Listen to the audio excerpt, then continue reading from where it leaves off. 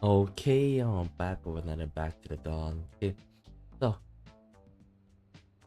like I went, I did the morning stuff, and well, I'm actually moving to, sell the item as usual. Okay, and as you can see here, Thomas is talking with the barber. Okay, well, let's see how it's gonna go. And by the way, like, ooh, his talent is report gain extra 20% when raising report. Yeah, really, really good. Okay, because like I just gave something that gave 26 report. Okay, and that in turns like it become 34, like a third. If you see it, that way, it's like normally if you give something that they really like, it'll be like you need at least like 4 times to make it to go to max, but it'll become just 3 with just tier 1 and tier 2. Well, you get 30%, you get an extra 30, so it become maybe like 38ish. Yeah, so really, really useful, like really, really useful ability, man. Like I should have focused him, and I didn't know that you can become, you can work in the mailroom because of that. Oh well. So let's move on. uh i wanted I want to go to the barber shop. There's paperback under the door. The job description says pendant is only gold plated. You don't think the customer could be lying, do you? If I don't believe it, just bite the pendant. Real gold is very soft. With my teeth, considering the likely location of the pendant, I think I'll pass. Well, whether you bite it or not, just remember to wash it before bringing it to me. I don't want you bringing me anything else along the pendant. Sure, that's a reasonable request.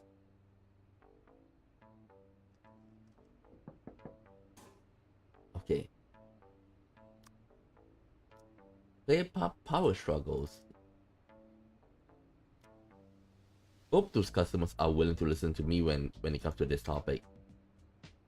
Okay, let's sell useful intel first.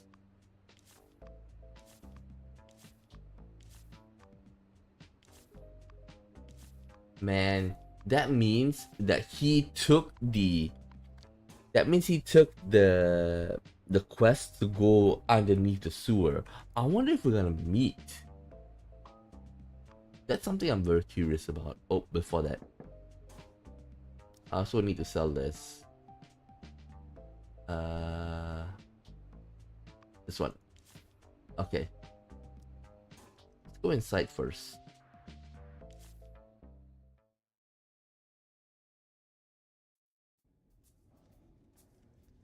Ooh,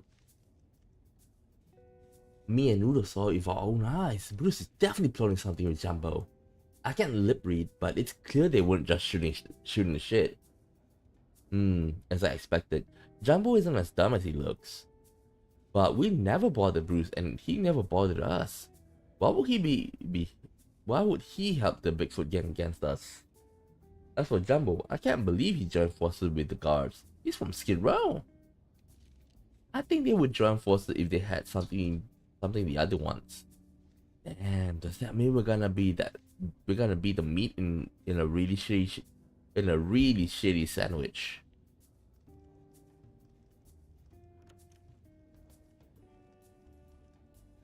Has someone borrowed a book?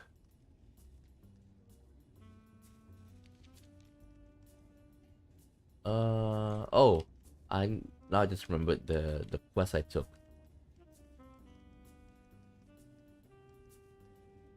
I remember, and that quest. Oh yeah, before that. He's not here. I actually found a myopia glass. Okay, and I wanted to give to the tortoise, but I guess he's not here. He's in the chapel most probably. Oh, let's listen to their info. I think I know who put the paper bag under my bed. Oh, it's me, actually. Wait, was it Sam the donkey? You said you saw him hanging around outside the cell. No, he's my secondary suspect now. So who's your prime suspect? Maybe it's Ray. It's probably him. Is it maybe or probably? Does it matter? What matters is that he's been acting suspicious. Think about it, he's always going up to the second floor of the corridor, sneaking around and looking down. I saw him and Chris whispering about something in the corner of the cafeteria at lunch. They were probably just gossiping. Don't you think you're being paranoid? Huh, but that ain't all. They kept looking over at me while they were talking. And don't forget, that Lynx has some kind of dealing with the Sharp Tooth gang. Maybe they were plotting something. Just wait and see. My sixth sense can't be wrong. I'm not gonna do bench press today. There's only like 1, 2, 3. I don't think Franklin's gonna like it. Oh yeah, Franklin. Here you go. Apple. Paperclip. What am I gonna do with paperclip?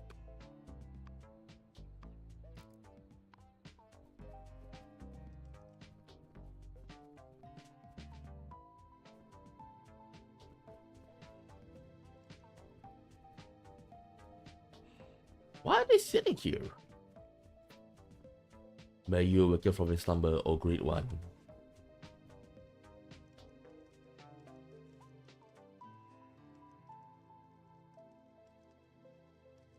Oh yeah, I steal the baseball from it. Baseball ball. It never rains, but it pours. What's up, man? First, Nicole mom suddenly said she'll come when she visit. And now I'm somehow in Bill's sights. I'm about to be paroled, and now all of this happens. Don't just complain. You need to put up your fist if you don't want to get picked on. Not everything in this world can be settled with fists. Oh, so you're just gonna take it lying down? Well, it beats standing up.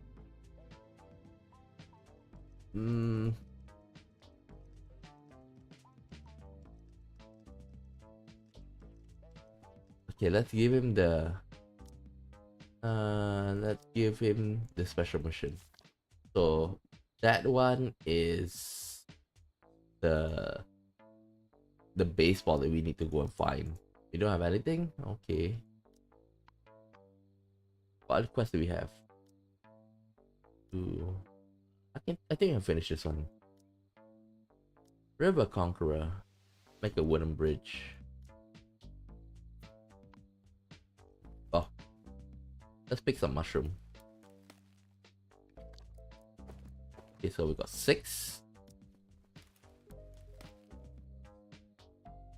Nice.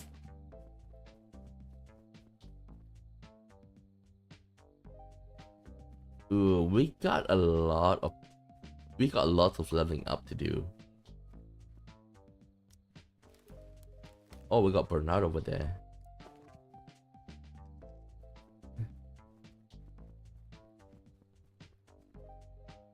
Bam. Oh yeah, later on at night we're gonna bond with Robert and Hakuna as well.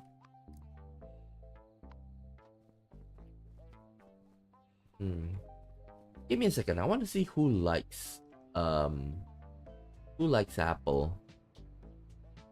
Evan likes apple. Okay, a few quests. Wait, not enough? One more.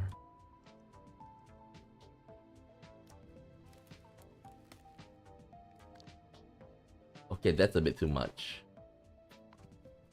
So I'll sell 2 and I have enough. Is it? Well, let's pull out the weeds first. Nice. Oh, I got a better idea.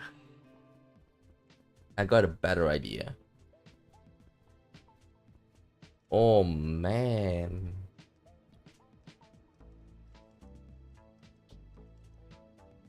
Enter.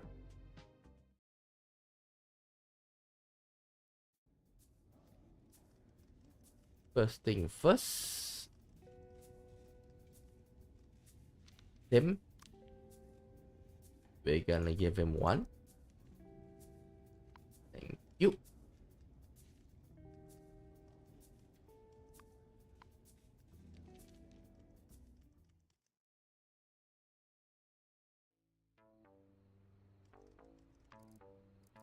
We'll sell 1.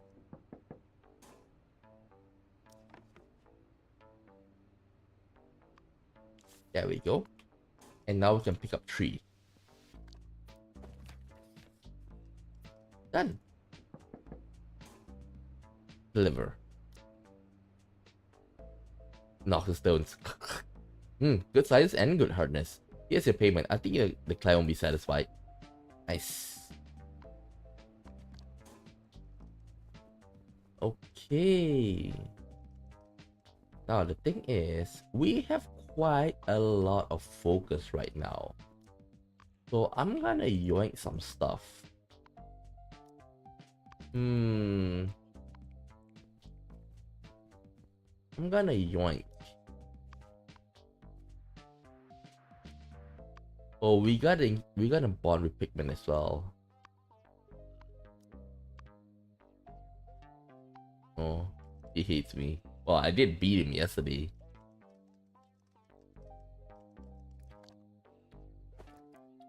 Yeah, no more slots.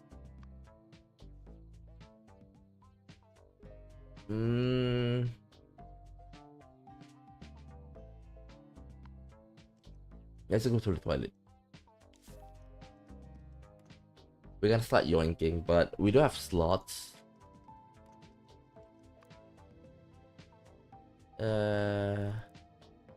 We can sell the paperclip.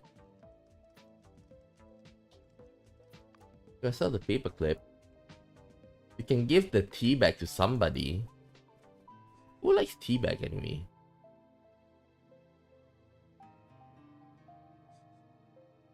Walrus. But I think he's in the chapel. Yeah, he's in the chapel.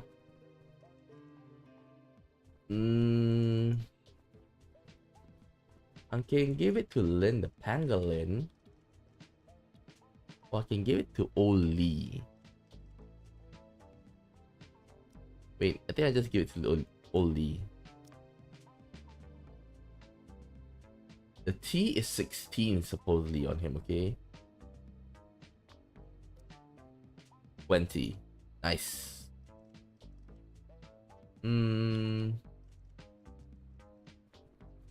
What else? Well, I think I should sell the paperclip.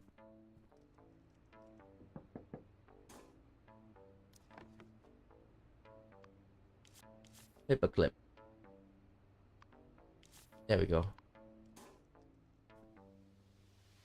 Who else? Jimmy. Bill is 12 with it. I think I can give it to him.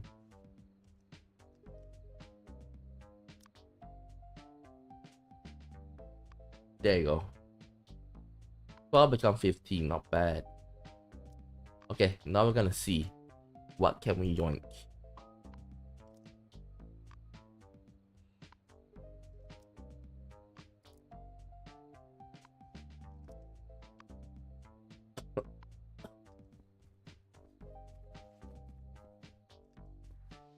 How about you? Well, let's go and grab the headband. 28. The running shoe is pretty good.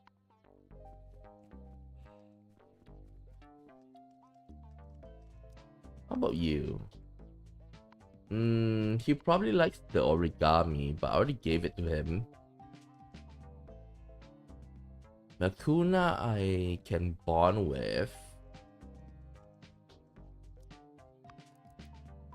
Ooh, we got nunchucks. Nunchuck is also 28. Ooh, I'm kind of scared.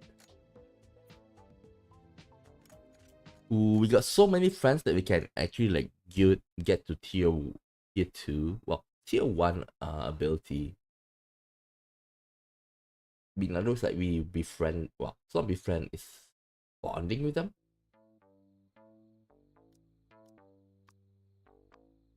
Ooh, nunchuck is at 58.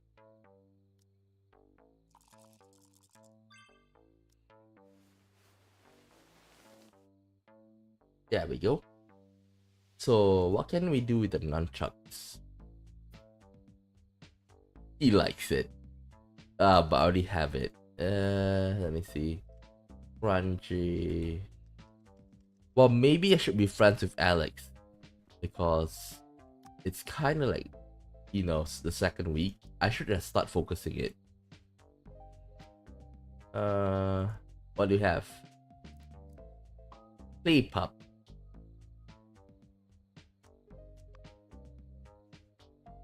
I'll take the play pup. Thank you.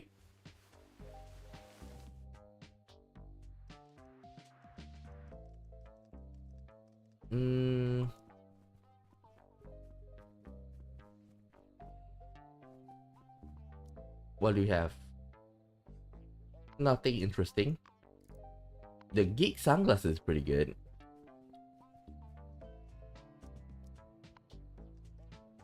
Well, other than that, I would like this. Almost storage, damn it. Oh, I do.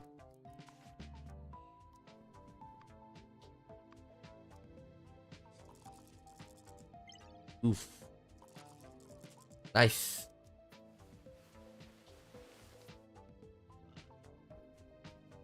Center headband. Center headband. Who likes it? I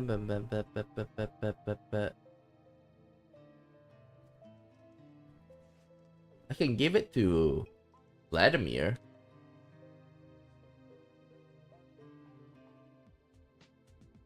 Okay, Vladimir.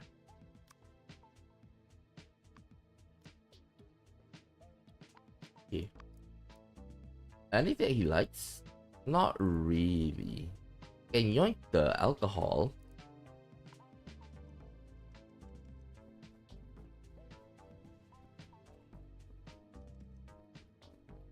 Let's go inside.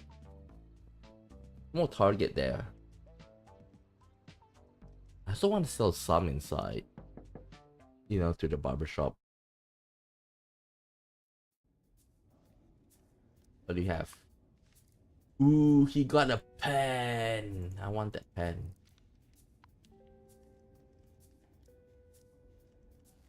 Get up.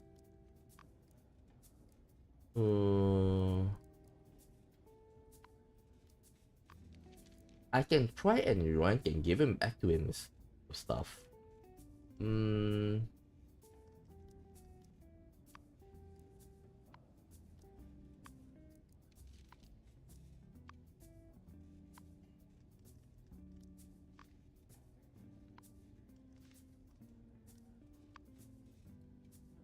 I'm not interested in sandals.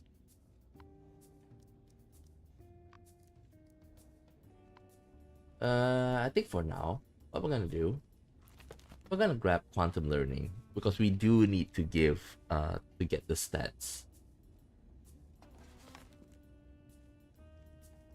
Quantum learning.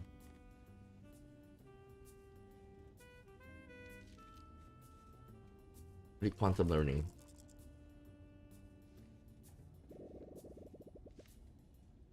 Quantum learning. Seriously, what the hell is this book all about?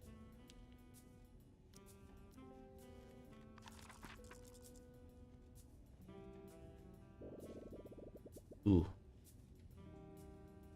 There we go.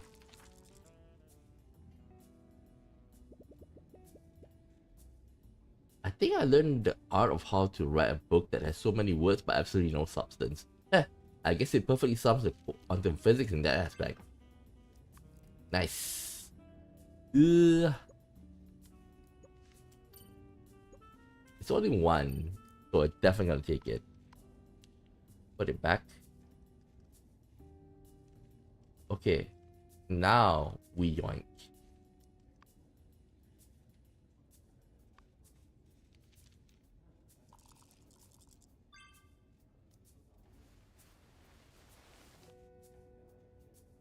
And then we give it back to him.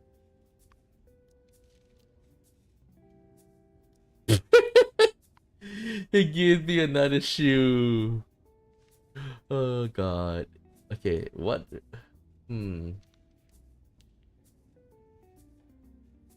I can give it to Perry. Okay, let's give it to Perry. Ta-da! Oh, I also can bond with Richard. So many people I can bond with. Toolbox Adventure. Not bad. Let's see what other books we have. We can take Awakening of Cthulhu. Oh wait, before that, let's see what else we can join.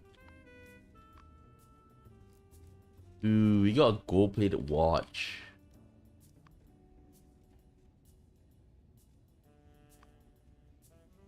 We take it and we sell it. Damn it.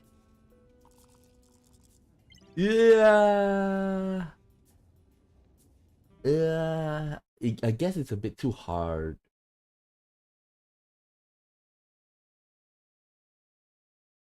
It's a bit too hard to get it. But I still think we should try it though. You know, this is why, like, Caesar's ability is so good.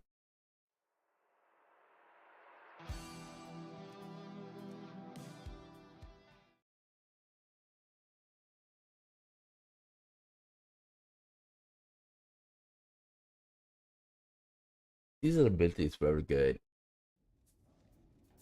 Oh no. Oh no. We start from here. Okay, at least still give me that. Oh. Gonna yoink it later.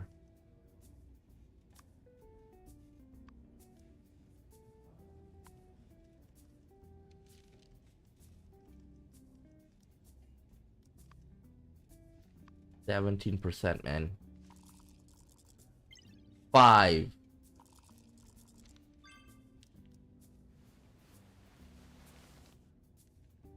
Smoothly done. Go watch. Oh my god, so many people like this. And it's all 30. Yeah.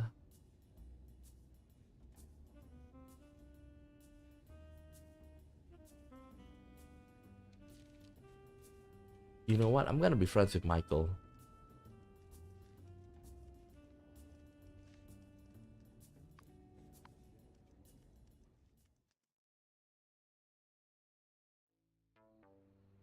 Oh, just remember, to be friends with Michael, you need to have Nightmare.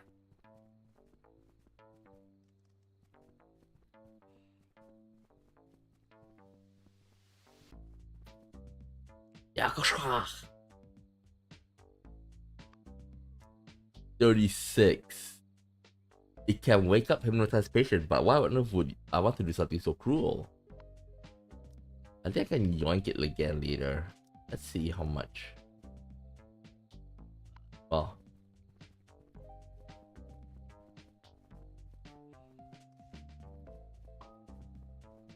let's read another book.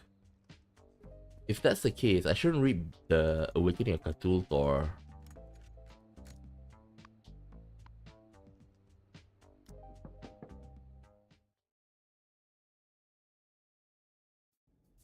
Awakening of Cthulhu. We're gonna leave that. Champion. It's not bad. Oh, I just remember. We need to read this. Man style. We need to bond with Ray.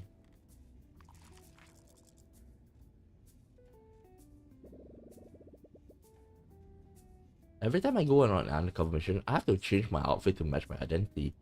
Guess versatility is the main sartorial characteristics. Done. The highest rated outfit in this book looks almost exactly as the same as the overalls as my grandfather used to wear when he worked on the docks. I guess it's true when they say fashion comes and goes in cycles. When people get bored of a style being outdated, it comes back into fashion. Nice.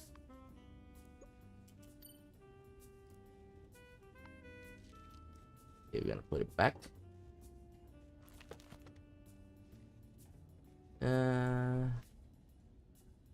Booze and wine, eh? How about this? You read everything here.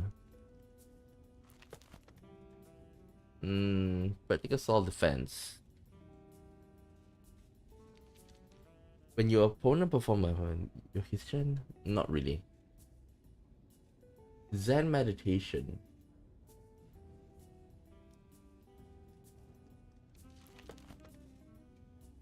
Ooh, plus one ceiling. Need it.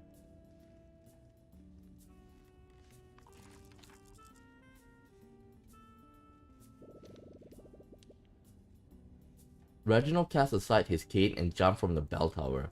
Just as everyone thought he had plunged back to his death, a black shadow soared into the air. Of course the cops couldn't catch him. In books like this, the cops are all complete morons.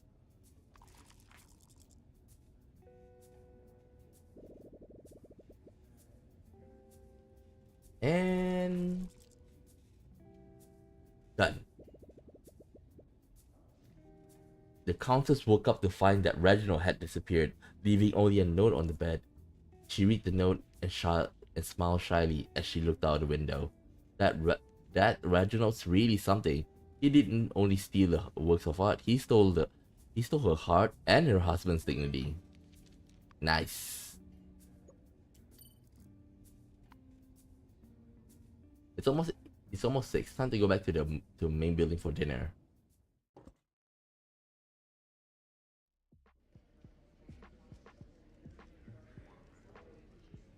Okay. Tension, what is it? Don't have anything to do. Okay. Give me a cream.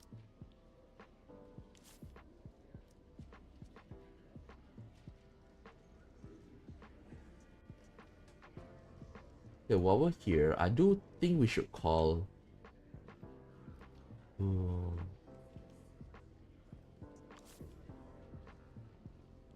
Laundry Express.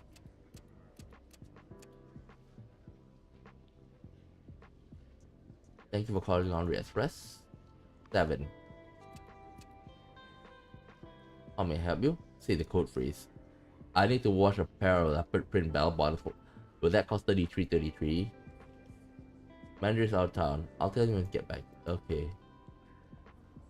Damn it.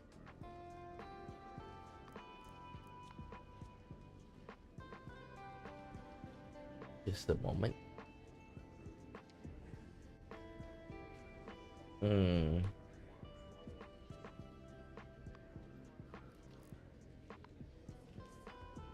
I do want to give this to Kevin. Winston, your tails are so long. Why don't you join the Sharp Tooth Gang? Your claws are black. Why don't you join the Black Claw Gang? When you put it that way, I guess it makes sense. But at least my teeth are sharp, but you? Technically, you don't have any feet. So it's a little weird for you to be in the Bigfoot Gang. Ha! Got you there! What do you guys think the major crime solve rate is in this city? I say about 50. Seeing how overcrowded this place is, I think it's at least 70. If the solve rate was that high, Boulderton would be a paradise. To tell the truth, it's not even 30. Not even 30%? You gotta be kidding, right? Were you really surprised considering how little detectives are paid and how many scumbags there are on the streets? I said 30% is a pretty good going. But if the chances of getting caught are so low, why did I get caught? I only committed one crime. It's not fair. Honestly, Kevin, if it wasn't for dumbass criminals like you, we probably wouldn't even be able to hit 30. Hey, that's not funny. Oh, we need to talk about PlayPup. Have you bought a PlayPup from Billy lately? And why are you asking me that all of a sudden? I bought an issue of PlayPup from Billy the other day. Oh, I didn't think you'd be into that. And tell me, what's your favorite column? The Untamed column, of course. But that's why I'm asking. All the pictures from that column has been cut out from my issue. What? You serious? Yeah, the whole page was just a big hole. Talk about a bummer. So Billy's selling used magazines? He prices them as if they were new. No idea. And all I know is, I won't be buying from him again. I think Tony's much more reliable than the guards. Makes sense. We should help each other. Talk about PlayPup. Kevin, have you paid the Black Claw gang back yet? Shh, keep it down. If no one says anything, maybe they'll forget about it. Quit fooling yourself. They've all got it written down. The only one who will forget is you. So what can I do? Life in here ain't cheap. How am I supposed to get the money to pay them back? But I hear you got money to buy PlayPup from Billy. It's not so loud. Someone might hear. It's just being in debt is so stressful. I need a way to unwind. Relax. I just want to give you a piece of advice. If you're going to buy from magazine, you're better off buying from Tony. What difference does it make? Neither one will give me a discount. The way I see it, since you pissed off the Black Claw gang, why not get in with members of the Bigfoot gang? Who knows? If you get in trouble one day, maybe Tony will help you out of being an old customer. When you put it that way, it makes sense. Let me a few bucks and I'll go buy it right now. I'm giving you some advice. You need to come up with your own money on your own. Ugh.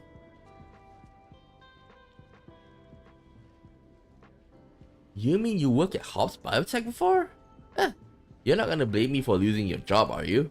No, if anything, I should thank you, Richard. Huh? I was on trial for leaking data on companies' illegal experiments. But during the trial, you did what you did. It focused the media straight onto Hobbs, so they had to admit the data I released was true. So two good things came off that day. It changed the charge from libel to leaking trade secrets. I'll be out next year. Then I guess you should thank me. Buy me a beer sometime. Okay, I think that's a good time for me to bond with him. Robert, how's your new game coming along? I'm still waiting to try it. Sorry, the demo version may have to be postponed. Have you run into some kind of trouble? Just don't put it off until after I get out of here. Actually, it's because I've been spending all my time playing Lethal Combat 2 lately. Although I finished it in no time, I'm stuck at the final boss. Oh, I completed the game. How did you beat the boss? Does he have a special weakness? I told you to talk about games starting with Lethal Combat 2, and he tells you his own story. He really is a righteous fool. A ring-tailed lemur who is obsessed with video games. He was drawn to you because you look like Black Shad, the protagonist from his favorite comic series, Lone Avenger. According to him, he is an amateur game developer. Although his game sold poorly, he has not given up and he's currently using the computers in the general building to develop a new game.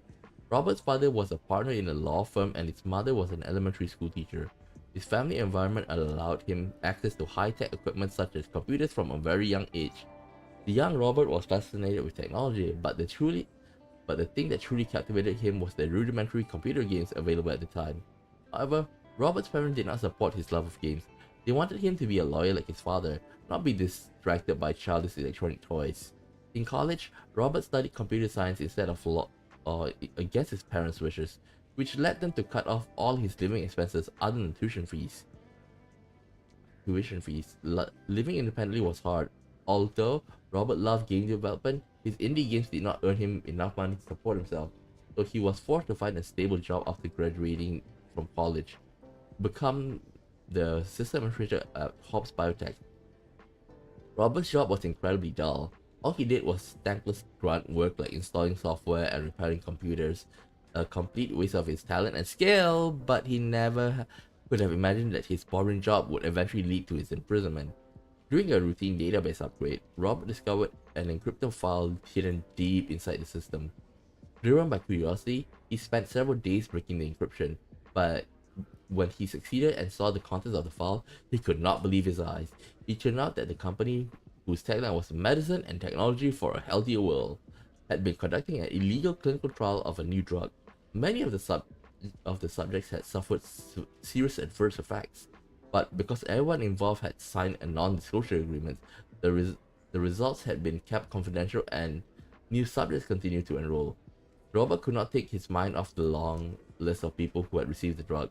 Among them were the poor who had enrolled for the meager payment, the seriously ill who took the drug in desperate attempts to save their lives. There were even children.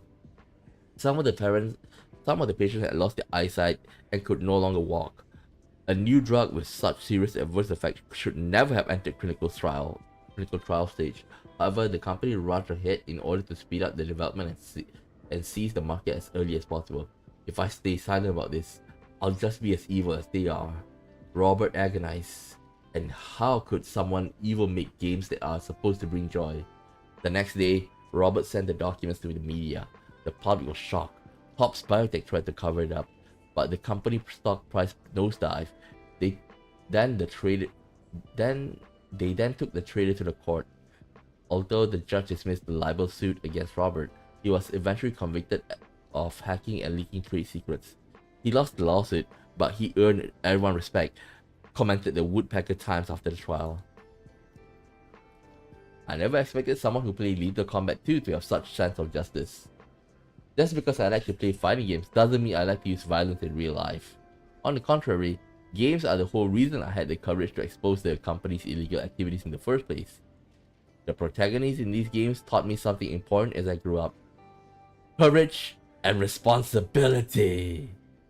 Robert! Courage and responsibility. You certainly have both of those. Yeah.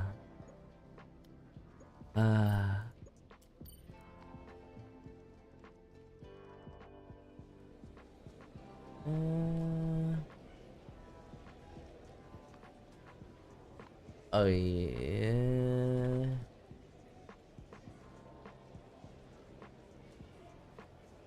Okay, let's bond with Hakuna because I want to give him this. Oh, there he is. It's 80. I'll actually overflow if I give him myopia glasses. Myopia glasses. I can give it to the Anteater. Just nice. Level him up. But like I say, I'll give it to Akuna first. Oh, we can talk about PlayPop. Hey Akuna, do you know the secret? What secret? Looks like you don't know. What are you talking about? Just tell me. Never mind, forget I said anything. Hey, I hate it when people don't finish what they're trying to say. Okay, if you're so desperate to know, go buy an issue of PlayPop from Tony. That's the most I can say. You'll understand when you read it. Then I'll understand, yeah? Okay, but it better be good. Give me a second. I'm a seasoned connoisseur of Polypop. I have an encyclopedic knowledge of the every back issue, but even when it comes to highbrow gentlemen's publication like Playpop, there's a huge variation from issue to issue, especially when it comes to pullouts and special edition. The thing is, Captain Willie sells mediocre issues that even my late grandpa would have yawned at. But the ones Tony sells are the real deal. I can't stand seeing my buddies in here pay almost the same for Billy's crap when they could be buying from Tony instead. So I want to hire a critic to tell them what to buy, where to buy the magazines from. Okay. Be Bond. Hey buddy, you know who's the hottest chick in this joint? Dr. Beth? Oh, you have no taste, let me tell you. The hottest chick in here is Lisa, the accountant in the warden's office. So you've been to the warden's office before? Nah, I ain't got the skills for that. I saw her through the bars last time when I went to the administrative building. But one look and I was smitten. Those cute little antelope horns on her head and my fangs are a perfect match. And I'm trembling just thinking about it. But there's a rumor she hasn't come to work for quite a few days. I'm worried. I hear Dr. Beth at the infirmary gets on well with her. If we can get the lowdown on Lisa from her, then I'll be happy to talk with you. Oh, I asked around about Lisa. Come on, man, hurry up. I can't wait to find out about her. Dr. Beth told me the rumor about Lisa running away with the money probably isn't true. Probably they had arranged to get their nails done together on the weekend of the day when she was last seen at work. So there must be another reason for her sudden disappearance. So she likes getting her nails done. Ha! What a classy young lady. Oh god. That's not really the main point, but okay. Eh. Did Dr. Bass say what kind of man Lisa's into?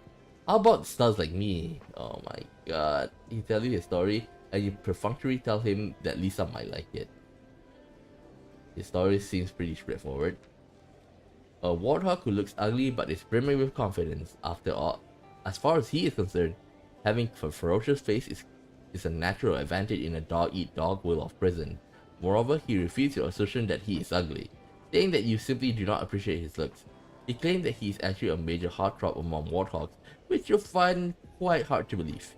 Before going to prison, Hakuna worked for the city demolition crew, whose job was who was, in the words of those at the top, to level the slums that stand in the way of progress.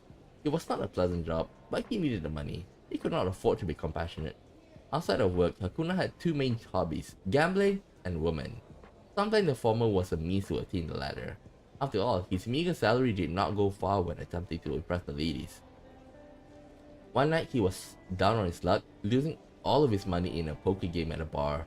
This was terrible because he had recently been hitting it off with a waitress and was hoping to buy her a gift with his winnings and then strike while the iron is hot. Now, his plan is ruined. As Hakuna stood in the alley behind the bar cursing his misfortune, a thin figure approached him. It was Teddy the meerkat, also an inmate in this prison.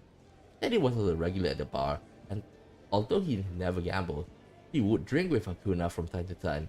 When he saw that Hakuna had lost all his money, Teddy proposed a way for them to make some big money. Teddy was a former subway engineer. It is necessary to add the word former, as he had just recently lost his job. As for the reason, that is another story.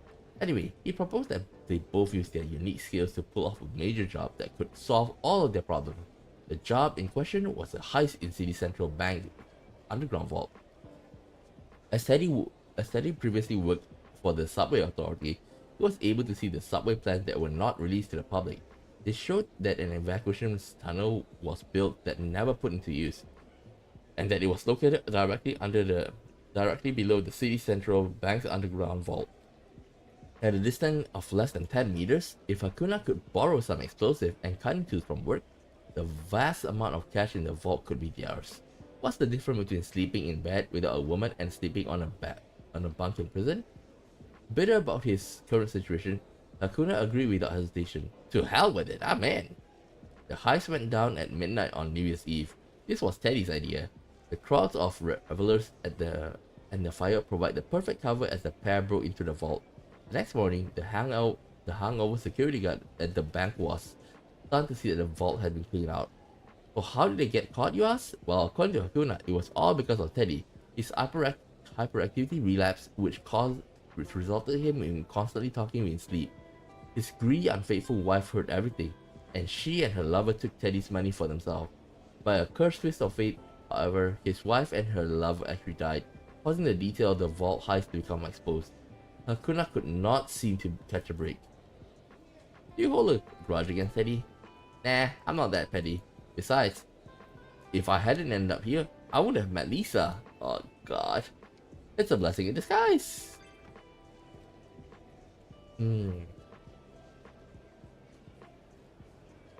Negotiate.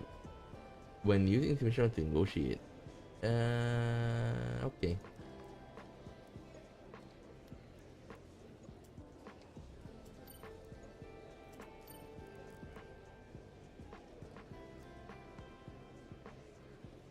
Okay, let's give him the cream waffle. Yeah, real food. Thanks, buddy.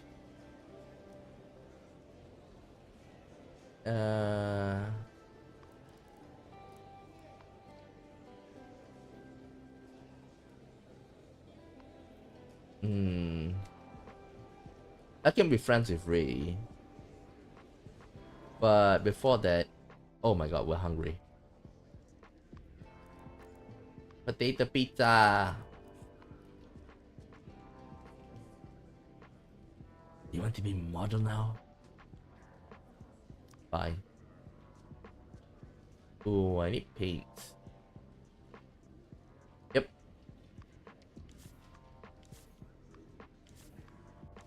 And I need paper as well.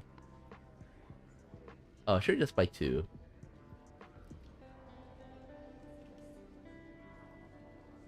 Ah, it's okay. Remember bubbling my model? You should give up on that idea. Wait, you should hear me out first. Come up with a new theme, one that's less intense. I call it mutilation bouquet, mutilation banquet. This sounds pretty messed up.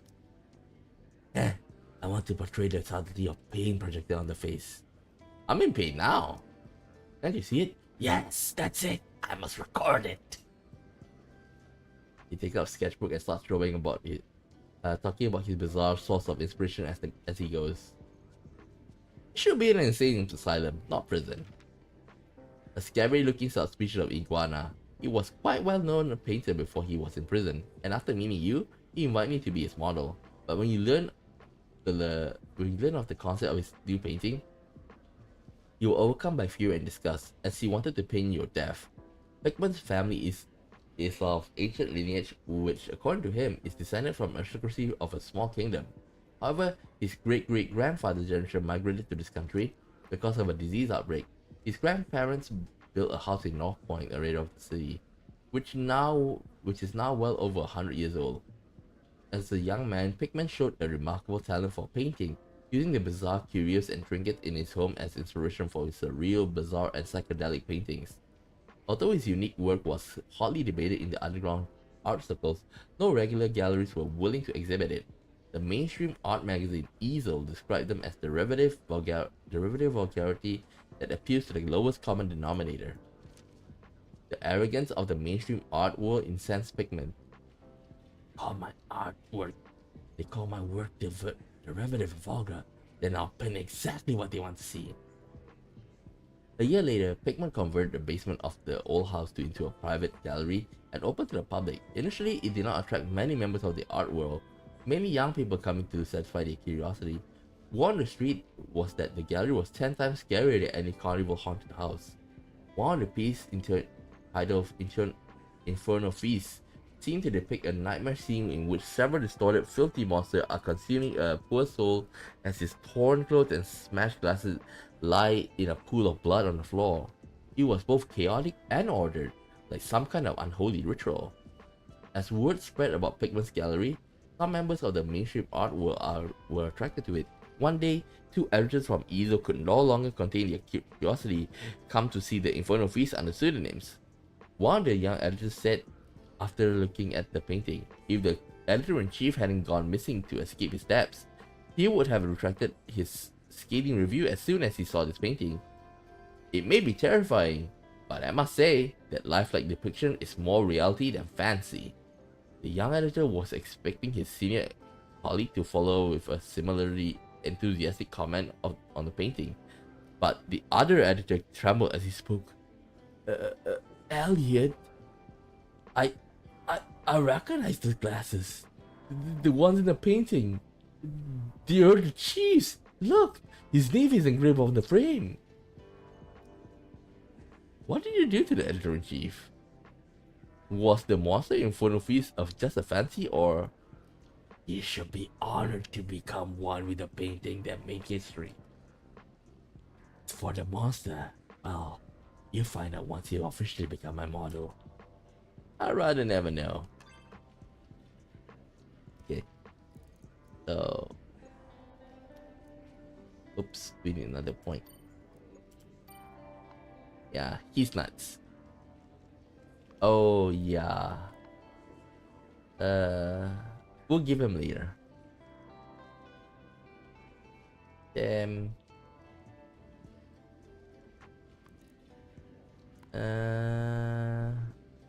I definitely want to be friends with Jimmy. Caramel bar. Gift. Yeah, brain food. Thanks, talent upgrade.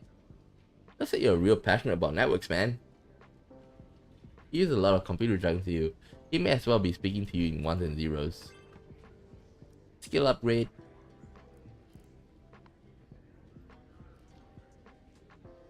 Yeah. Okay, let's talk to Kevin. I can buy the apple from him.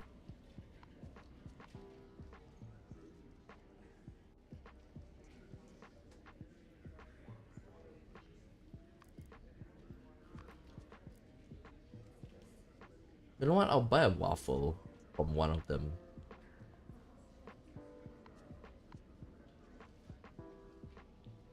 Richard as well. Eddie as well.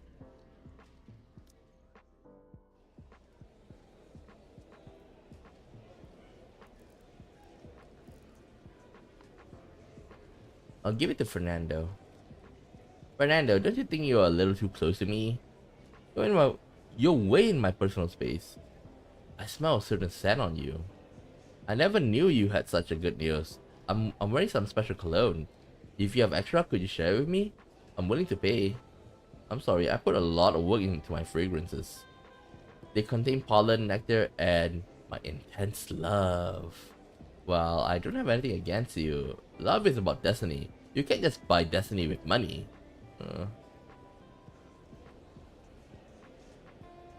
Bam.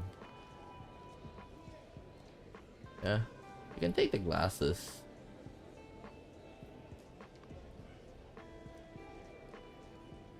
Thank you, these glasses are just the right strength. Let's go with Ray. On. Hey there, Sugar Cube. What do you think of my new headdress? Honestly, I don't see any difference. Take a good look. I've incorporated elements of the latest fashion. Are you trying to test my fashion sense? On closer look, there is something of a postmodern avant-garde style, right? Aha! I just knew you were a smart boy. I think you deserve a big kiss. Come over here. You managed to decline the enthusiastic offer and then talk a little while keeping your distance. I guess tough guys come in many forms. A brown horse who claims to be a unicorn. Yeah, he's actually like wearing something like he's wearing a horn. Okay. He may look slightly odd, but his artistic flamboyance is never dull. He rejects gender stereotypes and has unique view on the relationship between gender and self. He makes no secret of his love for handsome guys. Ray was born into a well-off family, and his mother and father were both prominent figures in racing circles. As the only son, Ray's parents had high expectation that he would follow in their illustrious footsteps, but he was far more interested in dancing and painting than boring racing. Because of his rebellious nature, his increasingly obvious attraction to the same sex, the tension between Ray and his parents gradually intensified. Finally, on the day he reached adulthood, he chose to leave his hometown and escape the city. He bummed around the city for many years, during which he worked as a life model, an extra, and when times were particularly hard, he even performed in a few adult movies. However, he never considered swallowing his pride and going home, as the hardship of life were a small price to pay for which he valued most: freedom. Ray's apartment was above the red light, small bar hidden in a secluded alley. The rent was not that high, and his part-time job in the bar paid enough to cover his living expenses. However, nightfall was when the bar's dating service would begin. Every evening, pretty young women, and sometimes not so pretty, would order cheap, watered-down drinks and wait for the bar's phone to ring. When it did, it was Ray's job to relay the request and call taxis for the girls.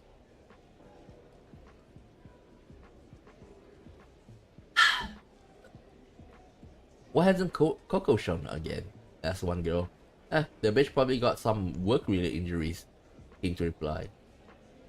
But Caroline hasn't shown up for a week either. Maybe they got lucky, bagged a sugar daddy, exclaimed the first girl. The girl's chitter-chatter caught Ray's attention. Although their jobs were not exactly respectable, he knew they were all just trying to make a living in difficult circumstances, exactly like him. This was especially true for Coco, a single mother whose ex-boyfriend had scammed her out of her belongings. and was forced to sell herself at the red light in order to feed her baby. The sudden disappearance of these girls made Ray feel very uneasy. He checked the phone records and was shocked to find that the missing girls had all been called to the same place. Just then, the phone rang. Ray answered as usual. The gruff voice on the other end of the line said the address that he'd just seen. Sensing the danger, Ray did not tell the girls. Instead, he put on a dress and went to the appointment himself. Waiting near the address was a Tasmanian devil wearing a flat cap. He did not see the true Ray's disguise in the darkness, and even lustfully remarked on his beauty. The Tasmanian devil took Ray to a dilapidated house. After negotiating the price, he offered Ray a drink to help get in the mood. Ray instantly guessed what the slime ball was planning, and switched the glasses when he was not looking. The Tasmanian devil downed the spiked drink and immediately fell to the floor, paralyzed. Ray searched the house and eventually found a secret room. Inside there were the bruised and battered Coco, as well as the bodies of Caroline and another girl that he did not know. Anger, remorse, and pity surged through Ray's mind like a stampede of wild horses. He could not forgive the vile murderer, but he could also not forgive himself for sending the girls into his evil clutches. With a stamp of a hoof, Ray crushed the killer's skull, bringing his wicked life to the end. The next day, Ray turned himself to the police. In his mind at least, as both the murderer and accomplice to the murder. What happened to Coco afterwards? She doesn't work at the red light anymore. She and some other girls opened a beauty salon together, all totally legit. She said I should go to her place for the works when I get out. Ray, I think you're already beautiful enough already.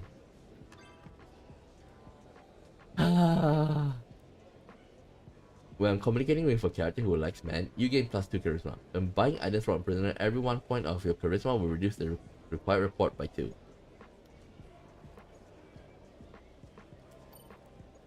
Man, there's so many good guys here. Oh, I need to give promise. Hey there. Let's just give him the paper crane. Oh, nice. Thank you.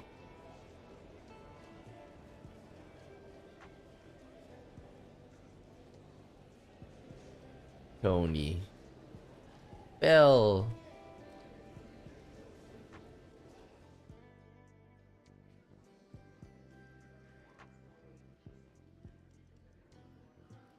Would you say Bob's claws are sharper or Pigman's skin is thicker? Oh, what happens when an unstoppable force meets an immovable object? This is a real difficult one to call. Unstoppable force and immovable object? I heard about that. If they were smart, they'd take a leaf out of the Bigfoot gang's book, get together and take bets on who will win. Then whatever happens, they both make bank.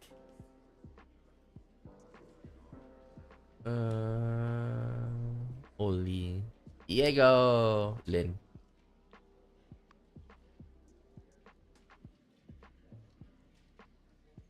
Let me go back to my cell first.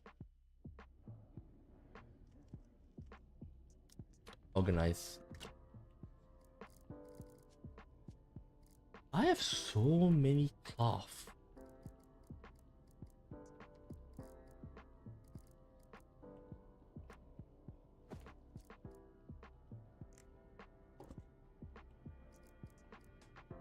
And matches.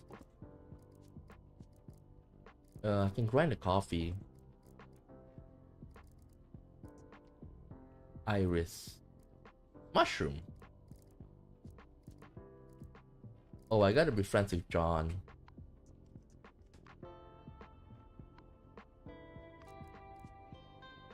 I'm top dog.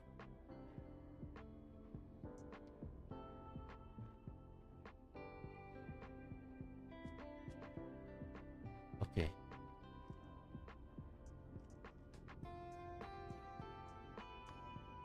I'm smelly, but I can go to take my bath later. Michael. Go to A block. Oh, Joseph. Okay, fine. We'll be friends and we apologize. There may be some misunderstanding. I hope this money can resolve it. Damn it. There we go. You swallow your pride and extended the olive branch, finally freezing a little of its hostility. Next, Joseph. Great. I'll buy the mint. Now we bond. Whirlwind, have you recruited any students yet? Man, I don't need this from you. Looks like you don't even have one. If you ask me, they are so expensive, you can't prove they work. No one in their right mind would sign up. So what should I do then? Why don't you teach me your signature move for free? Once I know it, it'll be like an advertisement for you. What do you say? Don't forget I beat you. I was just feeling a little under the weather, but it's true. If I could do it ever again, okay, I know you got careless, but I was able to defeat you when you got careless, so I must have some potential, right? So if you use me to advertise, you're sure to attract more students. Seems like the only way.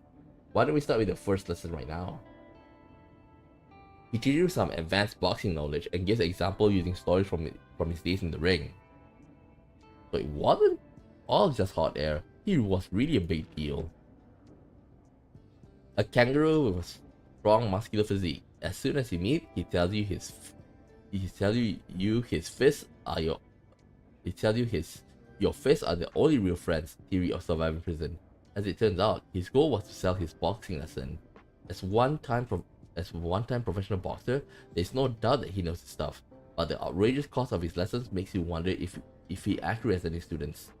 There may not be many who remember the name Joseph the Whirlwind anymore, but a decade ago, he was a legend in the ring. He once won the championship belt with 40 consecutive victories and broke the record for the biggest weight difference in a knockout victory.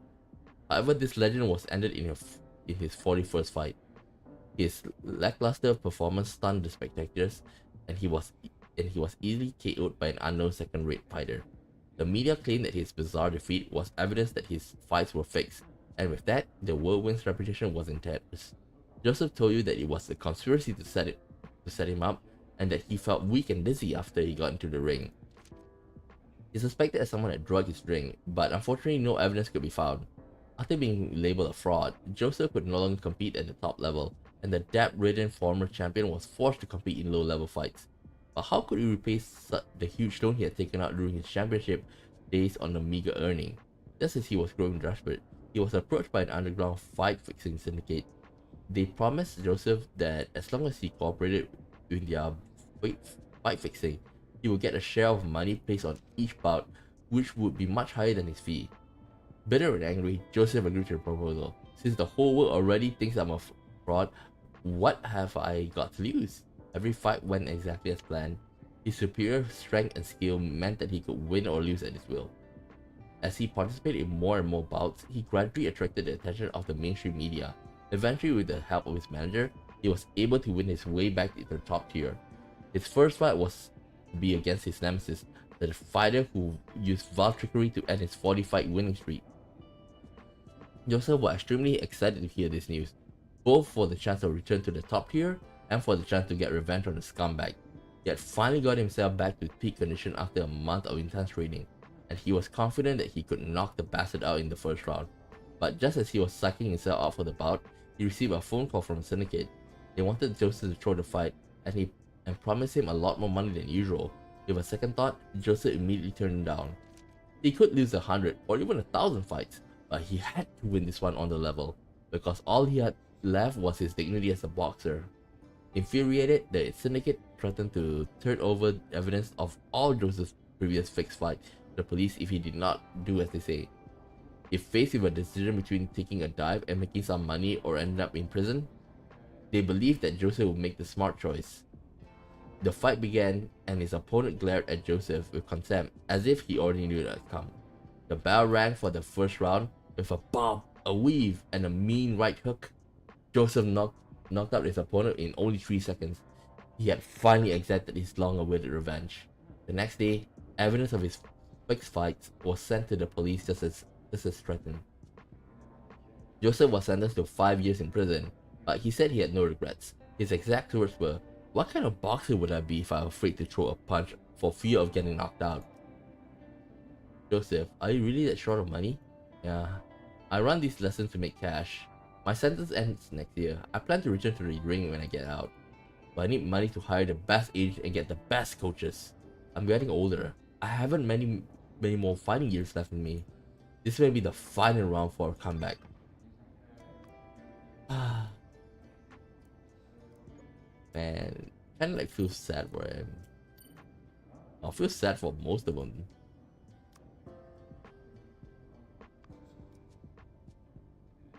Okay. Franklin.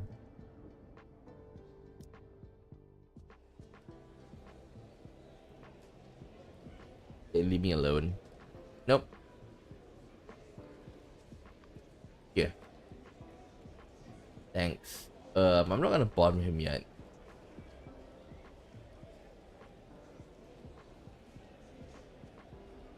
Let's go to the first floor.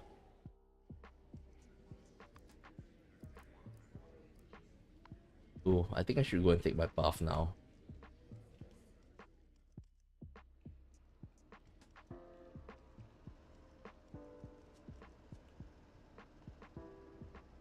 Hot shower.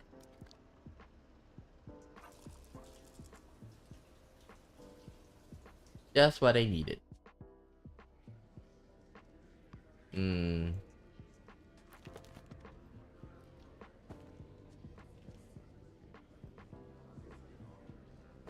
Potato pizza.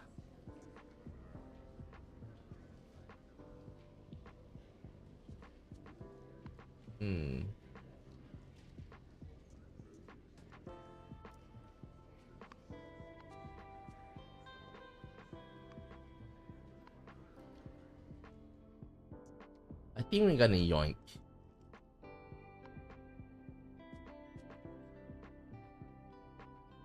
Oh, maybe later. In a while.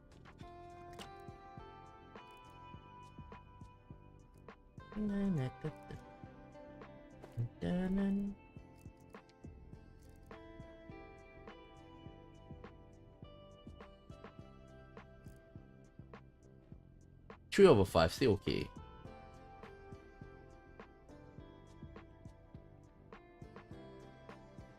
Oh yeah, I need to buy paper.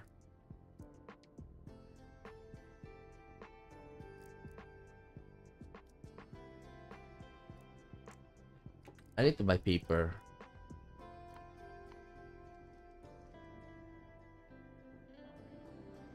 Okay, who has paper?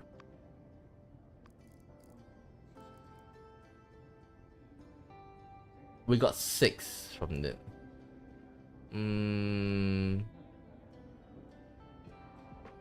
6 and 3. Okay.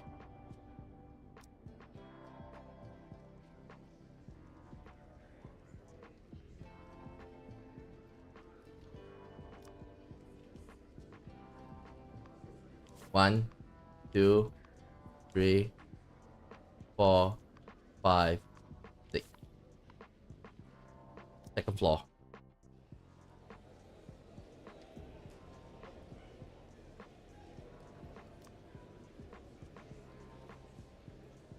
One, 2, 3.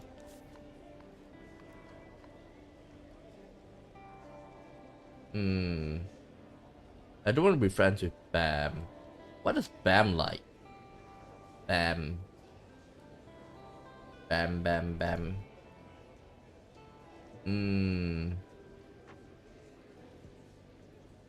He likes Ace of Spades. I'll buy and then give it back to him.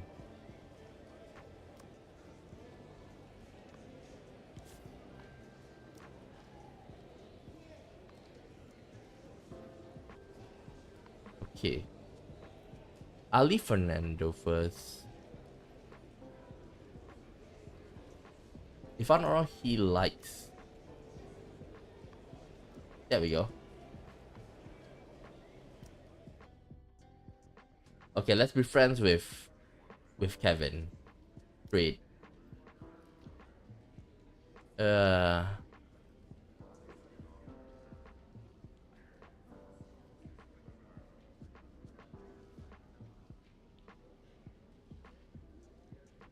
If I buy two...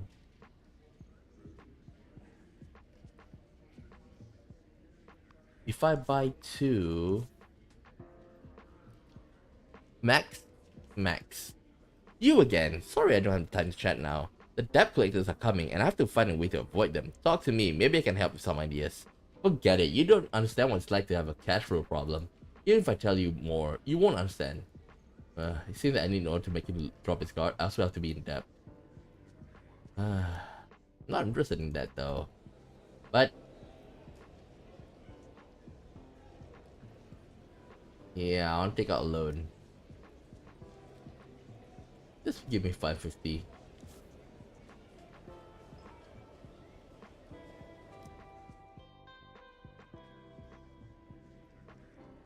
There. You again, I don't have time. So I more or less understand how you feel. It seems we are in the same boat. This damn prison, this damn life. He whines about his problem while telling you how he ended up in his current situation.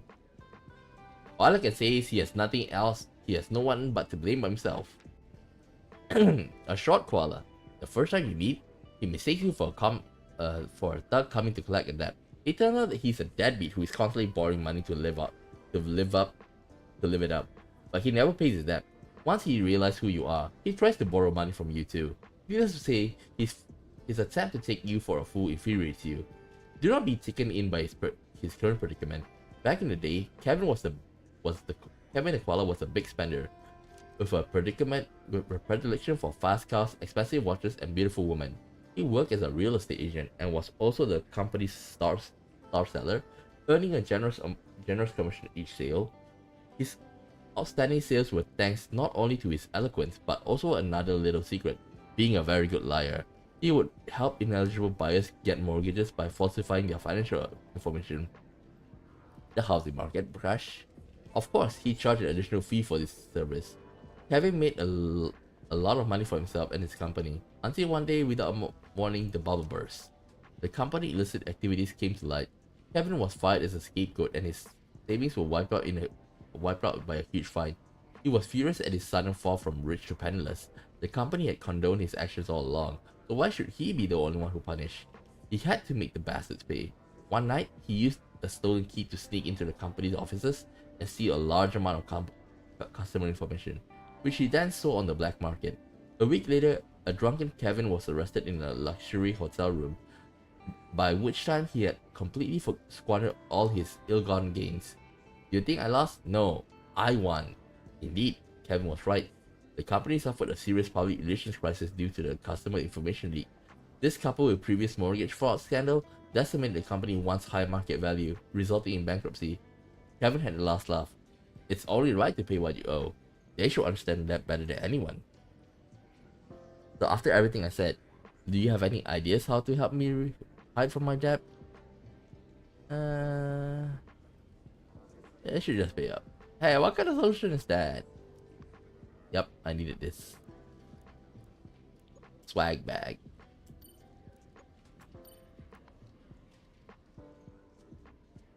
I want to make another call.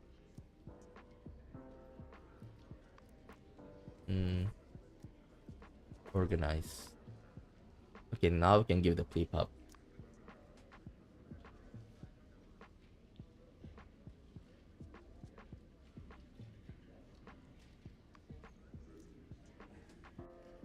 You're really gonna give me something this good?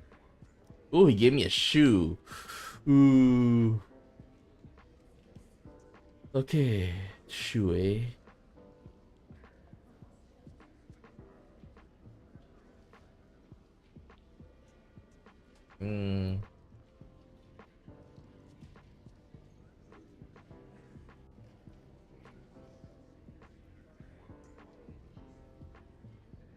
I can give it to the raccoon.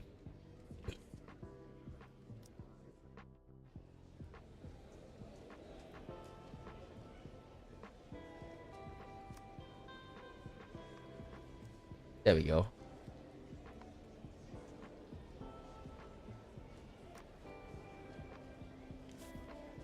Gift. There we go.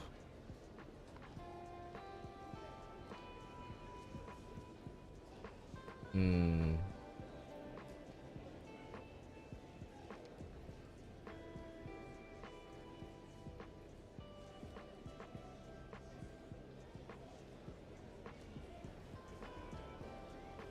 Hmm.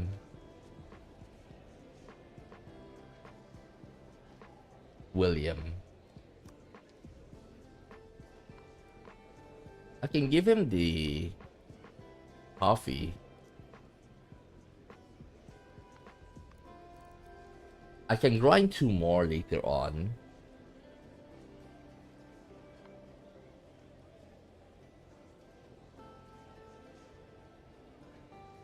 I haven't given Gray stuff yet.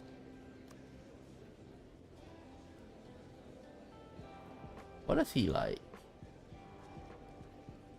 Hmm.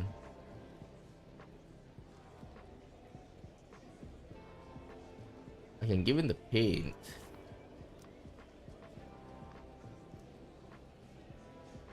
Okay.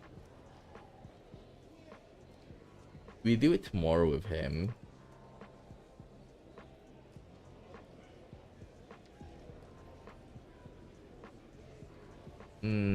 Who else can we be friends with? Well, I think I know who. Let's go and see Bernard.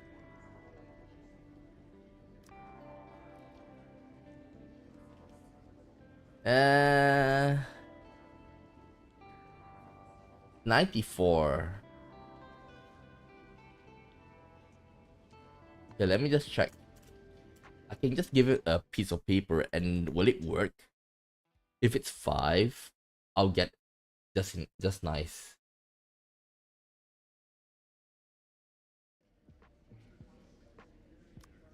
Let's see if it works. Okay. I do need to be friends with Winston though.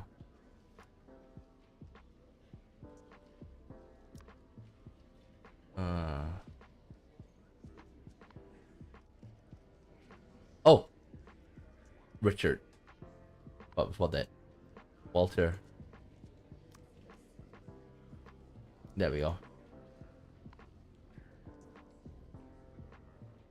Let's bond. Hey, got any scented soap? Why do you want? Why do you want that all of a sudden? You have it or not? Here. I do, but I'll give it to you if you tell me why you want it. Bye. My daughter Sarah's coming to see me. I don't want to smell bad when she's here. You understand? Good point. I didn't know you had a daughter. Why don't you tell me about her? Does she have tusks like you? Tells you about himself, and he also learned that female babirusa don't grow tusks. What complex story? A babirusa? There are not many of his kind, and he was offended that you compared his tusks to a canine thief. After all, his terrifying tusks that pierce his snout are the trait that he's particularly proud. According to him, although the tusk growth is extremely painful, it is proof of manhood for a babirusa. Among his kind, cowards that are too afraid to grow tusks do not get any female attention. Richard used to own a small gun store, but the high rent and lack of customers meant that he was forced to do illegal modification work on the side. Perhaps due to the scarcity of babirusas, Richard was late to find love. He and his wife had a daughter, and their little Sarah brought color to his once grey existence. Even though he now shouldered a heavier financial burden, the stress would instantly evaporate when he returned home to his little angel. But some unexpected news brought Richard's world crashing down. Sarah was diagnosed with a rare disease that could only be cured by a liver transplant. However, despite her parents, neither Richard nor his wife were compatible donors. They could only hope and pray that a donor could be found in time. Every day they waited was torture. Richard had spent all his savings to keep Sarah's condition from deteriorating. Finally, after a year of waiting, they received the call that a donor had been found. A male babirusa had died in a car accident, but fortunately his liver was intact. Honey, you finally made it through, Richard sobbed as he hugged his tearful wife. However, the next day, Richard was approached by a man in a suit. He said he came on behalf of Hobbs Biotech and told Richard that the donor liver had been examined and found to contain a rare antibody to hepatitis.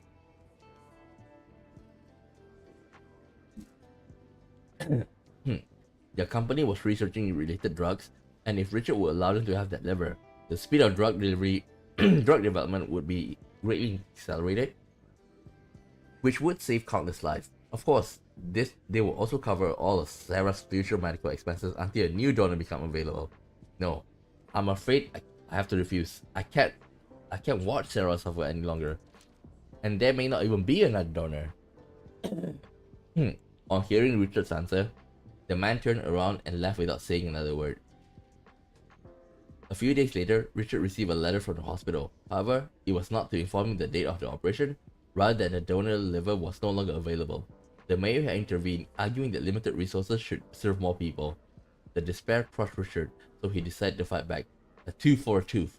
That night, he stormed into Hobbs Biotech with a modified weapon, kidnapped the top researchers, and demanded that the stolen liver be returned to Sarah. In the end, Sarah's surgery was able to go ahead, and after learning that his daughter was safe, Richard released the hostages and surrendered to the police. It was all for Sarah. I'm just a selfish father. Does Sarah know you're in here because of her? No, she doesn't need to know. I don't want to make her feel guilty. She was innocent right from the start.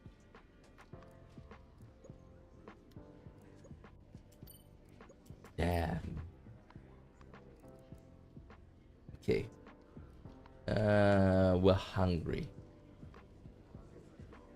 Okay, first thing first, we need to find who have waffle. So we're gonna go to the second floor.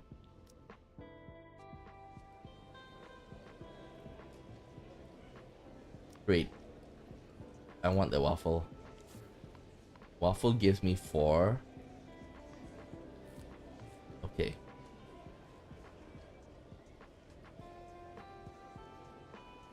Now, we gotta yoink.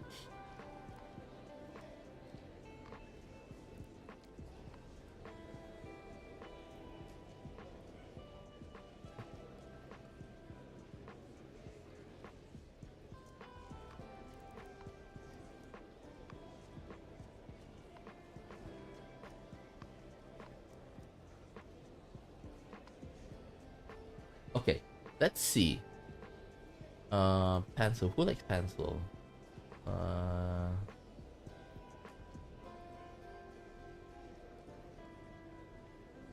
Okay, I'm gonna steal the mechanical pencil. Oh, I'm gonna steal the pen. Nice.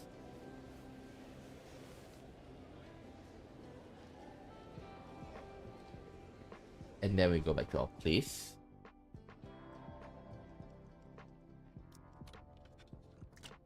Okay. Then we'll be taking out this. We'll be putting the pen in. Okay. Then we're just gonna randomly give the pencil to somebody. Okay.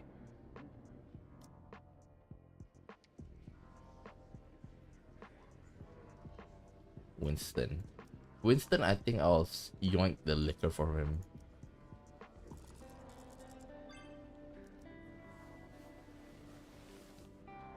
There we go.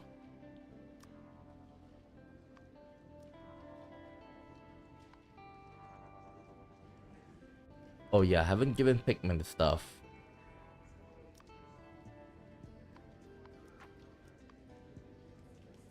I can steal the nail bat.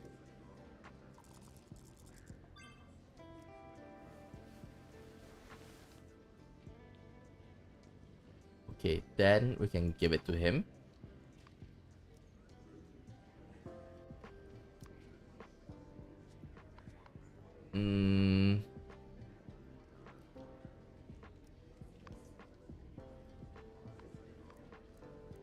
I can give him the pencil.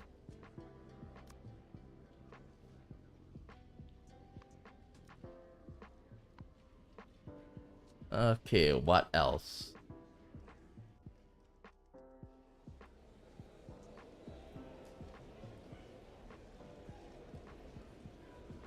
Teddy, John, Akuna. Oh yeah, Ray. I think I might still have a bouquet.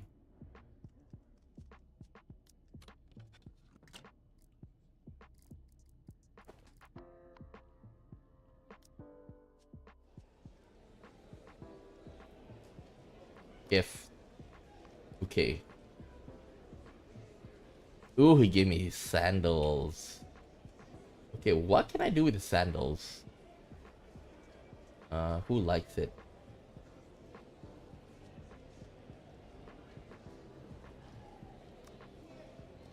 Here you go. Okay. Then we're gonna yoink back.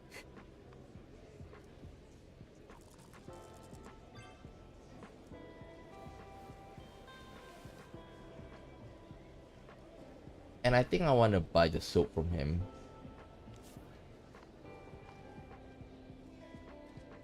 Hmm.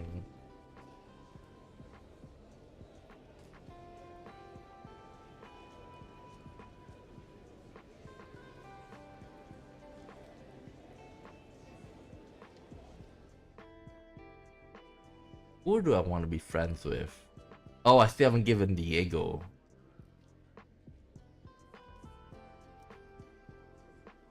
For Diego, I think we just go back to our cell.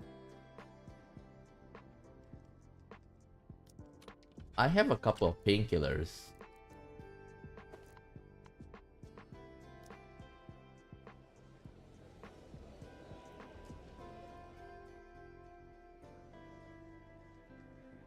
Okay, give.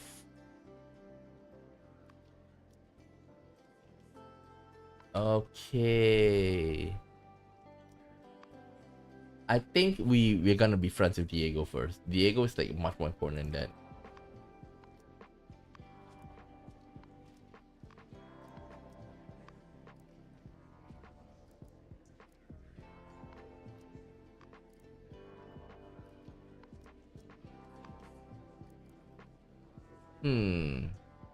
Guard headband. 17%.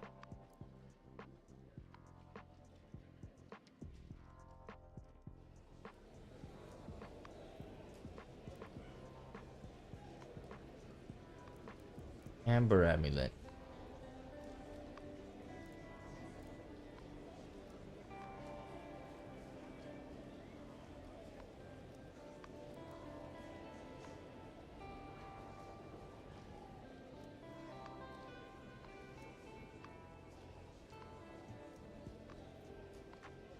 You know what? I'm gonna yoink it.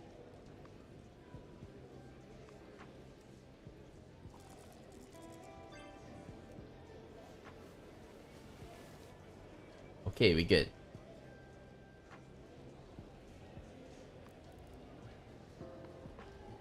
We do have enough food, right? Well, we have 4, and then we have a pizza with us, and then we have pizza here as well. We do have apples.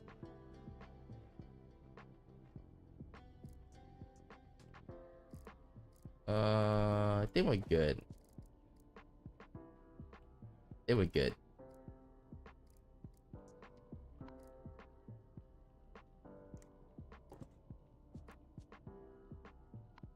Yeah. So we're gonna be friends with. I just remember. He needs a play pup. Shit. He needs a play pup. You know what? It's still okay. It's still okay.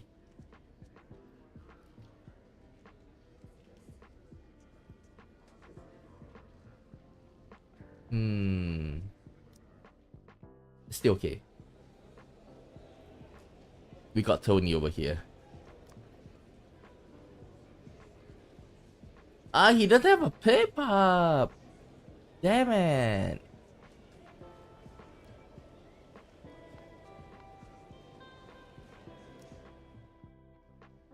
Yeah. Great. Yeah, let's get the play pup.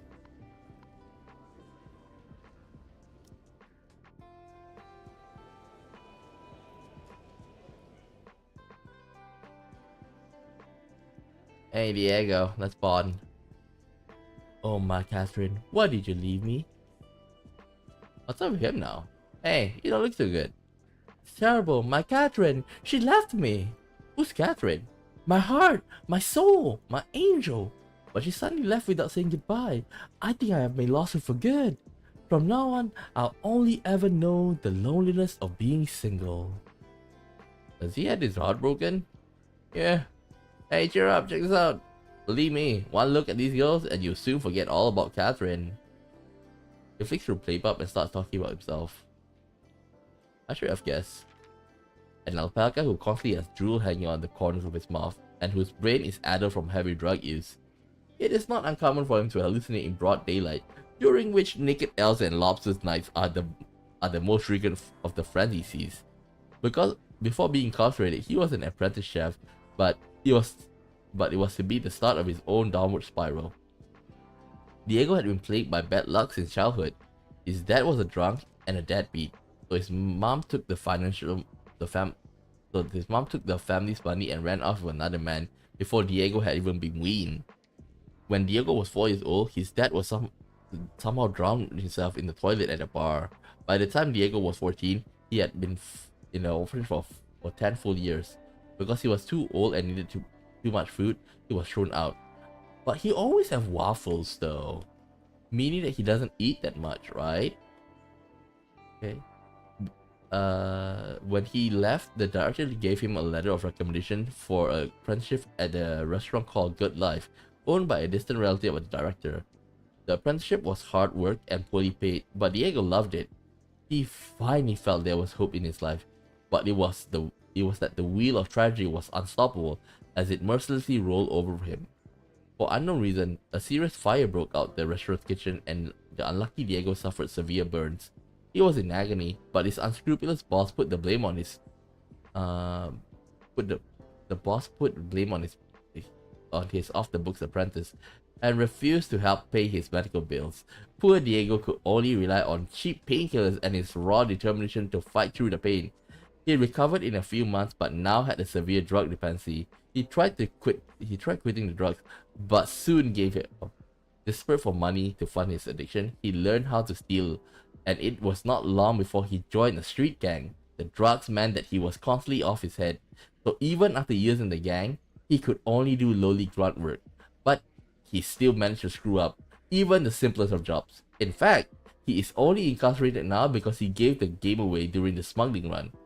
But he completely forgotten the details of how it all went down. He was always talking about his girlfriend Catherine, but in fact, she is just one of his many hallucinations. There are at least a dozen of such other friends in his head. From the beginning to the end, he's just a junkie. You should go easy on the drugs. If you carry on like this, you'll end up a total moron. What's wrong with being a moron? If you don't think about stuff, you can't worry about stuff. Thanks for the magazine though. Those thighs. Whoo boy.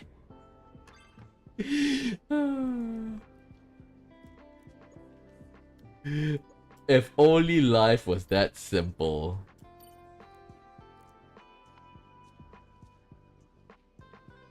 It's less than half an hour to lockdown. I should get back to my cell. Okay. You know what the first priority we should do is that we should get the Sakura tour.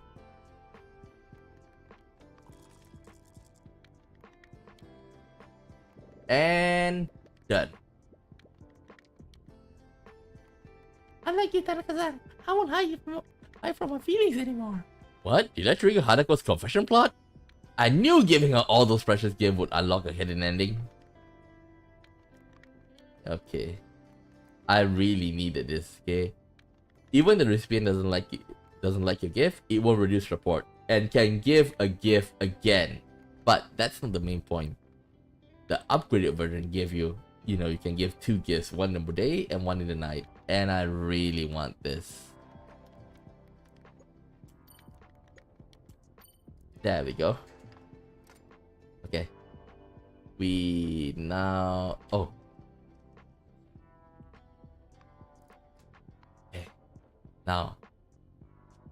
Make the bed. Place the dummy. Organize items. Okay.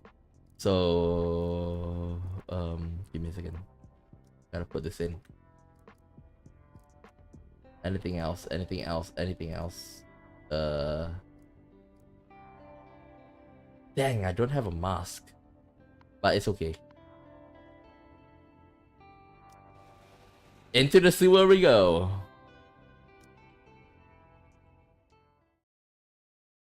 Oh. Into the sewer we go.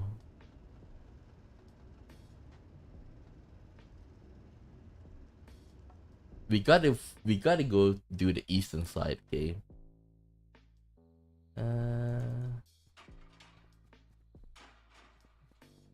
Pick some mint. Got him.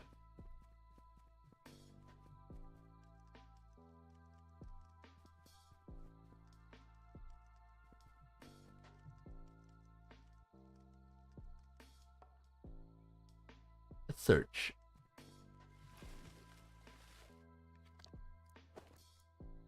Okay, we got glue. Glue's really good. Enter.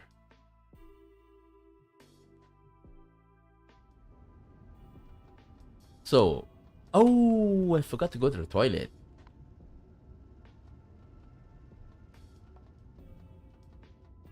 And it's still okay. Enter.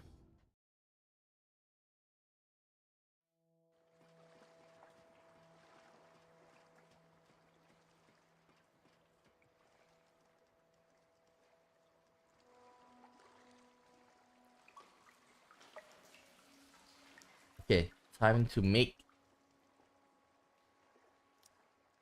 a bridge. Oh, finished at last. I hope it's sturdier than it looks. Now to move it to a riverbank to try it out. This should be stable enough. I just hope it doesn't break when I get to the middle.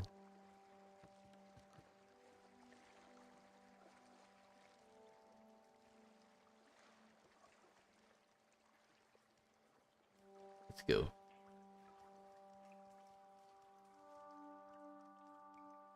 There's a long passage up ahead. Where could it lead?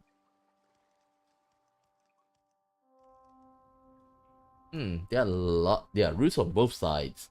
I guess I'm at a sewer crossroads.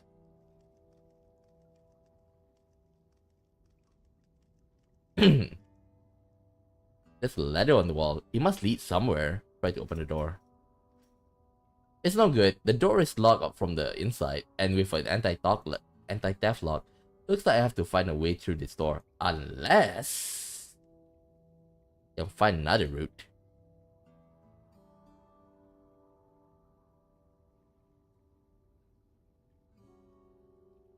The pipe on the roof. Maybe I can use it to get through the top.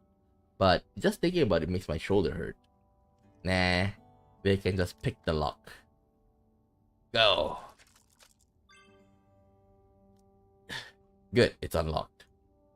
This is much easier than flying over the wall.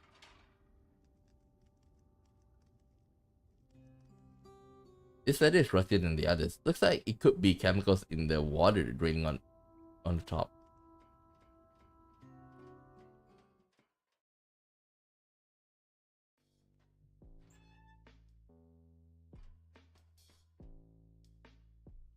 Damn, it's dusty in here. Looks like no one's been here for a long time.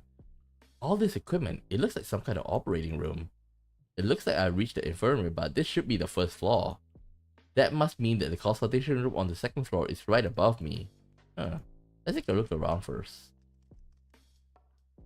Search. Ooh. I think I'll take the bandage. Wait. How much item do I? Yeah. Looks like a small oxygen cylinder. Check pressure gauge. This is probably the most low pressure thing in my life right now.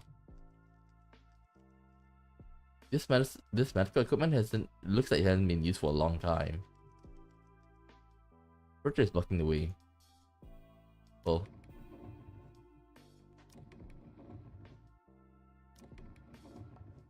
Okay, let go. No response. Looks like the power has been cut off here as well. Is this the door to the operating room? It looks very tightly closed. Try to open the door. It won't budge. It must be controlled by electron. It must be controlled electronically. Looks like I have to find another way out of here.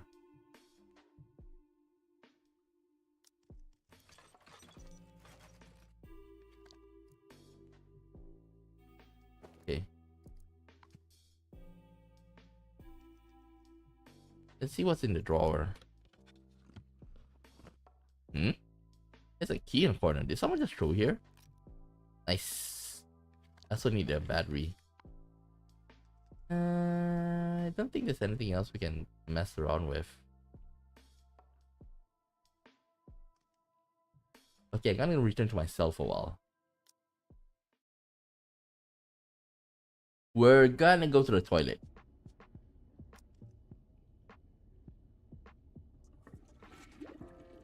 Okay, while we're here.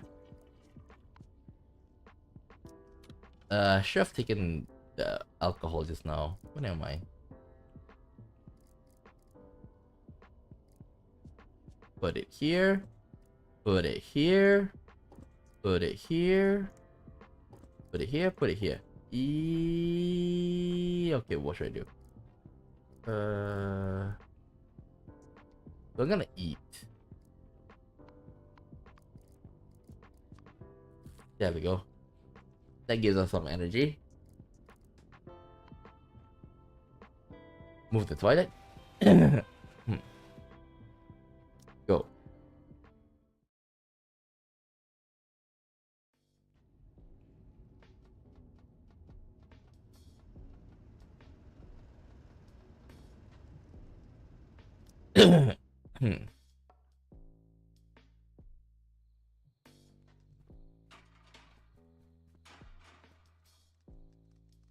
Ew.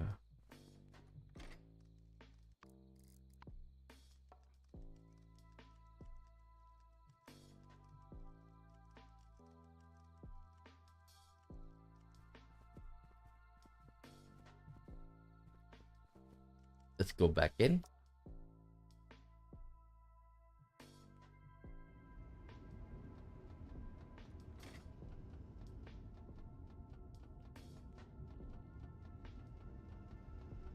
And in we go. Go to the operating room.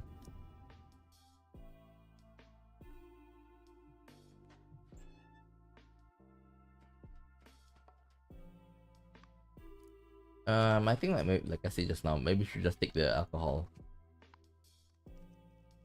And we return to the sewer.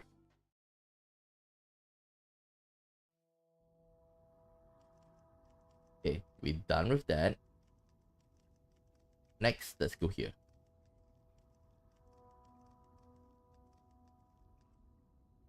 There's a moon. There's no moonlight shining from the drain above. It must be accessed with somewhere that's indoors.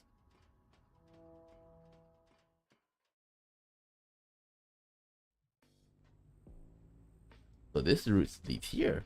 Now I can finally stop worrying about spending too much time in the storeroom. Da, da.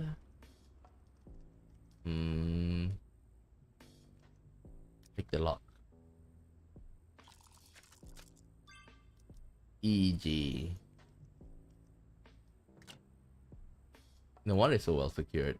Ooh, alcohol.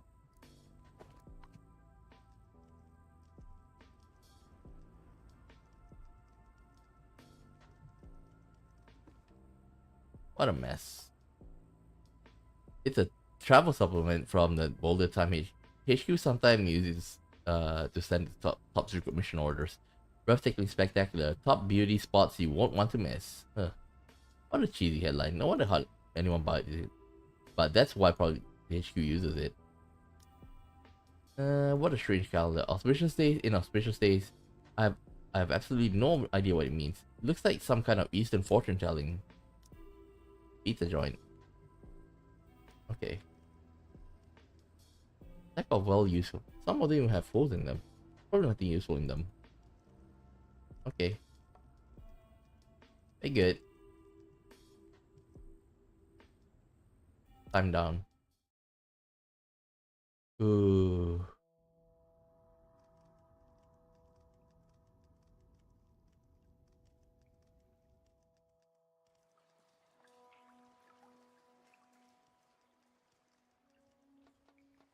Okay, we reach here. Oh, the support frame up ahead has collapsed. Looks like it was smashed by bricks that fell from the ceiling. No wonder this place flooded. The drainage outlet has been blocked by the iron frame and broken bricks. As for why the ceiling is damaged, I think it may be related to the earthquake 6 months ago, and a whole section of the support frame collapsed. By the looks of it, I'm pretty sure my wooden bridge won't be wide. My wooden bridge will be wide enough. As for jumping across, that's even more difficult. Maybe it would be better to find a way around the cave in. Another long passage.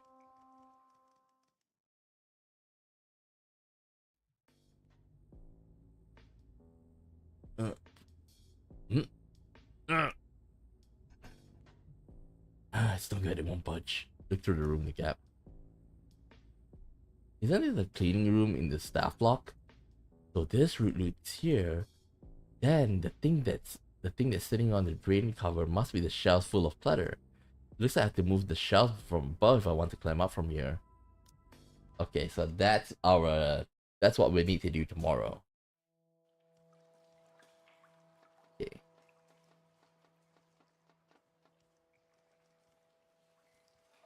We gotta remove it.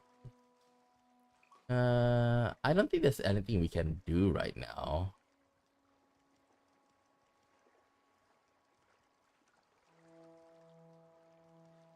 I think tomorrow we'll be able to, um, tomorrow we should be able to get to the staff block and like clear it up. Okay.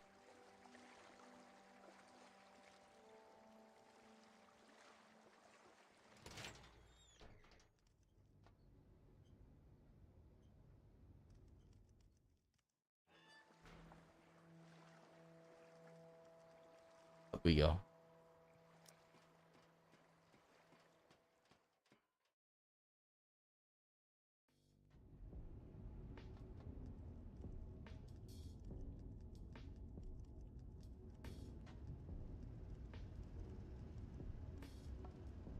Exit.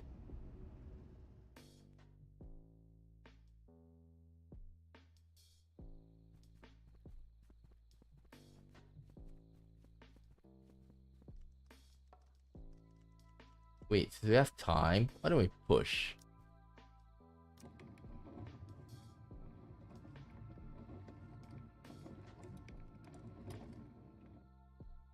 Push it. No space. Okay, let go. Time up.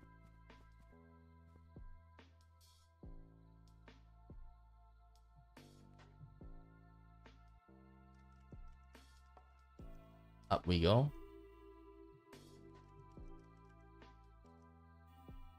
This must be the roof of the general building.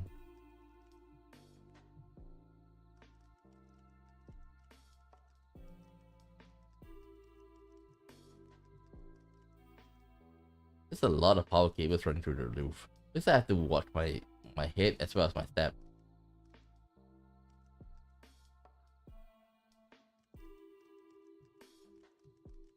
Too bad we can't go down though.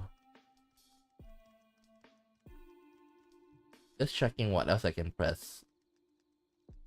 Guess not.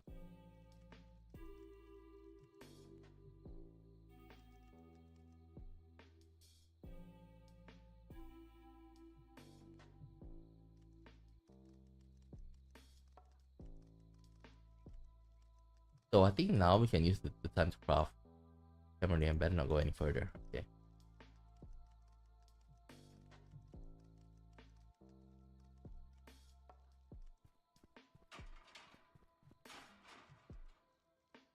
Enter.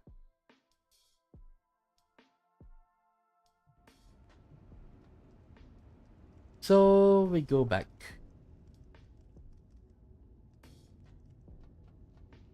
Return.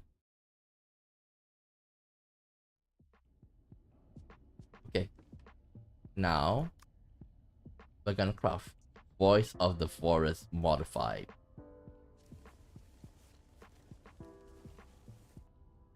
There we go. With this, we can place it and we get an additional slot. This will come in very handy. Craft. Let's make soap.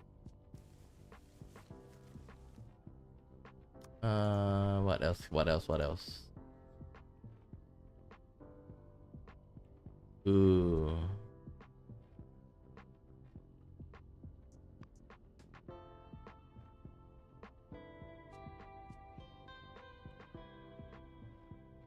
You know what? First thing we gotta grind.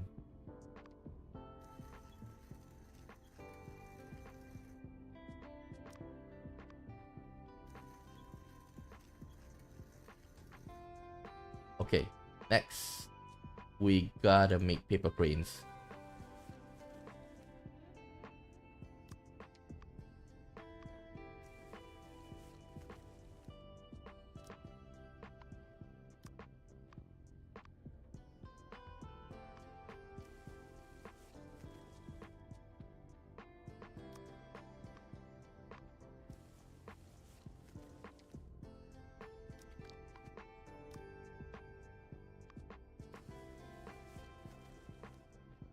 Ooh, I feel bad. Actually, we should have written. No, it's okay. The next day we can do it.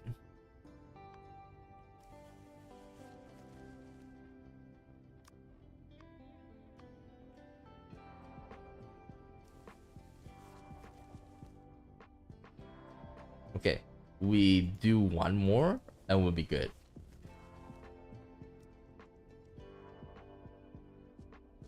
And we'll sleep. And today, we did a lot of things today.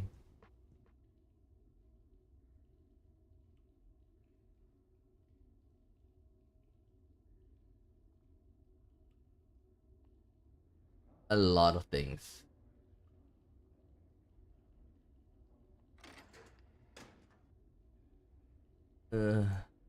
Morning already. Sleep a little longer.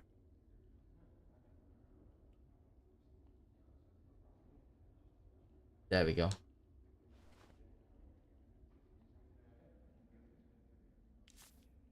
Money.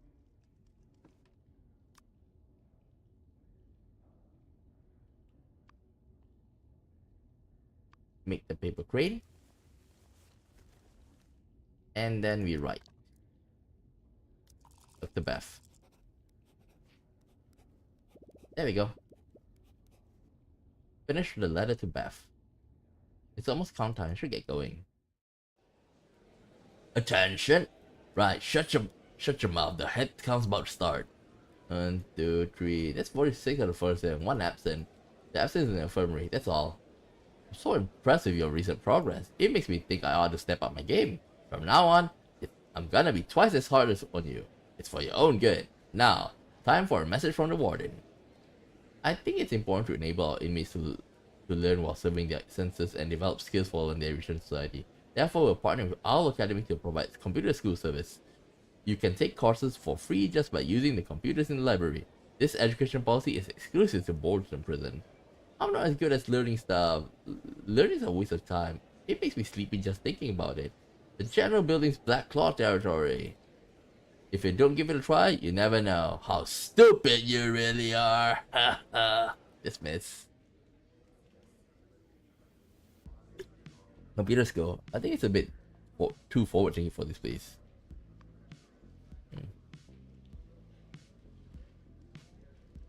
Oh. Hey, Tony. Damn it, he doesn't have it. Okay, let me see. As usual, we gotta find. Good for kitchen. Kitchen.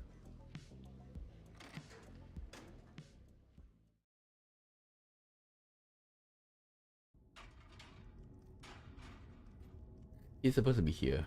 He's not?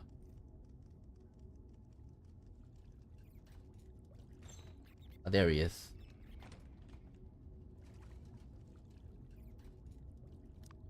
Okay. I'll buy it from you. There we go.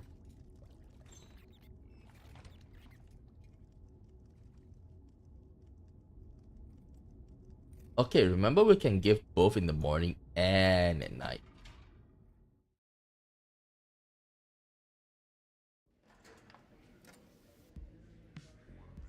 Okay, first thing first, we gotta eat.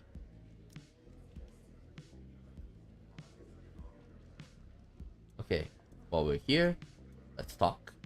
No, to hell with that damn movie. Peggy, I admit that me and Pop ain't good guys, but he's your dad too. Don't talk to me about making no bullshit sequel. Once the producers get a hold of the rights, they can make up whatever the hell they want. They could even say Frank Sr. like to dance around the house naked. If they think the audience will if they think the audience will lap it up. I know his rap as a tool for the mob has made things hard for you, but that's his only legacy, and we gotta protect it, for better or for worse, right? Like when we were kids and he did all the dirty work to protect us. He's on the phone. Ooh. Ugh. How bad is it? You forget -2. Really? 18. Yeah.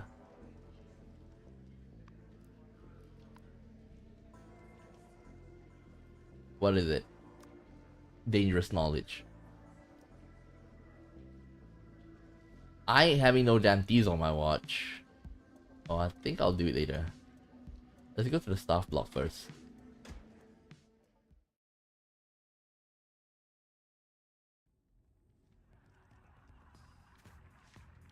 Oh, we like some coffee? Why not? Mochaccino. Mochaccino. Mochaccino. Calabino.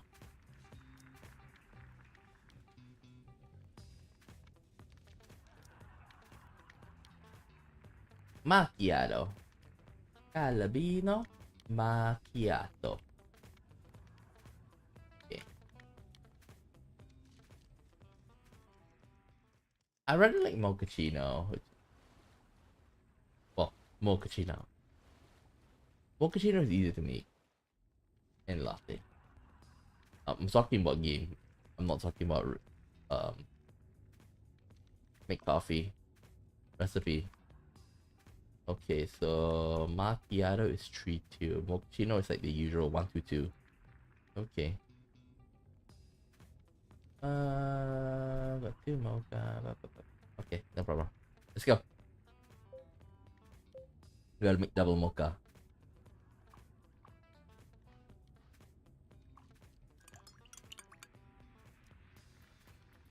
And then we make. Oh, I just remember something stupid. I'm so dumb. I'm so dumb. I'm so dumb. Okay, why do I say I'm so dumb? It's because damn it. Macchiato 3-2.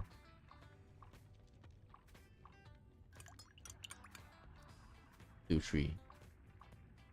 I should be friends with Raphael. Upgrade it. Damn it. It's money loss.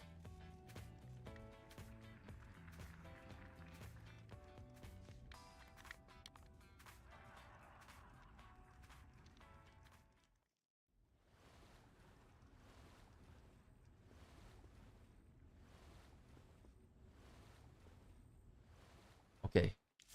Again.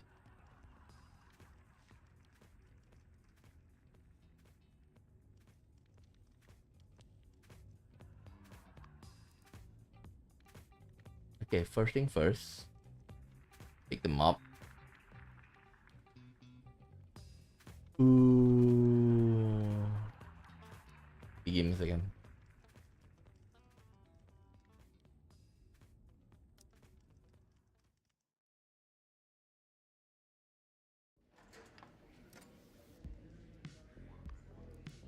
Okay, first thing first. We gotta find Raphael.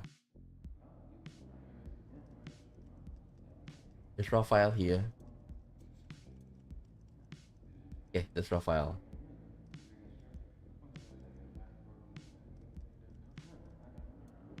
Max and Wiley's collection plus the temporary interest rate increase. It should be, it should just be about, it should just be about enough for him. But it's only for a temporary stay of execution. I don't know what we're going to do next month. Oh, Raphael, I'll come up with a plan for next month. Good day to make money. Okay, I'll just give you the tea bag and we're good.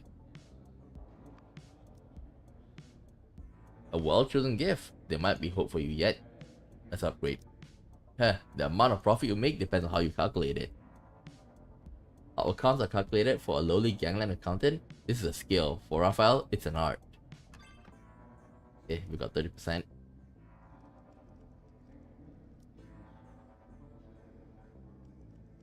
Okay, let's go to Alex. What's up? Gang quest. Go to the mail room to find the CD room. This morning, Chris told me that the Black Claw Gang is trying to get more customers into the general building in the afternoon by playing video CDs on the computers. But the little plastics they have run through a hiccup. The pirated movie CD they bought is stuck in the mail room. They haven't been able to get their hands on it. I understand you are eligible to work there, so I've come up with an idea that's mutually beneficial. Get the CD and then sell it back to Caesar for a suitable price. After all, one day he might find another way to get the CDs. Since I haven't been able to monopolize the movie business, I might as well take this opportunity to seek out a new business partnership. Caesar is lucky to have a neighbor as helpful as me. Eh, don't you think?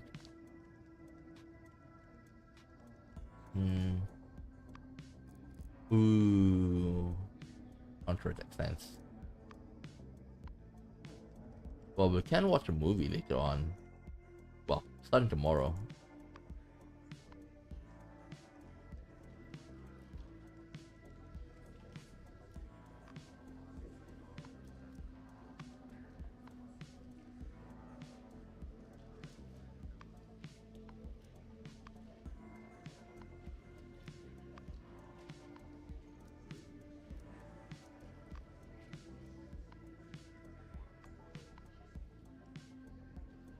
I heard you can do hypnosis. I can. Can hypnosis really make people do what you can? It's possible. Can you teach me how to do it? Do you want to make your boxing opponents a pet? No, I just want to make my training program sound more appealing.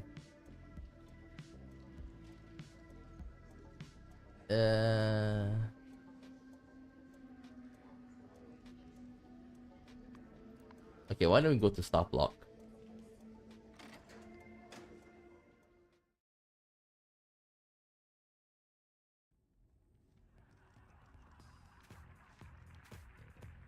Okay, we got a mop in the rest area. The trick to mopping is putting your left foot in front, making it easier. Really? Continue.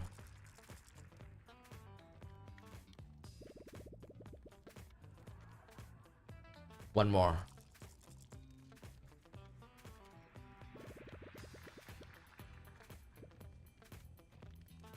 I guess I finished the cleaning. Clean the dirty mop. The mop's dirty on the floor. I better rinse it in the cleaning room. Hey, what are you doing there for? It needs to be rinsed, or the mop or the floor will just be dirtier the more I mop it. Okay, but next time remember to let me know where you go in. Yes, sir. Don't even think about staying in there to slack off. Come on as soon as the mop's clean. You hear me? Okay, I won't waste any time. Good, now get back to work. I'll be watching you. Okay, took a big effort, but I'm finally in here alone. This must be the cleaning room when I saw the drain when I climbed out from the sewer. In that case, all I have to do is move the shelves sitting on the drain grate to open the way up from the sewer. Okay, first thing first, we gotta eat.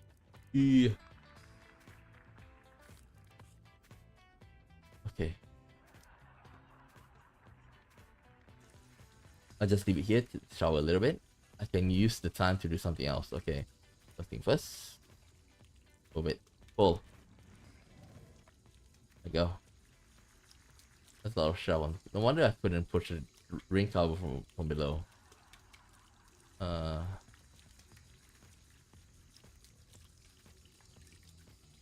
Move the shells. Wait. Search. Yeah.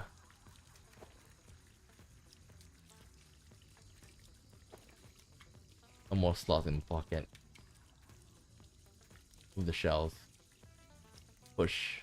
Here goes none. Damn, it's too heavy. Looks like I don't have enough strength yet.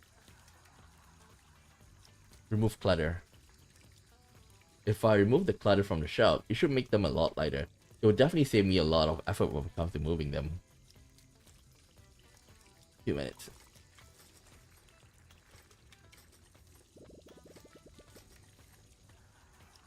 Let's go.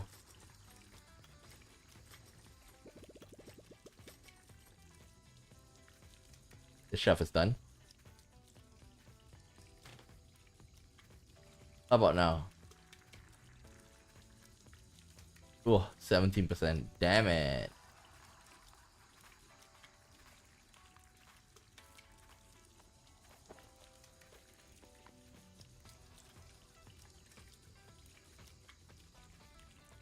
Take item. No. Remove the clutter. Start with the big ones.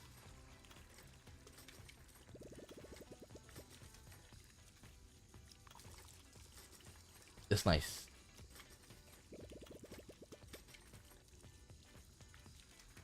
Chef is done. I've been long enough. I would make this guy suspicious. Okay, put the mop down for a while. I need to put my stuff. I need to put stuff inside.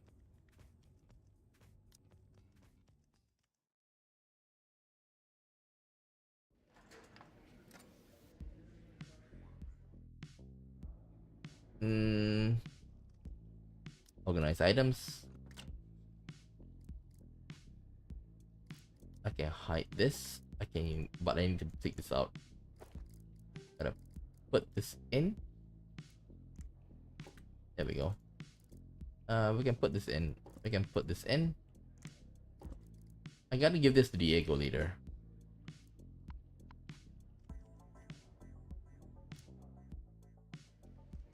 While we're at it, okay, we do have Big Bang coupon.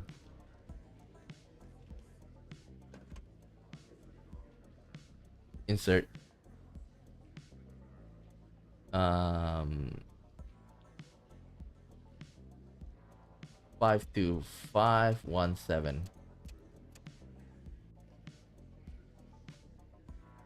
Welcome to Big Bang game from us to at you at the speed of light. I like to skip the annoying ads and promotions. Okay. Give me 4. Give score 9. Okay, next. I think it's 51888 because we got to gamble a bit. We got to like buy the lottery. I'm your assistant Winnie. Hi Winnie. May luck be with you. How can I be of service? Let me take you through the phone lotto rules. How to play the lottery. Okay, for the 5-number format, simply enter file number 1 to 9 on your telephone and press on. This will generate lottery numbers. After the draw, compare your numbers with the winning numbers. The more matching numbers you have in the same position, the more you win. Match 1 number to win 20, 2 numbers for 50, 3 numbers for 200, and 4 numbers for 1000. If you match all 5 numbers, you get a 10,000 jackpot. If that happens, I'll jump for joy. Please to buy. First, you need to register an account. Then you can add funds by inserting coins to the payphone. Do I need to pay extra to register an account? Rest assured, it's completely free to register. How much is the ticket? Each ticket is 10, but as you're a basic customer, you can't buy more than 10 tickets per draw. To become a premium customer, simply bring the necessary documents to our offline customer service and sign a waiver. Only, I'll just be a basic customer. Let me tell you our latest promotion. If you buy 10 tickets in a single draw, you receive 20 betting points as a bonus. Our basic customers are also eligible draws and winnings. Draw takes place every Tuesday, Thursday, and Saturdays, 9 p.m. sharp.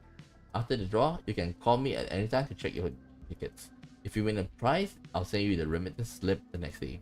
That's everything. You got the hang of everything faster than 90% of the customers. We'll send you an extra 20 betting points. Okay, let me grind. Since you're a basic customer, you've been ultimately assigned the nickname Lotto66168. This will also be your default password. If you would like to change your nickname and password, please visit our offline customer service. I'll stick with this now. Next, please tell me your name and address so I can send you any winnings. Bob the Black Panther, number 2124 Balderton Prison. A prison? Oh, well, it's always the darkest before the dawn. Perhaps your luck is about to change. Now, for the final step, please insert the amount you would like to add to your account. I'll add 200. Congratulations on completing your account registration. Would you like to try and buy a ticket? I feel today's your lucky day. Okay. It's easier to do it like this. 111. 222. Because you need to win even a little bit of money. 3.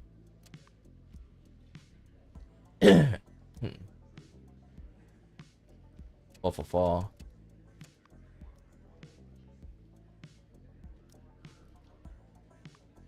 555.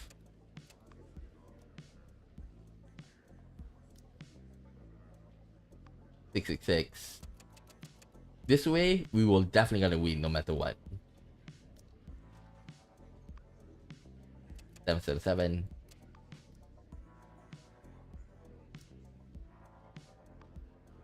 888.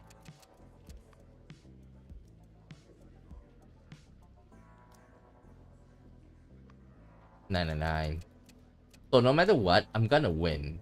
But that's the problem, that I can't be friends with Phil until I get it. Okay. Be good.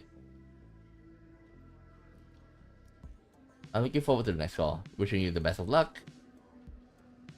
Okay. Be good. We're gonna eat. Oh. While we're at it. Deliver quests. Dangerous knowledge too. The book's about cheating. Huh, cheating's still dishonest. Pigman, are those red patches on you? Are you allergic to something you ate? My blood blooms in beautiful crimson when I'm excited. Excited, huh? Then you must be a real cheerful guy. I always see those red patches on you. Not like me. I'm always down on my luck and always looking glum. Nicole doesn't like it when I look glum. You know, Nicole, my fiance. It is precisely your misfortune suffering and suffering that excites me so. They give me boundless inspiration. This prison is a studio. They're all paintings still waiting to be finished. Oh, wow, painting waiting to be finished. What a great metaphor. Can I use it in my next letter to Nicole? She'll love it. Oh, you sweet level. You sweet. He really doesn't know what's going on.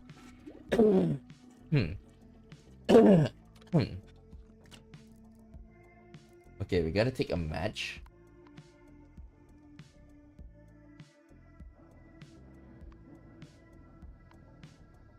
Okay, we gotta go to the first floor lobby. I do have a fight today, right? Yep.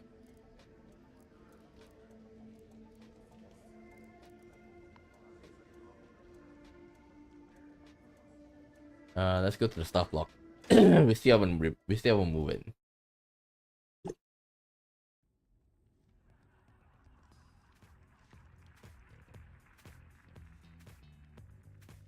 Let's clean the pantry area. I have to remember where I mop. I wouldn't want to walk on the floor and get it dirty again.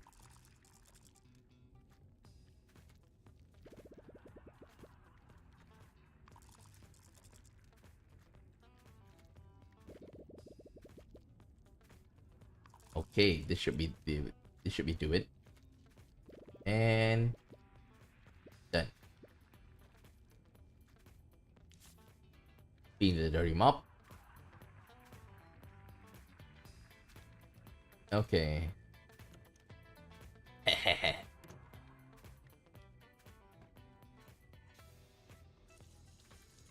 Okay, remove the clutter.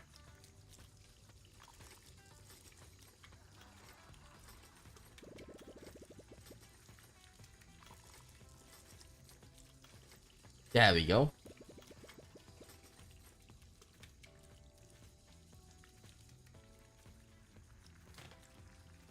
Now, we move the shelf. Push. There you go. Okay, very good. Take them out.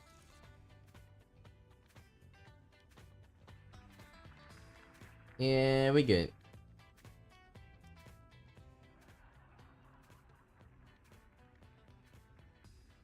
No, it's okay. Bye bye. Put the mop down.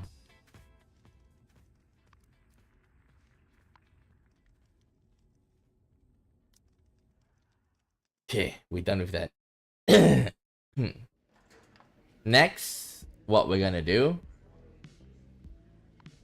Oh yeah, we got a drink.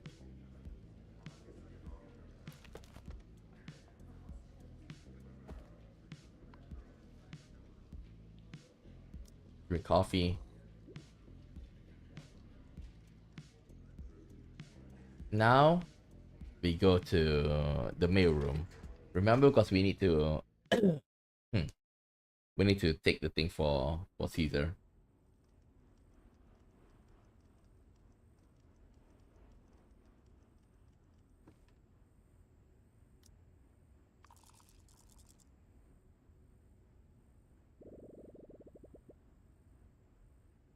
Okay, time to go to the corridor. Requesting access.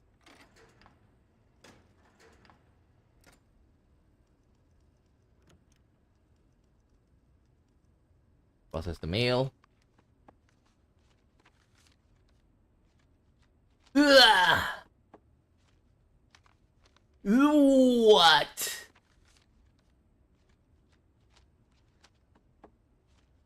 I screwed up. I screwed up. Seriously? Like I say, I do feel that for Bob, he's way faster. The movement.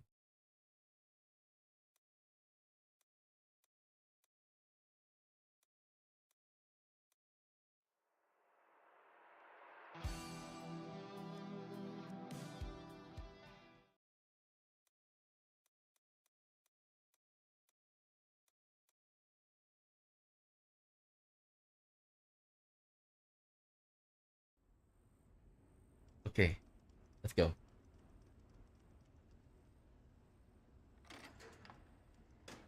So that's the.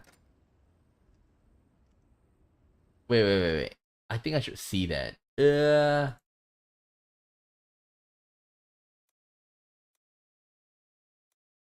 I kind of screwed up. I kind of screwed up.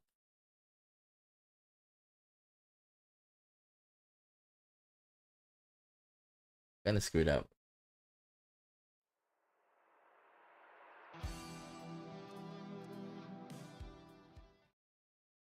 Give me a second.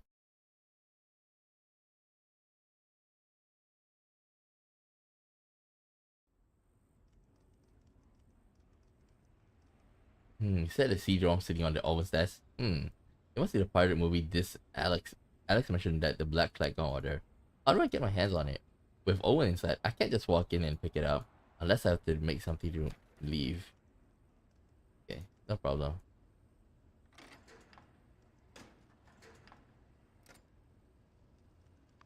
Side A and side B.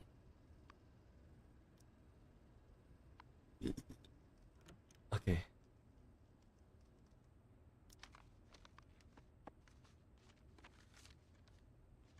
Ding. Ding. Ding. It took me 3 minutes. This is my limit. Now I can move around freely. Oh, we got a lot of time. So let's look at the table. They might contain the info I need. 16, damn it.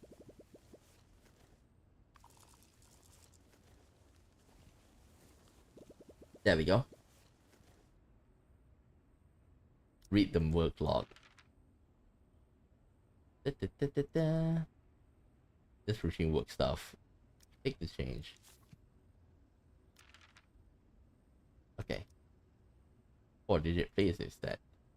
Push for. Okay.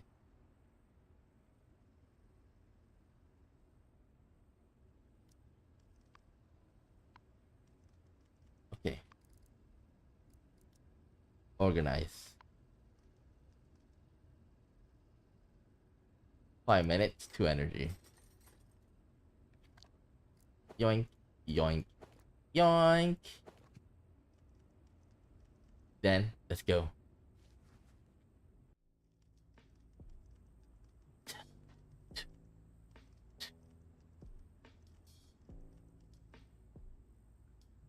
Uh, 5 minutes, I don't want.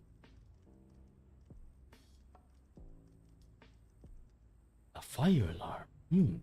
If there's a fire in the storeroom, there's no way. Oh, we're sitting in the guard room watching TV, I guess. But even after luring him out, I still have to find a safe way out. Like going through the fan in the archive room so I don't run into it at the door.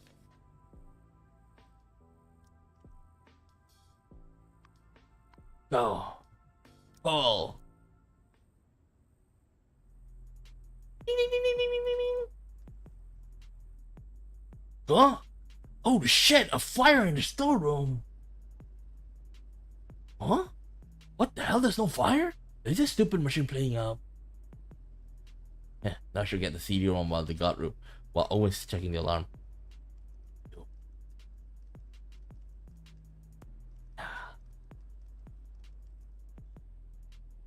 Grab it. Nice, smoothly done. Now let's get back to the work in the corridor. What are you doing here? Me? Working, organizing this pile of mail. Didn't you hear the fire alarm just now? A fire alarm? I didn't notice. I was probably too preoccupied with my work. You must be deaf or something. Back to work. Finished at last. Now I can give the disc to Alex. Oh, okay. Lock, what a surprise. Ding! Cha-cha! Heh.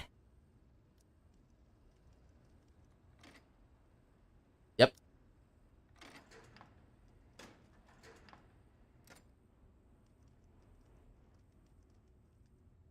We good.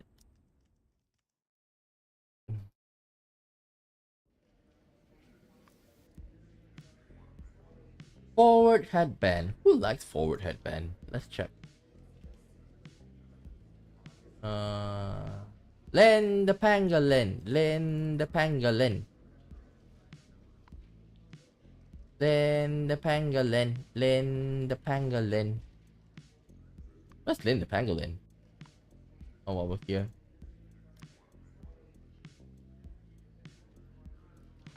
Wait, where's Len the pangolin? Maybe he's upstairs.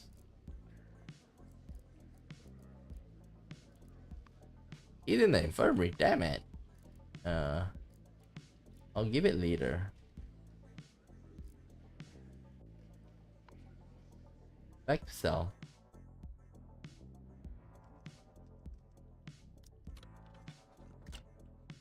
Okay. Put this in. Put this in.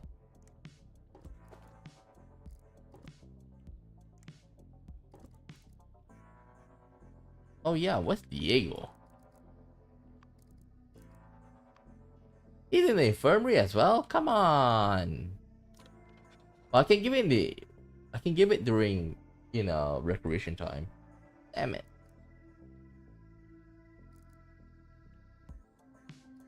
What else? What else? What else?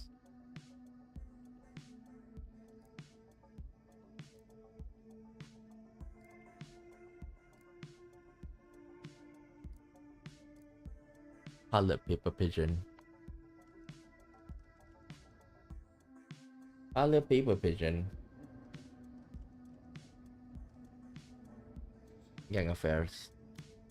Side A and Side B. This movie looks pretty good. Maybe I should ask Caesar to help choose what to show in the TV room next month. But I guess I won't have the chance after all.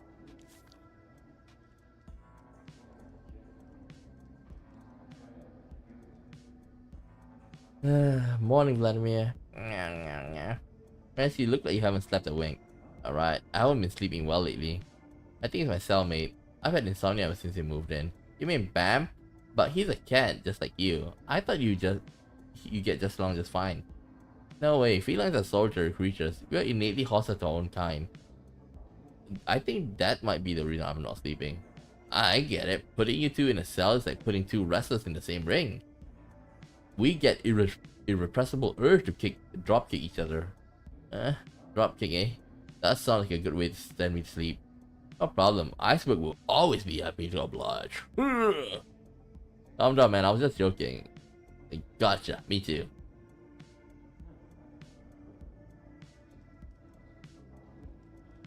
Hello, partner. What else does he like? I don't want to give him that. Well, he enjoys Iris. Like, okay. There we go. I'll be friends with him at night. Crunchy.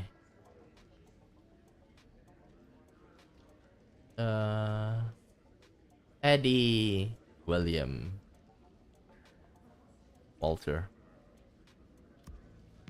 I can take the paper pigeon. We'll be friends later.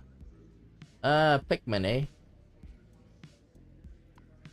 Pikmin, you can take the mushroom. Oh, nice. Who likes messy squiggles?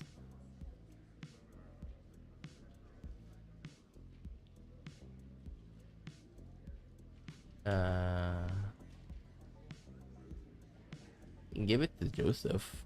I feel like he decently like it. There you go. You're too kind, man. How about Michael? What's he like?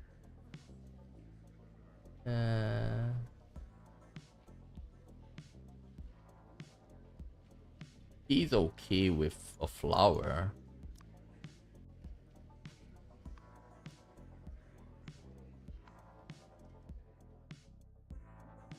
What else? Wilbur. Thomas. Aha! Gotcha, you little sneaky bastard. You got me. Sorry, I don't understand what you mean. Heh, don't try playing dumb on me. I had my eye on you for a long time. Always hanging around our cell door. If you're a Black Claw gang spy, who the hell are you? Eh? A spy? No way. Then tell me, where you heading? And don't give me the 100 steps after dinner bullshit. That dumb ass has already tried that one. Was us just passing through on my way? On your way where? Upstairs to see my friend John. John, dumb bullshit, mate. Ain't no way John will be friends with a new fish like you. He ain't got no friends in here.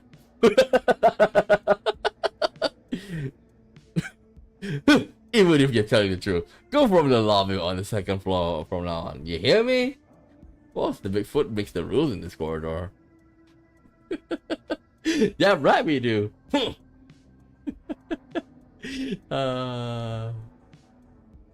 there. Yeah, you have a hard time, I see. I'm good at making these. What's going on with you? Give me the soda. I'll give it back to you.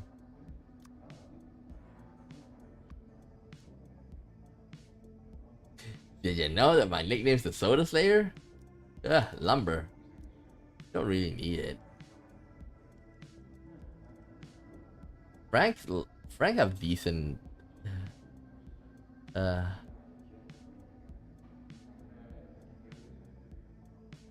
Babirusa. Okay. We can be friends with John actually. We'll leave it first.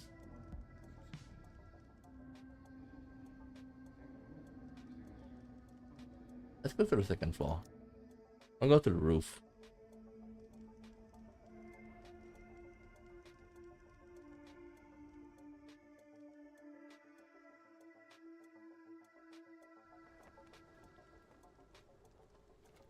Max. Evan. Ooh. Here you go.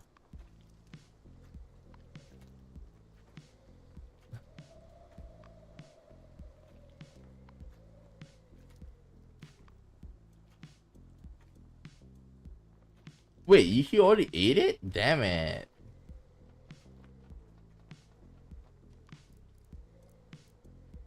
I can give the lumber to him. I didn't expect him to eat the stuff already. Oh well.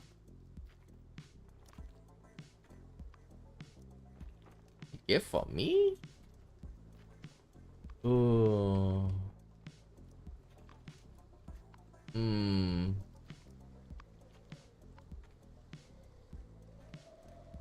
You know what? I just remember something.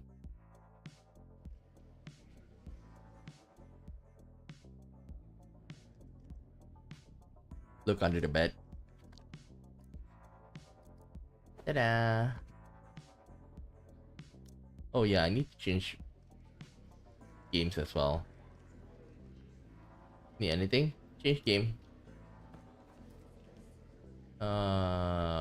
White wolf.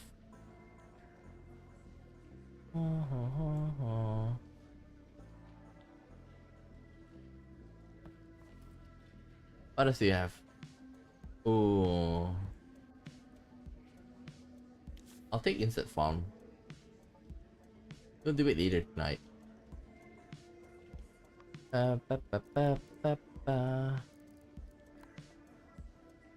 We'll go there later. So for now, we're gonna go to the kitchen.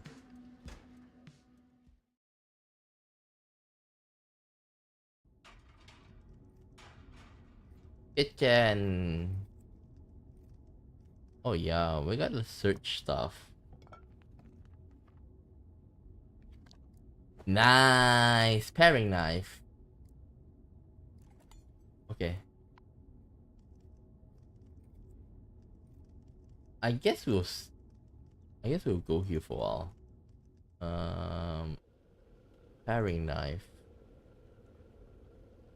Crunchy. Oh, we can give it to Alec. We'll give it to Alec. Let's work.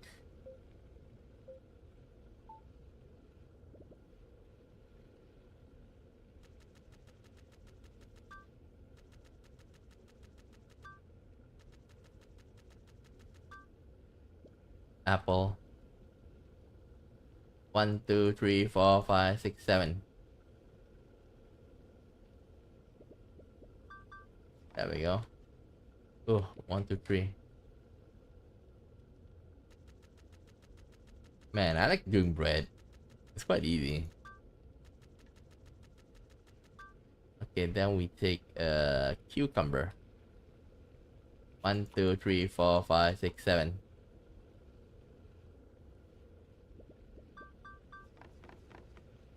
Ooh. Okay, if that's the case, 1, 2, 3, 4. 1, 2, 3, 4, 5, 6, 7. 1, 2, 3, 4, 5, 6, 7. 1, 2, 3, 4, 5, 6, 7. 1, 2, 3, 4, 5, 6, 7. Oh, that's a lot. Okay, let's go next.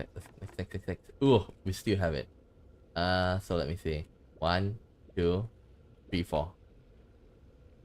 1, 2, 3, 4, 5, 6, 7. 1, 2, 3, 4, 5, 6, 7. 1, 2, 3, 4, 5, 6, 7. 1, 2, 3, 4, 5, 6, 7. Okay, next. Ooh. Okay, 1, 2. We'll make the pizza. So many bread, and I like it.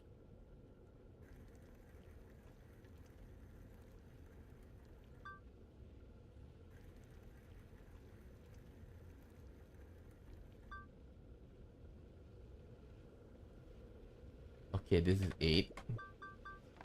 What do we have? Ooh.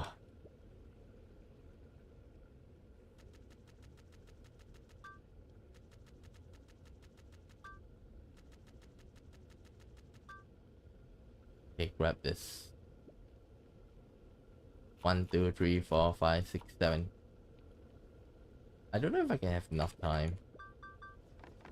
1, 2.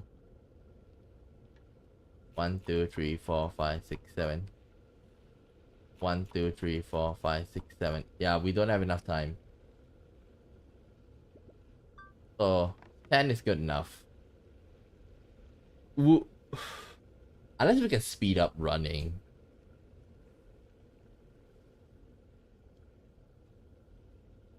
Everyone I get to from the looks like the challenge has to say, okay. And not bad fish. Okay.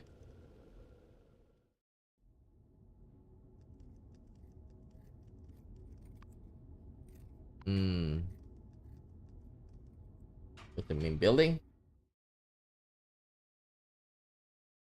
We get this crunchy. Gift.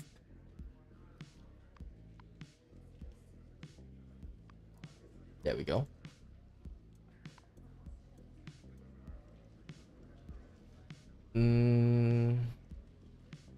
Let's go to the second floor.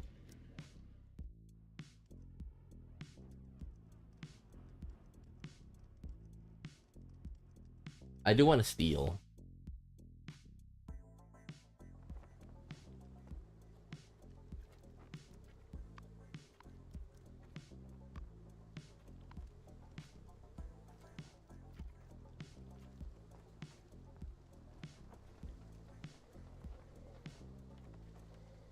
I do want to steal. Give.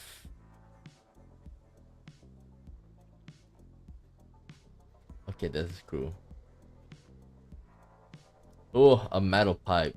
That's pretty nice. Chewing gum. Just waiting to leave. Do they?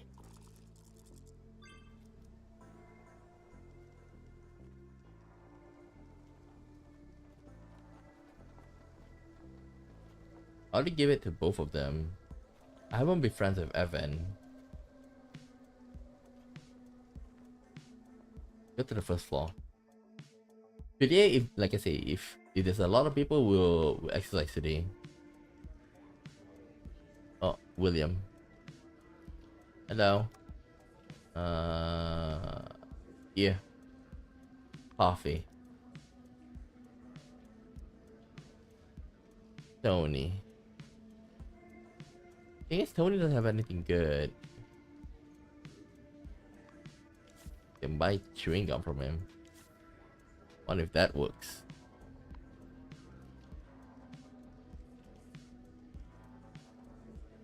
Let's go to the laundry room.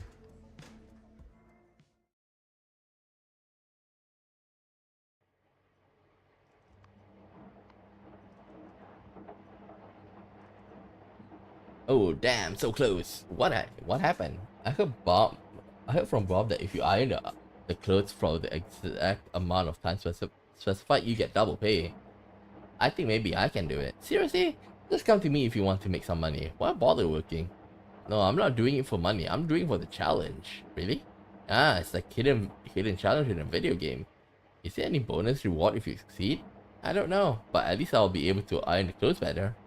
Damn, so close again.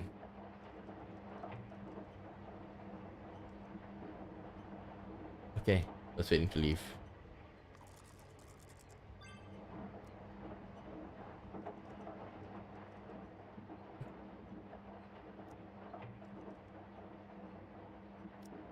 Just waiting to leave.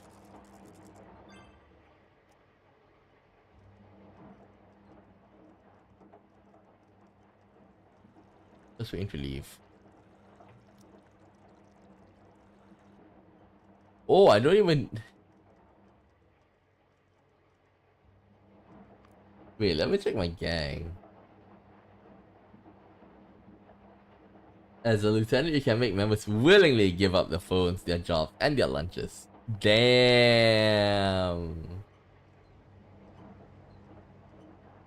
Isn't that bullying? Seriously? Oh, Robert. If Barry.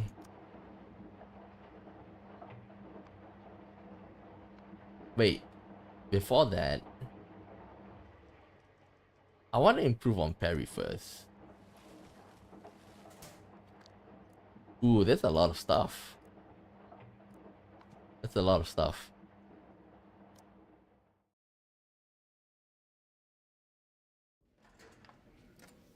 Okay, let me go back to my place first.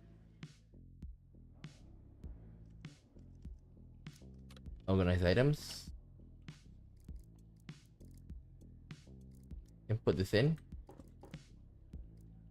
Headband, I'm gonna give it to somebody else later.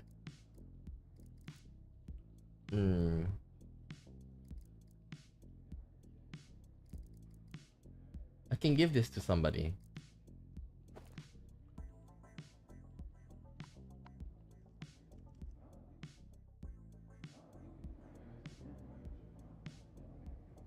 Either. Oh, I was supposed to give the parry name to him. Oh well. Babirusa. I think he wouldn't mind taking this.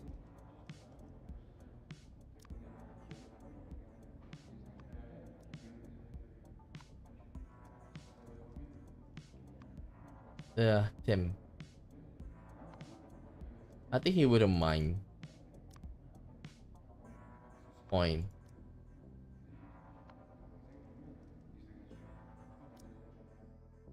Okay.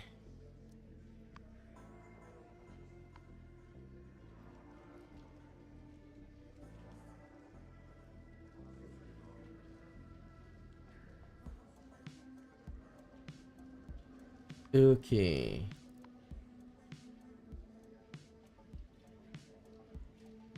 Let's go to the kitchen for a while. I still need to go to the laundry and take the soap again. Oh, he's at 55. Tank crab. Deal. Pretty decent. Great. Oh.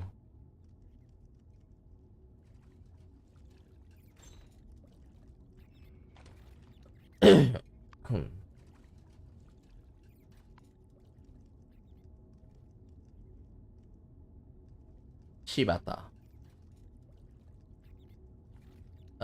Trade. Ace of spades. Give.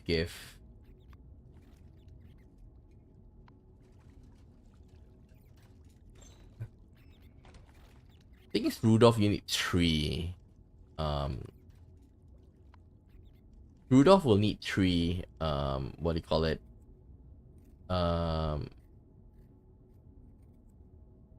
For Rudolph, he needs 3, what do you call it? Oh, I forgot what's the name.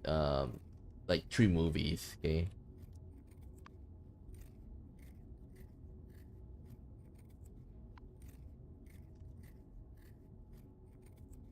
Great. Gift. Just waiting to leave. 72. Nice.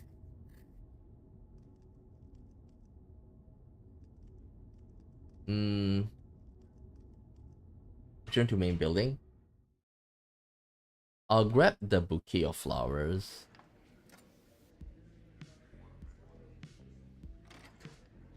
Should I give it to him? Do I want to rush this one?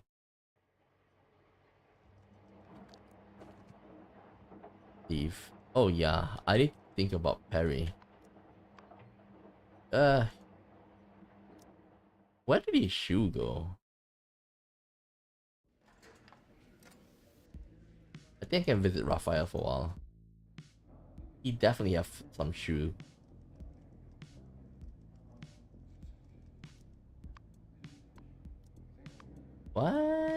doesn't have any shoe him? Well, I also want to be friends with Alex. I assume premium liquor is something that he likes.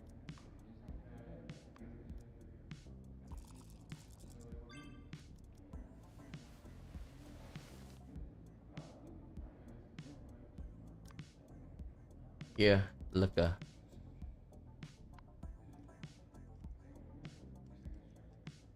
Vladimir. Ooh, he have cream waffle.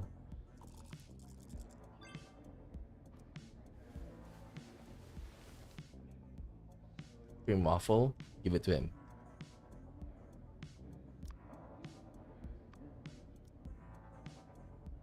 Ha ha ha. Okay. Go play until the night, you know.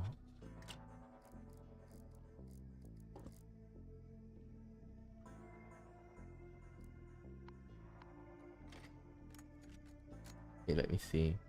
I think tonight who will be focusing on is probably John.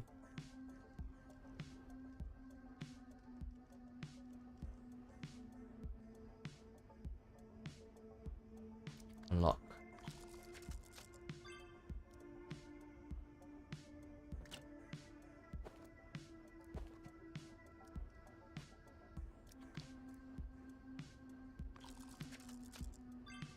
There we go.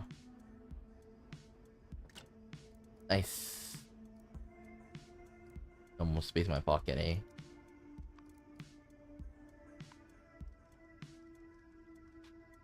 I wonder if they're gonna know. I already have one myopia glasses.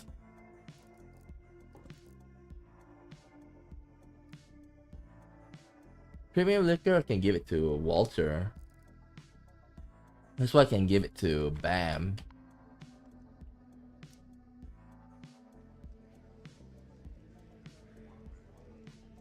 Okay, Bam's over there.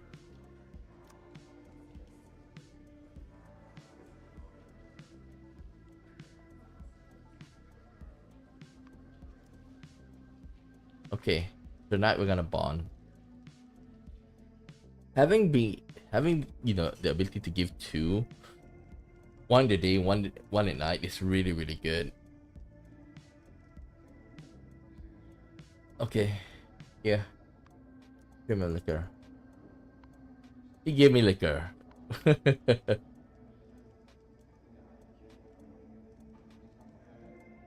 I gave him liquor. He gave me back premium liquor.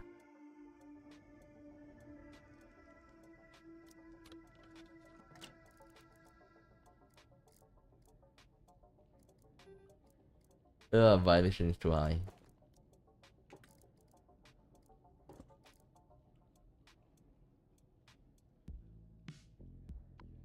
Okay. Anything else? I think we're good.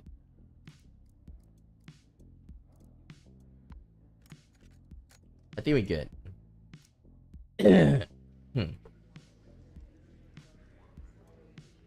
Maybe I'll give. Oh, wait. I still have two more. I can steal it later.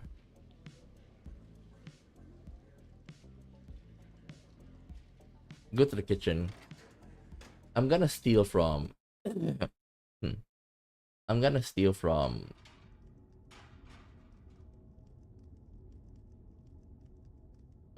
Whitey's here. Ray, I have no problem leveling up Ray anytime.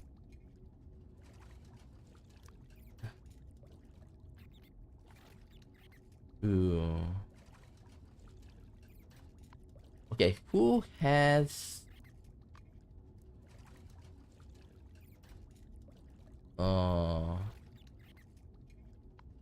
okay, we'll go and grab that and then give it to him.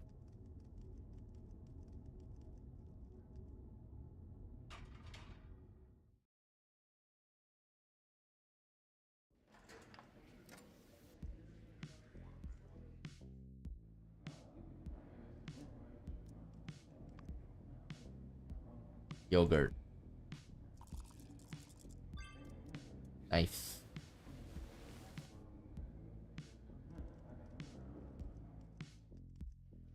Yogurt.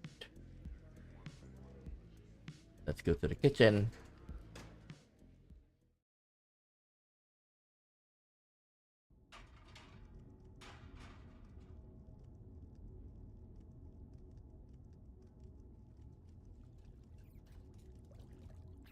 If yogurt.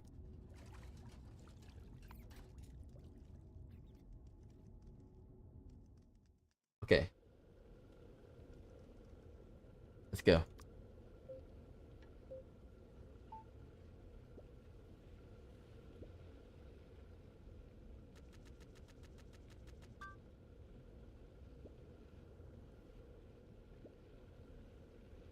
One, two, three, four, five, six, seven. 1, 2, 3, 4, 5, 6, 7. 1, 2, 3, 4, 5, 6, 7.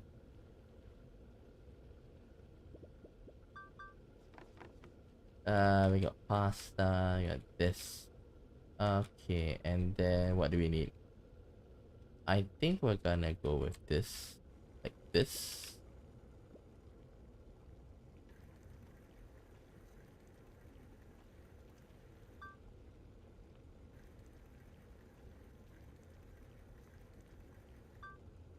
Okay, then we chop. 1, 2, 3, 4, 5, 6, 7. 1, 2, 3, 4, 5, 6, 7.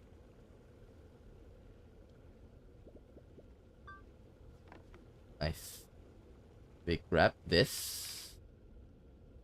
We grab this. We grab this.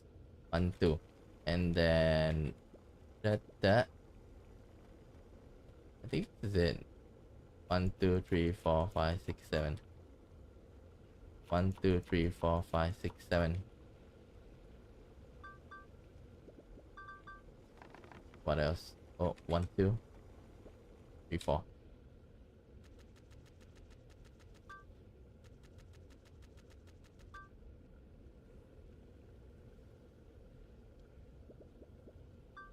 What do we have? Okay, another one. 1, 2, 3.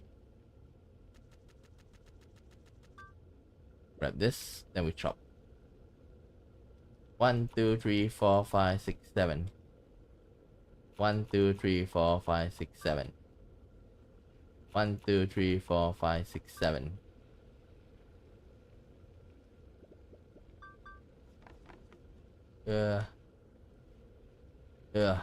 Take this. 1, 2, 3.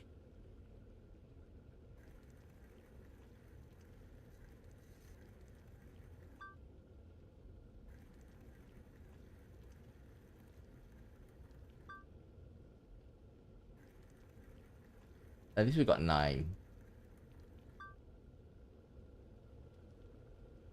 1, 2, 3, 4, 5, 6, 7.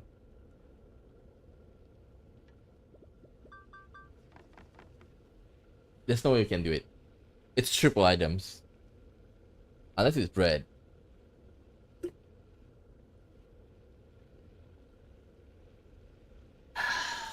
And not bad fish. Showtime.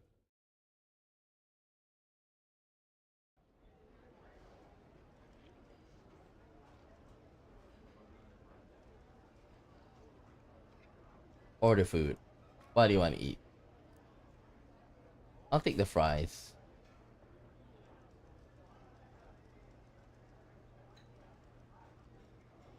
Bread. Bread. Pumpkin porridge. Pumpkin porridge. Pumpkin porridge. Seriously, everybody eat pumpkin porridge. I need fries, man. Fries. I don't understand why fries the most filling.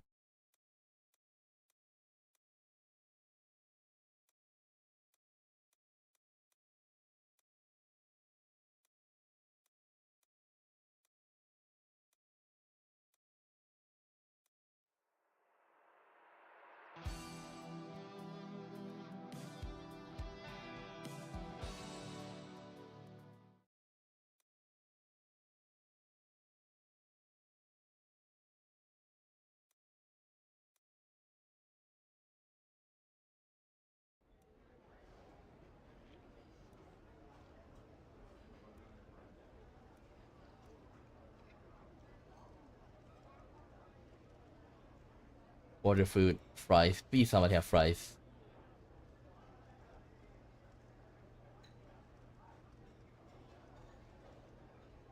Pumpkin porridge. Pumpkin porridge.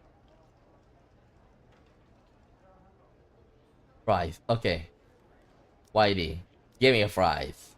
Ugh, no stamina. Ugh. Okay, I screwed up that one.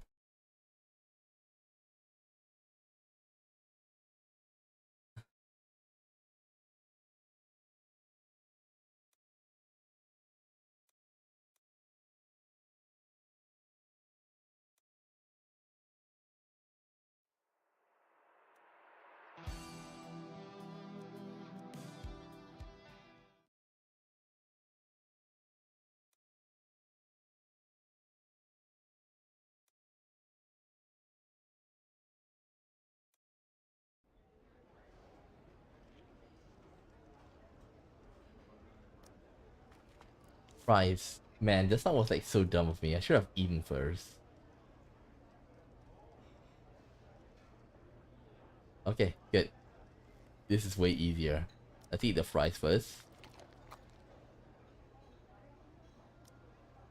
Fries, please.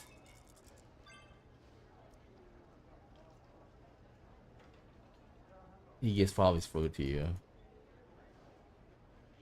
Eat. Okay, good.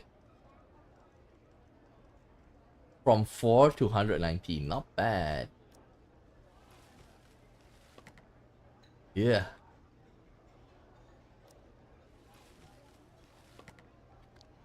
Apple. Nice. Almost space in my pocket. There we go. Leave.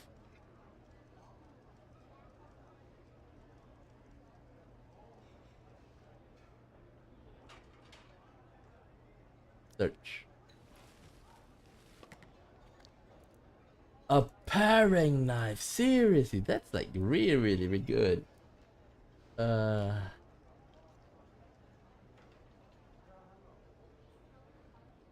Fernando.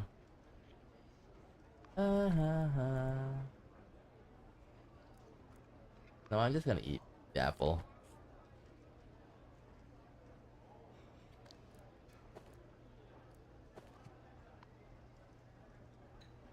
Let's listen to what they have to say.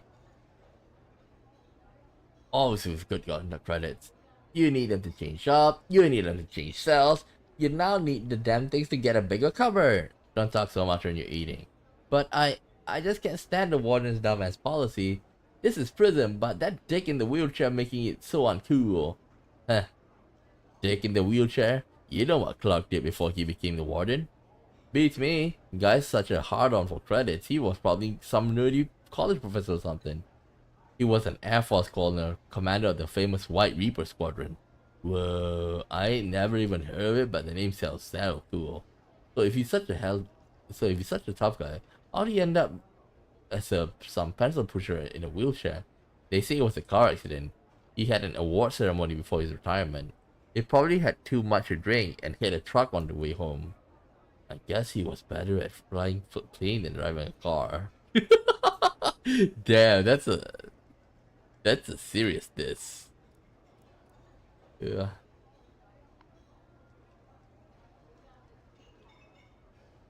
What? 150? It wasn't that much last month. Yeah, he's right. You never mentioned anything about the price going up when we paid the deposit last month, and this is way more than what you said. Guys, this issue is seriously high in demand. You only have to look at the cover to guess how great it'll be inside. It's not even bottom shelf crap that sells. Besides, you probably know I get all these magazines because of my guard buddy Lester. He liked this issue so much he took half of them himself. I had to raise the price so I don't end up making a loss. But I'm still in debt to the Black Claw gang. 150 is way too steep for me. Kevin, just so you know, there's a pouch paradise section in this section. A pouch paradise! Damn it! Why does it have to be this issue? Hey Kevin, are you seriously that easy to persuade? We haven't even tried to haggle. Teddy, you're a meerkat. You'll never understand how amazing pouch paradise is to a koala.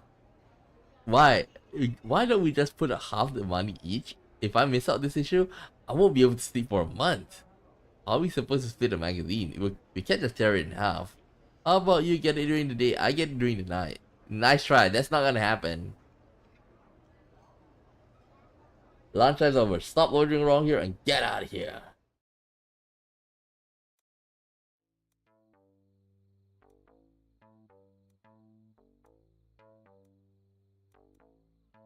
Okay, so first thing first, as usual, we're gonna have to go.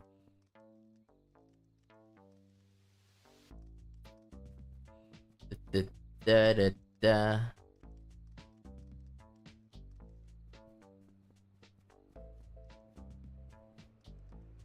Okay.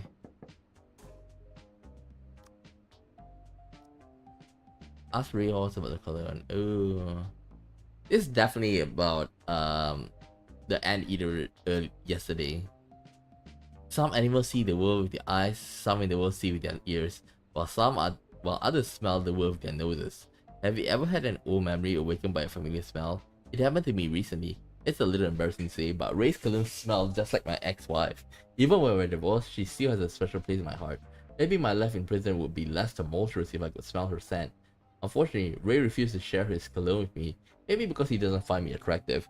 So I'm hoping someone else can ask Ray for a bottle of his cologne so that I can ask to be reunited with my ex-wife. Attracted to Ray? I'm not sure I want that or not. Okay, so... Sal.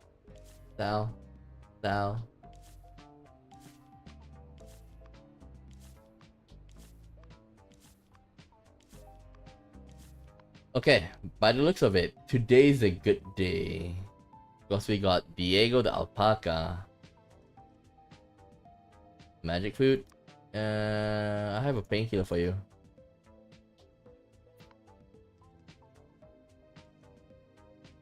We got Frank, we got Jumbo, we got Evan, and we might even get Joseph as well. So many people here. I don't want to move. Hey Franklin, I'm free right now. Why don't we train together? You're way too scrawny for to be a member of the Bigfoot gang. Not right now, Evan. I'm busy. Don't be lazy. You're just standing there. I found a comfortable position in which to focus my thoughts, and I have to correct you. Yeah, what? I've been scientifically proven that the brain is the most energy-demanding organ in the body. So compared to me, your mindless bodybuilding is what's lazy. Ooh. You might get smacked for that. Harry told me a new mine has been opened on Treasure Island. More gold's been dug out of it than any one of the ones before. The gold was made into bars and piled up in the mountain. Oh, it must be a fortune. I heard some of the miners even swim off the island at night with bags full of gold bars on their back. It goes undetected for days. You know why? Because there's so many gold bars, no one notices even when it doesn't also go missing. Well, if I wasn't stuck in here, I'll be there. Huh, I can't believe you two idiots are buying that crap. Hmm? Why'd you say that? Seriously? Swimming with a bag of gold bars on your back? Ridiculous. Unless it's a whale. Have either of you clowns ever seen a gold bar? Do you know how much those things weigh? No. Never. Let me tell you, if I drop a bag of gold bars on you right now, you'll be on a possum pancake.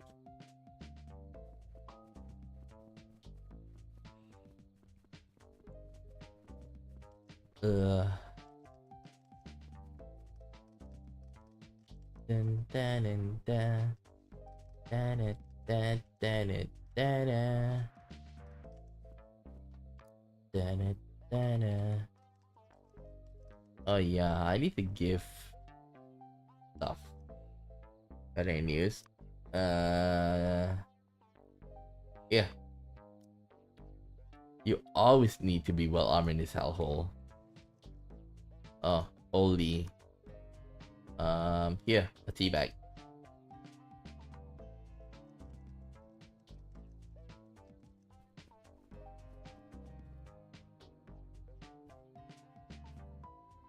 Uh. Oh, talk about flip up. Hey Vincent, I want to see the latest issue. I want to see the latest issue of flip up. Do you know where I can get it? You got two choices: Billy the Guard or Tony the Camel. You want to get a magazine? It'll cost you a whole lot of green. Sweet bar, huh? Hmm. But if they both sell it, I'd rather buy it from Tony. It's best not to have too much contact with Billy these days. You could end up getting in trouble. Trouble? What kind of trouble? Either the guards have paid some of their inmates to spy for them, because they're worried about the Bigfoot gang and the Big Claw gang going to war. If I don't want to see you doing business with Billy, it might lead to all kinds of misunderstanding. You know what I mean? I get you. Makes sense. Give me the paring knife. Yeah, that's what I'm talking about.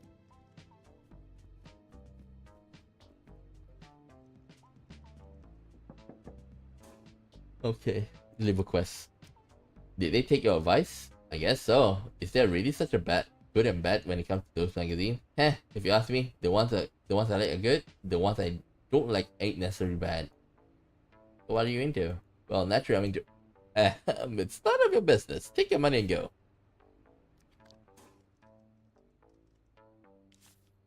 Go inside.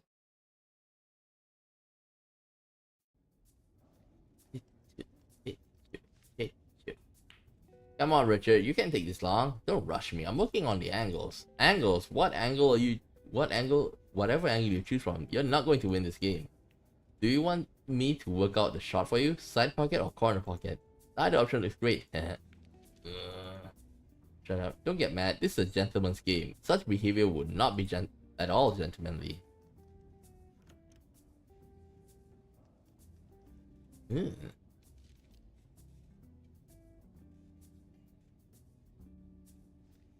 Let's help Black.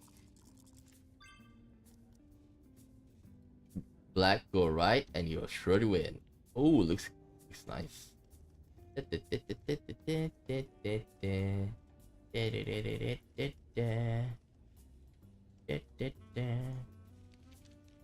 We're gonna exercise today. Oh, that means we gotta like yoink some. Um, we gotta yoink some protein shakes.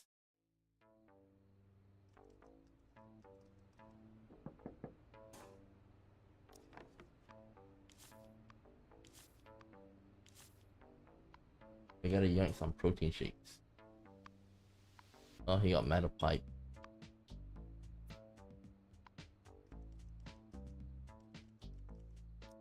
I really want that sports band though.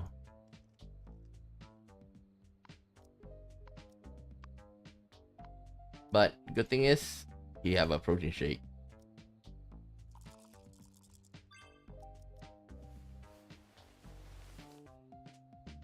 Nice. For now, let's go yoink some stuff.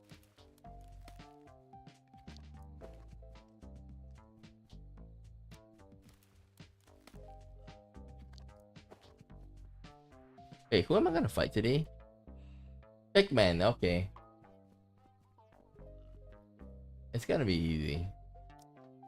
I'm not worried at all. I already have enough stuff.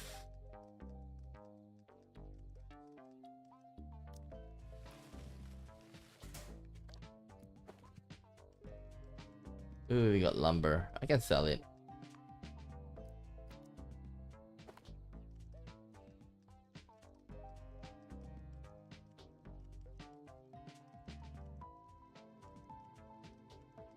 Bernard.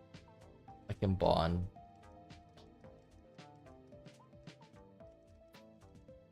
Search.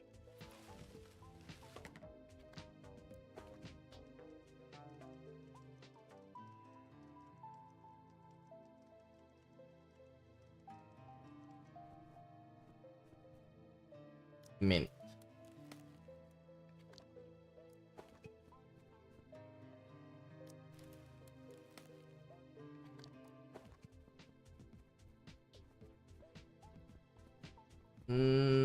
There's so many people I can bond with.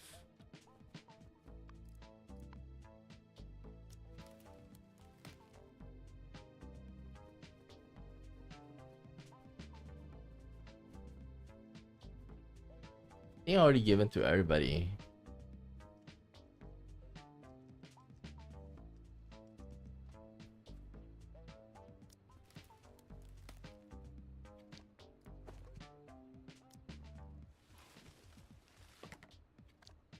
Oof. I can sell. Sell. Oh, we got a coin.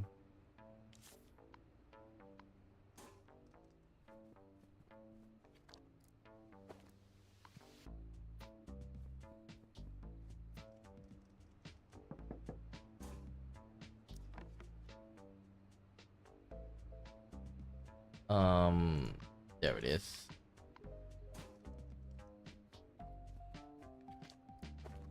There we go.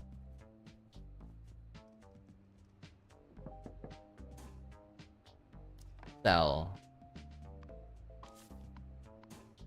Using a silver town, you can sell use item for the same price as new items. Nice, salesman.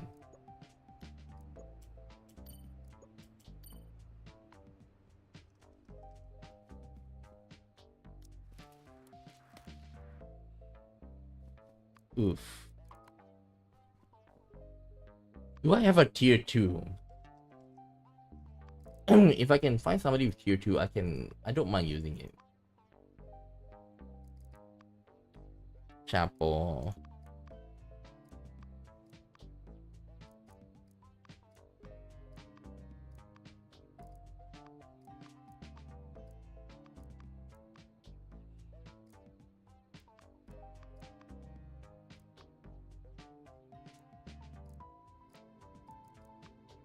Tier 1.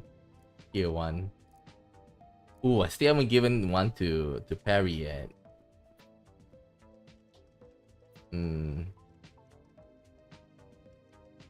Perry is somebody that I really want to, like, I want to get him as soon as possible.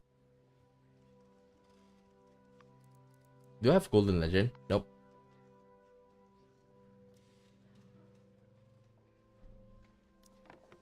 Give me Voice of the Forest.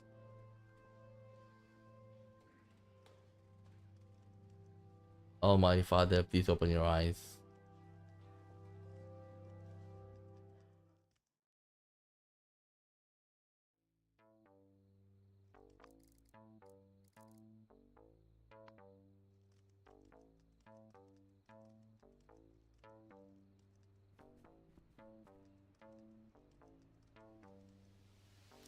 I guess I don't have like a tier 2, except for Billy. But Billy is praying, so I can't.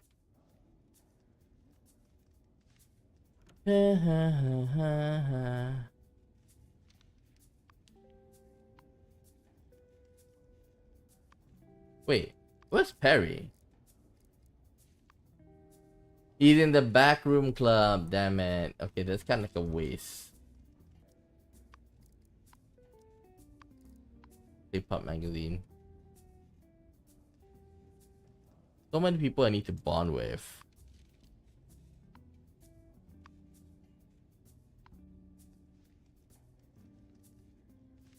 Noodle.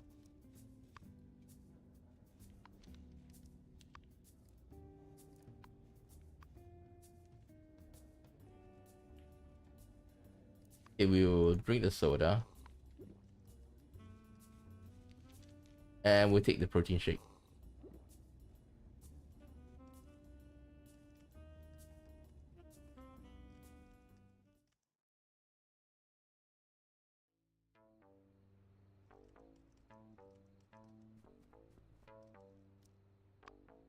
Hmm.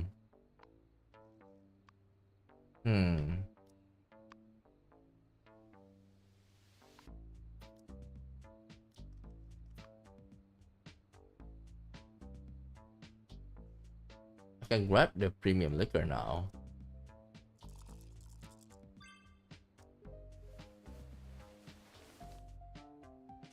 Be taking that. Here.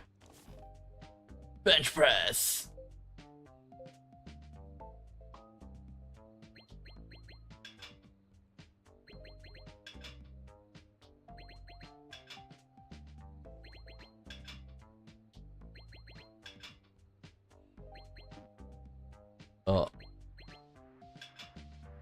You know what? I think I should take mushroom.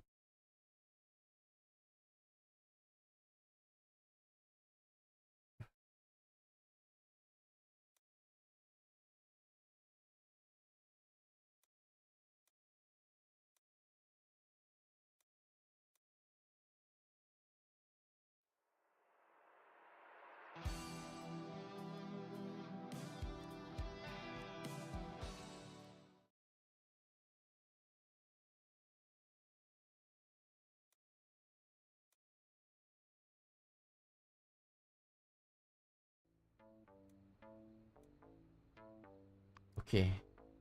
So let's take the mushroom. Okay, we got the mushroom. Yep. Let's go.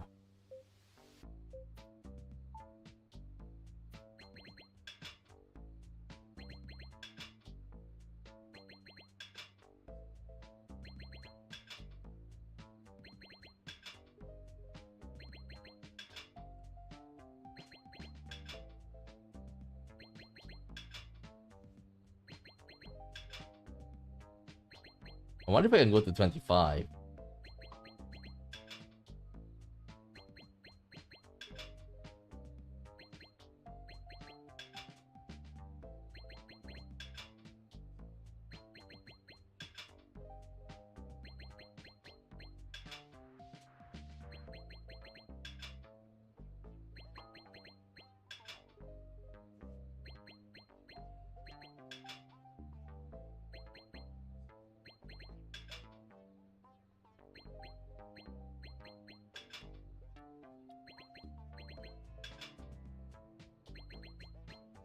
Ooh. 22. Ooh, I got 10. Nice. Ooh. Let's go. Bench press.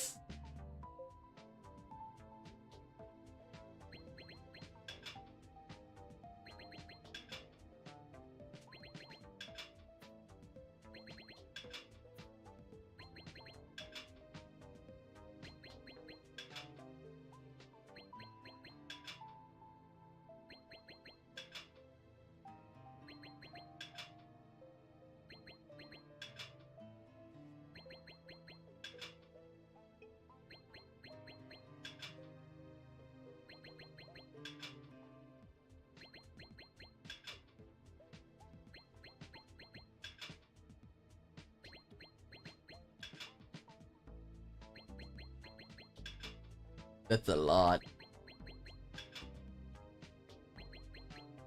Oh, damn it. At least it's 20.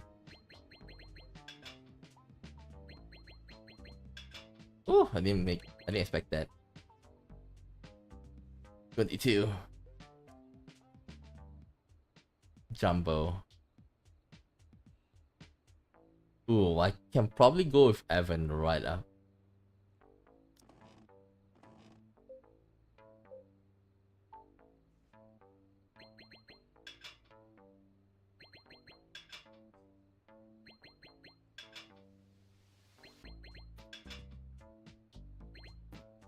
Oh, damn it.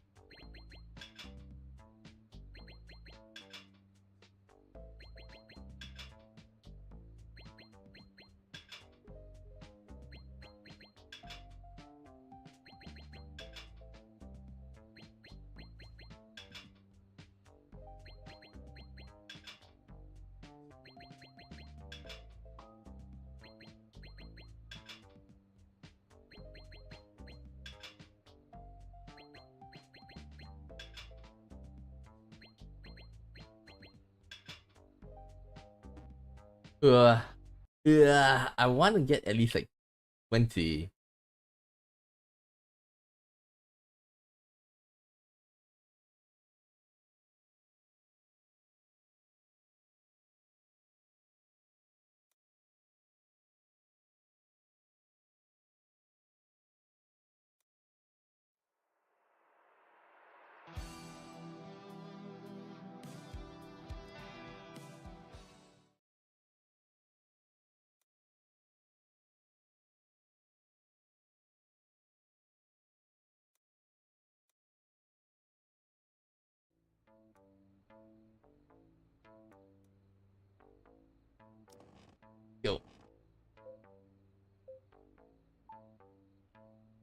SSWA, ADSA, WAD, DSSA, QWDW, EQQE. Oh, it's helped to see it a bit. QSWQ, AQES, WQQDE, SSSSDA, EDQQS, EQDSD, ADEQW, SAAAWW, PSQQWD, SW, QDD, WQE, ESSSSDS.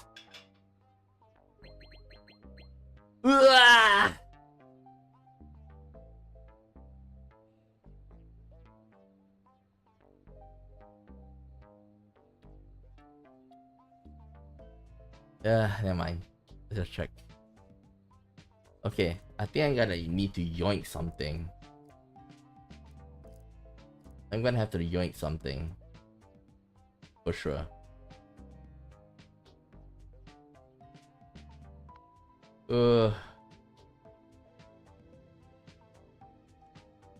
Evan's already at 99. One more time and I'll probably get with... Ooh. Who else I haven't given? Tony, William, Ray, Max, Wilbur.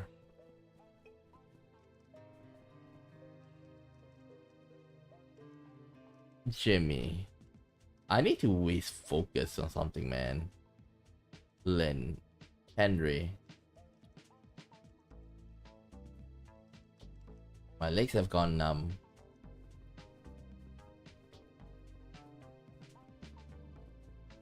I wandered lonely as a cloud. Alex, Vincent, Hakuna, Crunchy.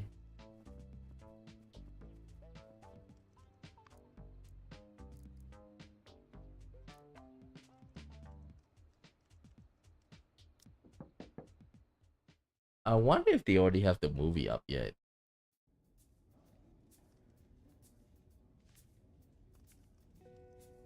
Caesar, Noodle, Sam. I haven't been friends with Sam yet. Kevin. Oh, I haven't given Kevin yet. Okay.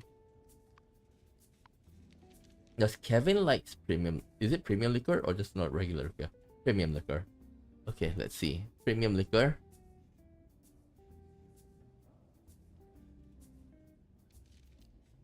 He doesn't like it that much.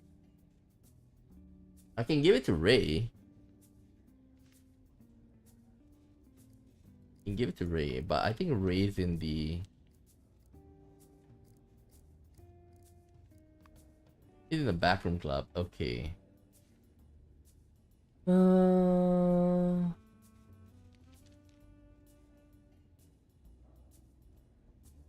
know what? It's a better idea. I can be friends with somebody now.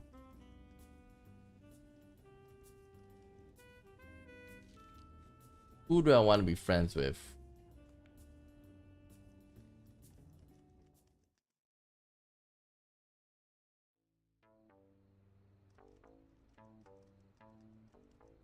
Frank. Does Frank like it? Frank doesn't like premium. Well, he's neutral with the premium liquor.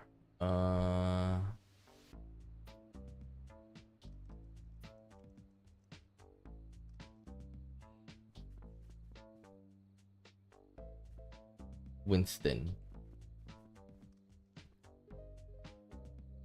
Tony.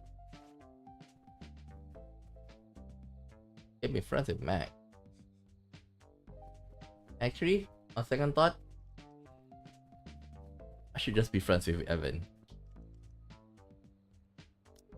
This guy looks solid as a rock, and his skin looks like it's bulletproof. You're looking at something sharp-tooth gang chump, waiting for a chance to sneak up on me? Certainly not. Oh, you want to challenge me head on for the glory of the strongest gang in the joint? Not that either. I get it. You want to steal my workout techniques. That's it. I hate to rain on your parade, but you look pretty tough. But if you want an iron body even as half as good as me, Evan, you have to pump iron for at least another 10 years. Okay. Yeah.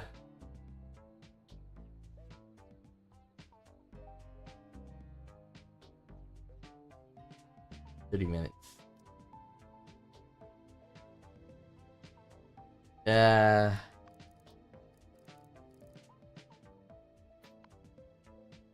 You know what? Just do it.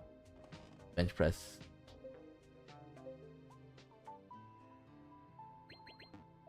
Damn it.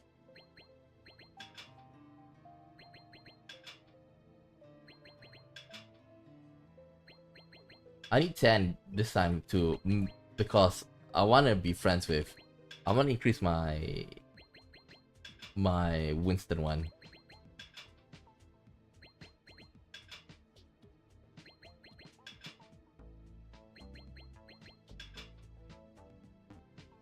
Yeah, okay, I have to redo.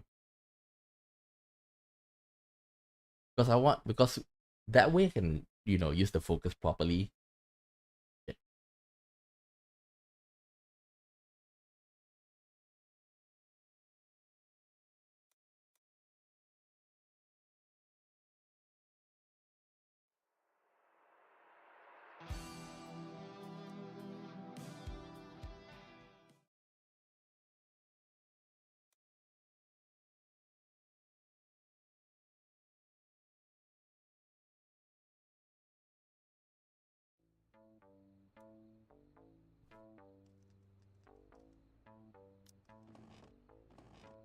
Bench press.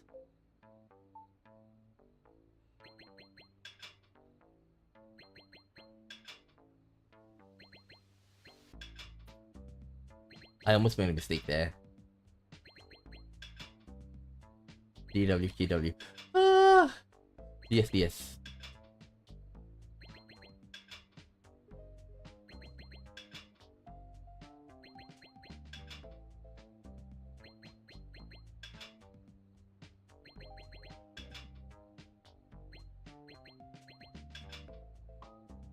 Ugh. Ugh. I don't think I can make it. Is it me or is it going down slower? I mean, faster?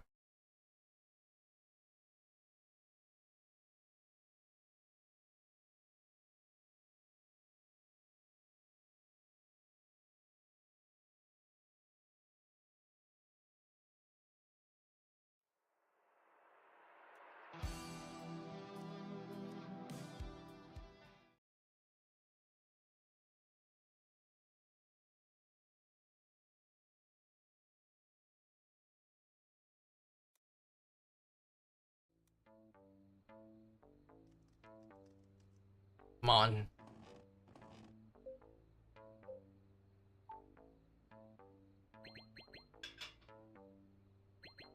Yeah.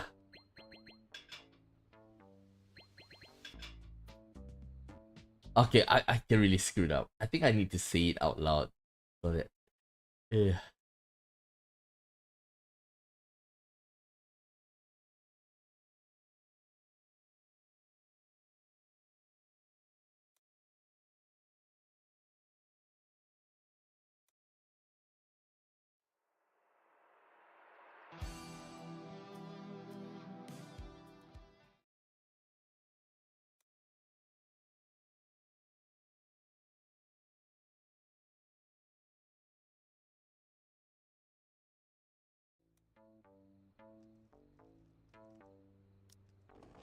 Let's say it out loud. DSDW. DSSS. WDAD. Oh, it does help. ASD. WWDS. AESQ. ADDE. WEDS. AEAW. ADEW. DADED. WWE. QAESD. QWDDQ. SWSWA. EASEWE. PESEAD. QEEAEW. BWA. Oh, QQWDQQ. WDWDQ. Okay, good enough.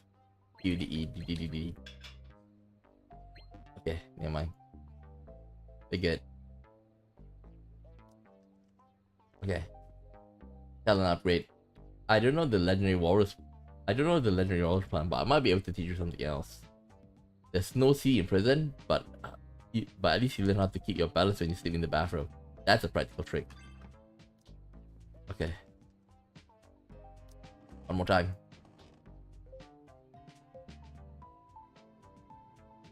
SDWD. WDAD. DAWA. ADWD. SWDA. WSQ. WDS. EDSD. DWAD. DQAA. SSQEE. WQQAA. WDDAA. EAS. SESDW. SQEWTW. AAADDS. DWQW. QWWEE. DAAQ. DSDAE. Ah! WQEW. But point is I got 20. Okay. We're good.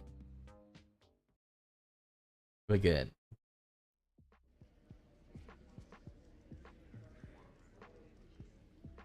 Select dinner. No more space. First thing first, we go to the second floor. Give to Alex.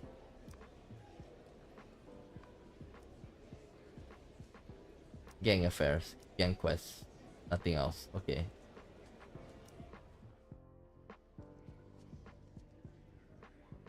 Select dinner.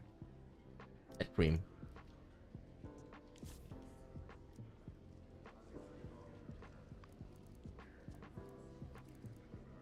Potato pizza. Ooh, I need.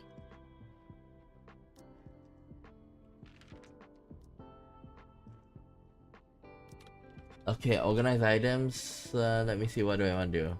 Put this in. Put this in. Ooh, cupboard is full. I can take this out. Ugh.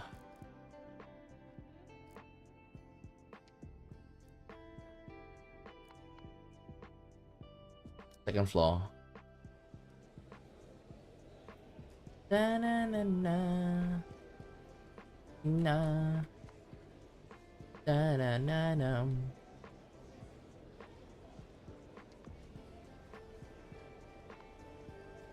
Okay, we're gonna talk to Kevin. Tim, looks like you received. I'll borrow a few bucks from you. What are you doing? Oh crap! Nothing. I'm just passing by. Daisy, you're such a beautiful. It's such a beautiful day. I get to sunbathe in the yard too. Daisy in the yard? So he's just talking in his sleep? He almost gave me a heart attack. Enjoy the sunshine, buddy. I'll just take the stuff out of your pocket for safekeeping. Slowly, easy does it. You thought I was asleep? No, I was watching you the whole time. When did you wake up? Don't get the wrong idea, man. I saw your pocket zipper was open. I was just closing it for you. Don't mean to stare. It's just that new dress looks great on you. I couldn't take my eyes off you. Sorry, Daisy. Are you pretending to be asleep or just talking your sleep? Come on, give me a sign. You're gonna give me a heart attack at this rate. Then you have to pay for my medical bills. Why does he have to pay for your medical bills? Give him the coin. Never turned down money, right? Let's give him soapstone. Okay.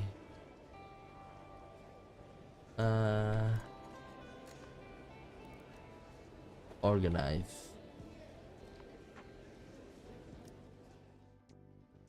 Can collect the waffle.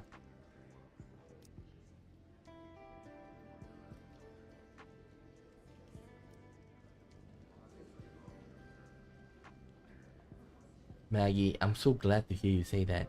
It's tough in here, but whenever I hear your voice, it instantly makes me feel better.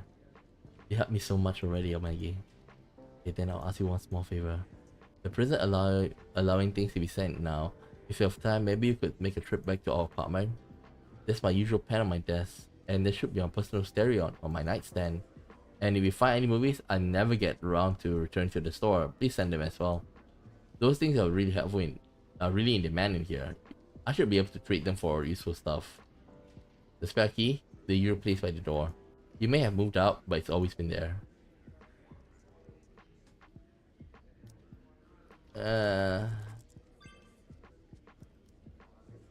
I'll finish anyway. Okay.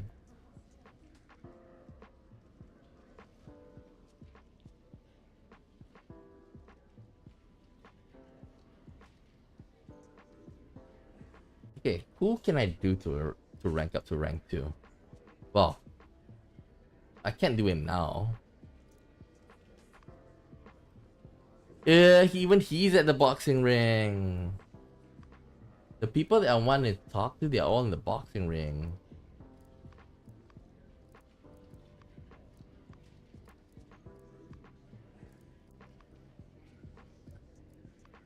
Yeah. Most of the people that I want to talk to, they are in the boxing room. Thomas, Bill, Winston,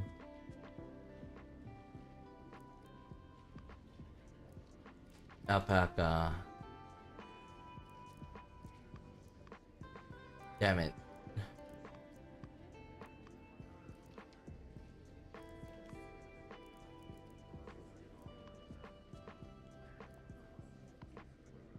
So many people at the boxing ring today. Ho ho ho, Crunchy. What do you want, old timer? Lately, you have changed. Change how? You trying to start something, old man? When you live as long as I have, you learn to read people. You do indeed seem different to how you were the other day. Tell me then, what's different? You have become more talkative. Ho ho ho. Before you would never have had the patience to talk to me. I'm an old turtle like me for so long. You leathery old bastard. If I didn't think I'd break a claw, I'll be carving screw you into your shell right now. How dare you say that shit about me? The only thing I hate most is the guy who talk too much. You know what I used to do to guys who talk too much? Oh. No. Tell me every detail. It does seem like maybe the hypnosis helped him out.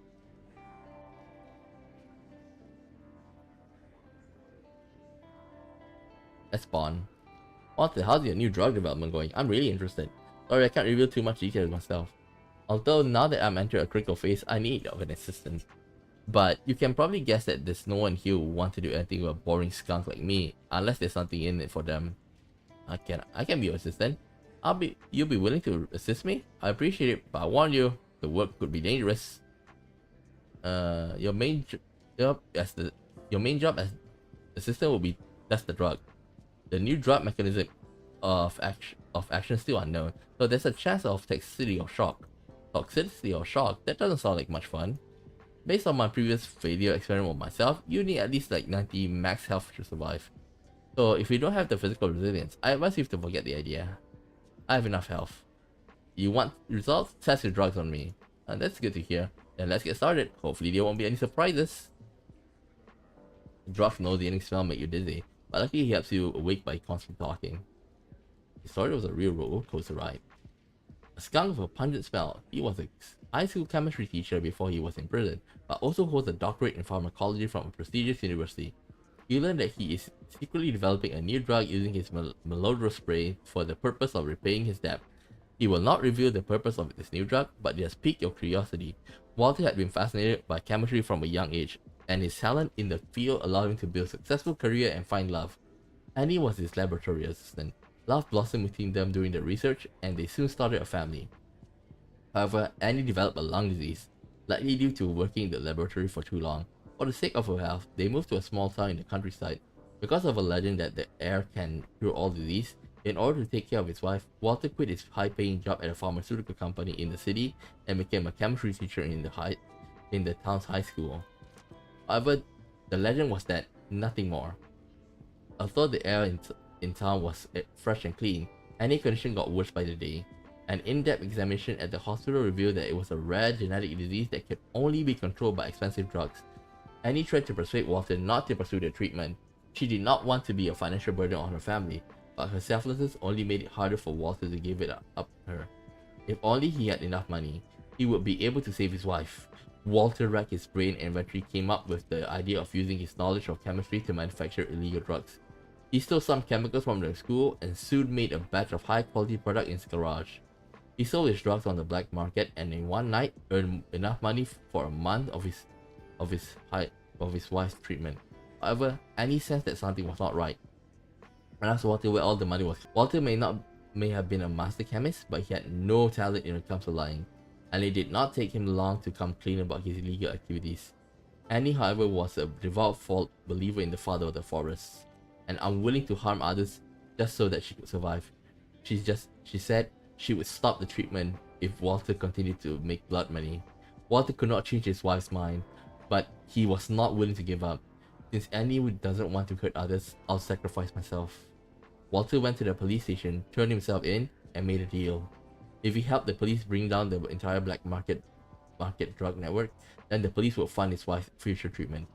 The operation was a success, and the black market disappeared overnight.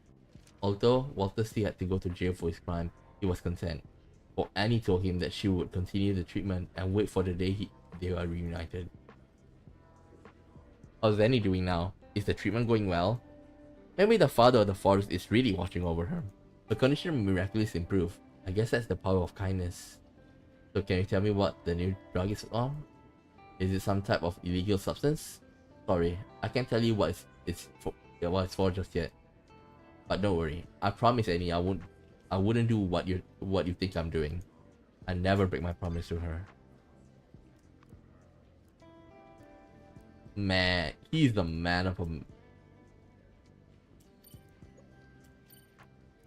He's awesome, man. Walter. Yeah. Oh, laxative. Thanks. Might need that.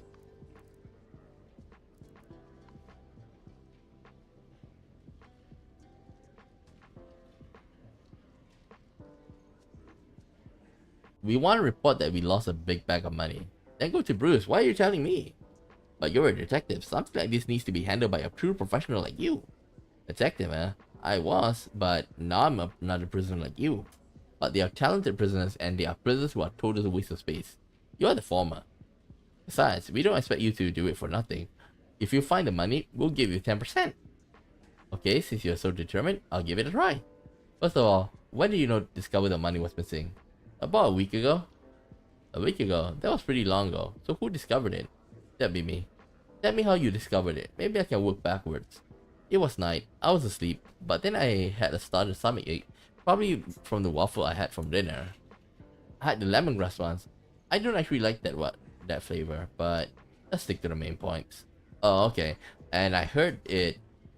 Heard what? Was there a strange sound? Yeah, Teddy was grinding his teeth, but then talking in his sleep. He said his wife didn't take all the money from the vault job. He stashed some away. He was about to say where he hid it when he farted and woke himself up. That must be the most expensive damn fart in all of history. Are you two yanking my chain, asking me to find stolen money that you dream about hiding on the outside? That was a great summary. You must be really some detective. That's exactly what we were asking. Please, we really need to get that $1 million back, or what I'm gonna do for chicks when I get out. Wait, how much? $1 million. And how much did you say my car will be if I find it? 10%. If my math's right, that makes it 100,000. Damn, there's no time to waste. Tell me everything that could be possibly related to the money. Don't leave out a single detail. Okay. So here we give him the waffle. Spoon.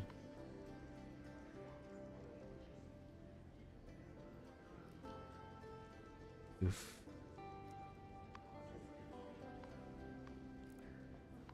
Da na na na da na na da da na na na.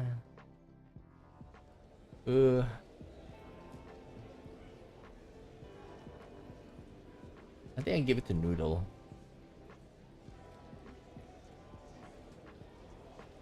What are you waiting for, Jimmy? Unless you roll a 1, you win the game. Heh, you should have said that, righty. Now I'm betting on Robert to make a comeback. What did I say? It's just the truth. Just look at the position of Jimmy's plan. Of planes. Haven't you heard the saying that anything can go wrong will go wrong? Take Jimmy's dice. If it's possible to roll a 1, chances are he'll roll a 1. Huh, you say it like that is the absolute truth. It's not as if it's an unbreakable law of physics. Oh, it's even more than that. It's even more unbreakable than the laws of physics. It's Murphy's Law.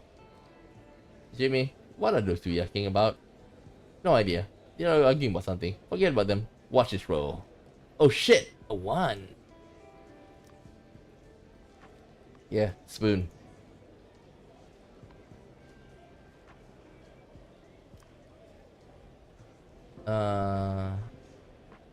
Okay, there. I think I want to steal it back.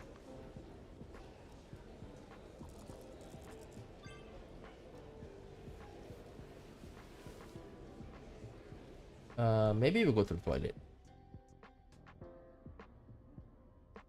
We go to the toilet.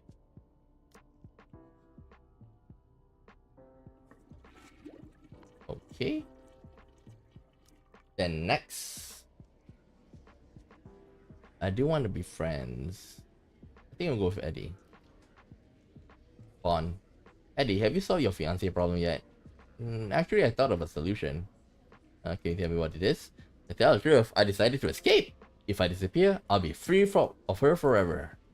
You realize that you're saying escaping from prison is no joke. Sweet.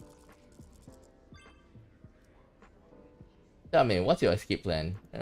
I'm not too good at coming up with plans. I was gonna wait until the bus to deliver the new prisoners, sneak underneath, hide, and then there's no, the guard on the watch out will see you or shoot you full of holes before you can even take 5 steps. What should I do? My time in here is ticking down. Let's calm down and stop thinking about breaking out. Let me help you find out. Let me think you another way. Instead of talking about it, and he tells you about his past. Damn, this guy's a magnet for bad luck. And an unlucky person who end up in a big trouble due to fair burglary. Now, a one-sided love that he cannot escape, even in prison, haunts him like a nightmare. If he does not go ahead and marry the woman, he could not bear to think about the consequences. Now, with less than 100 days until his release, will he be able to resolve this crisis? Hey, do you think my bad luck could be punishment for something terrible I did in the past? Eddie joked. If you were to choose the top 5 most unlucky inmates in prison, Eddie the opponent will probably be on the list. According to him, he has been plagued by bad luck since childhood. When he was 5 years old, his house was struck by lightning and resulting in the fire destroyed all the family belongings. When he was 10 years old, his father, a taxi driver, drove his car into a ditch because of tiredness.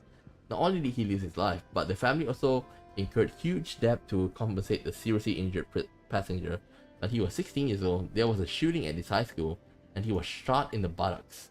Eddie failed to finish high school because of his poor grades. Shortly after, he chose to move out so that he would not bring his mother and sister any more trouble.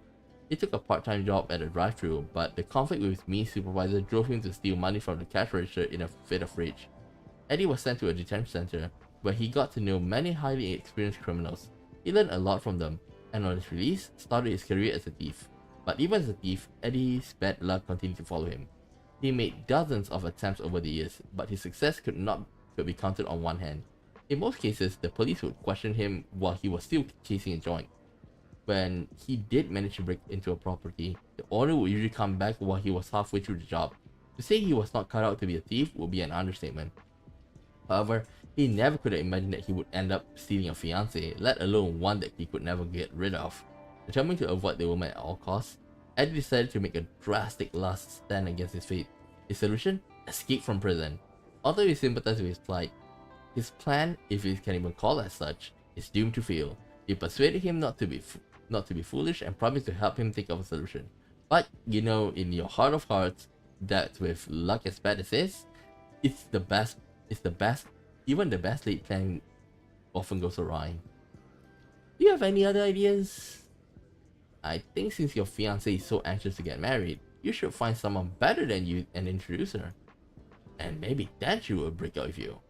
Sounds like a good plan, but who want anything to do with her? I got it. I made a friend recently. He's smart, handsome, and kind. Oh yeah? Who? He's standing right in front of me.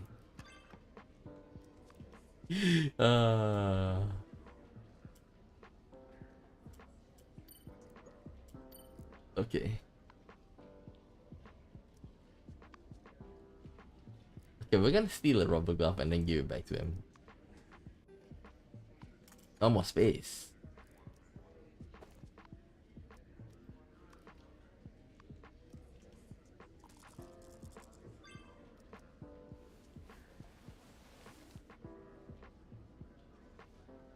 Gift. There you go.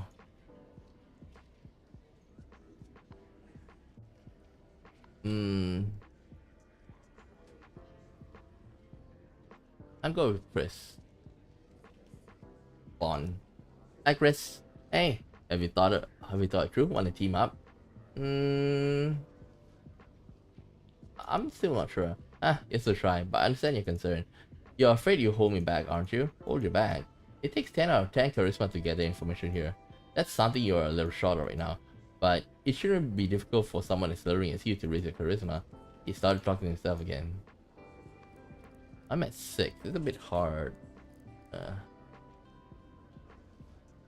Oh, Bernard. On.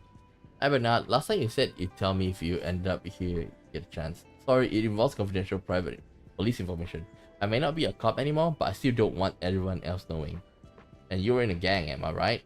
Although I don't think you're a regular bad guy, I'd rather keep it a secret, just to be on the safe side. You need to understand that some of the guys in here has strong connection to the organized crime on the outside. Inside information on the police department would be like gold dust to them, even if it seems insignificant. Do you think the gangs will come after you for this?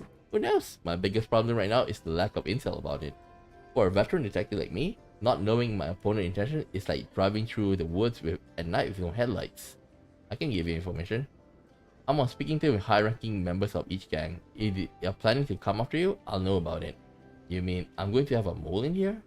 A mole? I hate that word. I'd rather call me a friend. Friend? Okay then. But as you see from my story, I'm not a trustworthy friend. He calmly somewhat sadly tell you a story of him and a friend. A story so full of regret. A highly cautious capybara was a police detective before he was incarcerated, which has to be the most unpopular profession in this place. He caught quite a few bad guys in his time, some of whom are locked up in this prison. As for how he ended up inside, he does not really like to talk about it. A veteran of the department, Bernard was a detective for 20 years. His mantra was profit second, safety first. He was not averse to blackmailing punks or taking bribes from gangs, but whenever he was on a big case, he would either take leave or just go AWOL. In short, he was not a good cop. One day, 2 years ago, Bernard's old partner retired. He was assigned a new partner, a young groundhog named David, who had just graduated from the academy. This caused a major headache for Bernard, as the rookie's determination to do everything by the book meant that Bernard could no longer get away with his dirty dealings. David was also highly ambitious and determined to make a name for himself in the department, so would often ask for big cases without Bernard's knowledge. This completely went against Bernard's safety first principle. However, as time goes on, David's sense of justice gradually infected Bernard, and he thought he could help the kid. David's courage and determination, coupled with Bernard's experience and gut instincts, solved numerous big cases, and it was not long before the two rodents were the department's star partners. Just as Bernard was feeling proud of everything he had achieved since turning over a new leaf, another difficult case came along. A sadistic killer called himself the Reaper appeared in the city. Savage and deranged, he would send puzzles to police about who his next victim would be. David volunteered to take the case, but this new opponent was extremely cunning, and the partners hit a brick wall. Unable to solve the murderous puzzles, Bernard lost heart and turned to the bottle to drown his sorrows, while David, unwilling to give up, carried on investigating the case alone. A few days later, Bernard woke up with a hangover and found a letter from the killer in his mailbox. The puzzle was surprisingly simple, and Bernard did not take long to solve it, but his joy soon turned to fear as the answer pointed to none other than David. Bernard rushed to David's house, but it was too late. David's body was badly mutilated, and his mouth was stuffed with a note that read, "The game's over. I'm happy." At the station, Bernard was racked with guilt over David's death and swore that he would bring the killer to justice. But just at that moment, the Reaper walked straight into the station and handed himself in. It turned out that he had escaped from a secure psychiatric hospital, and he knew that even if he was caught, he would simply be sent back for treatment. Before the Reaper was put in a van, he smiled at Bernard and gave him one last puzzle. Who is the criminal that the police can never catch? The answer? One who turned himself in. Ha ha ha! His laughter echoed through the station. It was the laughter of the victory. Indeed, he had won. However, the winner never made onto the van. A bullet from the loser blew his head off right then and there. Still, at least you avenged David. That wasn't revenge. Just like the lunatic said, the moment he turned himself in, I lost any chance at revenge. At most, that shot was just a washed-up loser venting his anger. Okay, let's take a bath.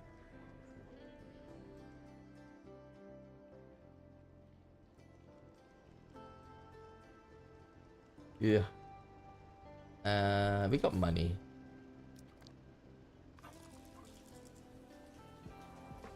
There.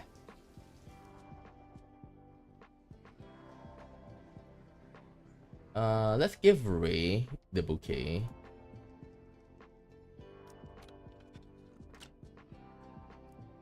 Wait, where's the bouquet? Where did the bouquet go? Is it with him? I gotta make it. Damn it.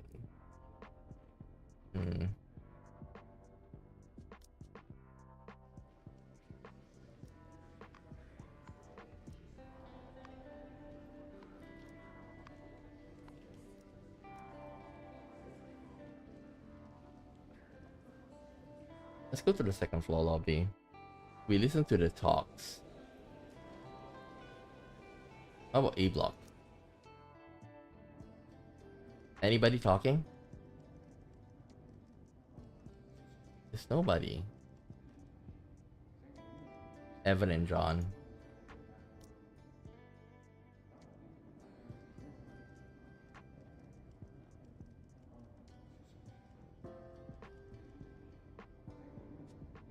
Maybe we go with John. I do want his perk though.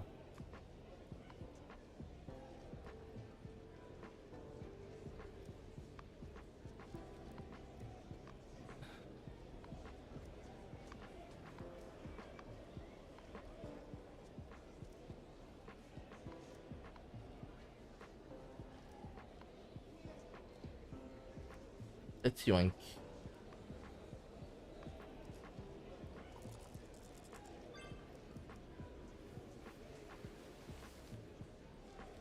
There we go.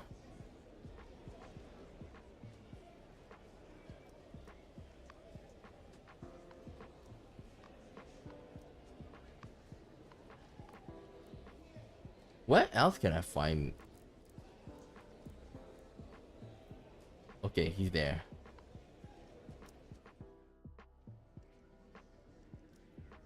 Can yoink it from him.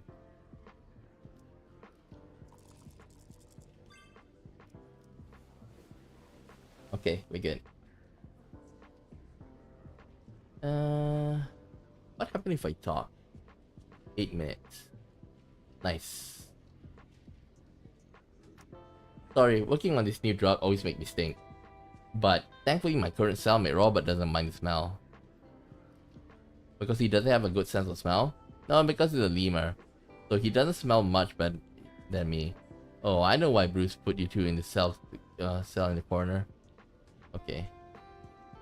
While we're at it, we can go and see.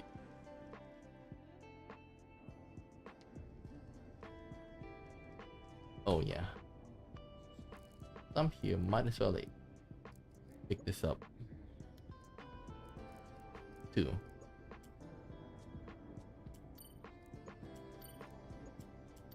There we go. Oh, I totally forgot. Back to my cell. To make the fight easier, they're gonna dope.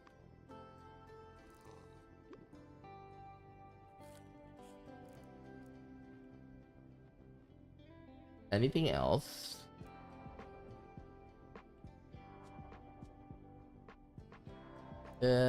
Anything else?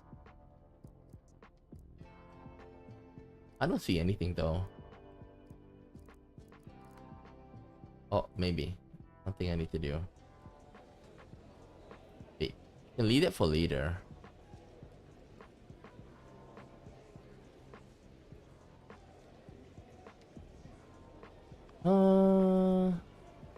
I think we're good.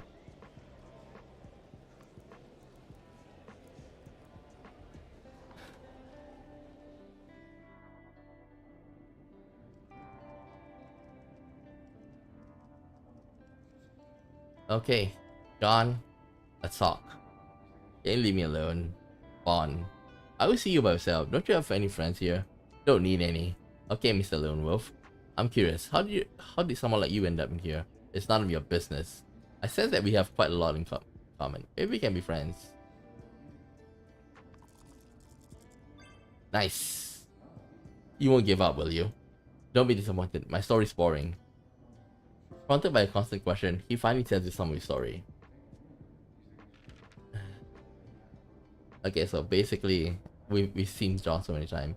He basically a mercenary, and he killed so many people, but he couldn't kill a deer, a young girl deer. Okay, and he basically turned himself in, so that this deer could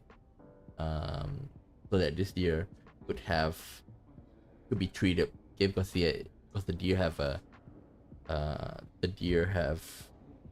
a disease, okay, so he took on a final job, and that's how he ended up here. But the deer is supposedly to be protected. You think deer still remembers you? It doesn't matter. Tiger combo.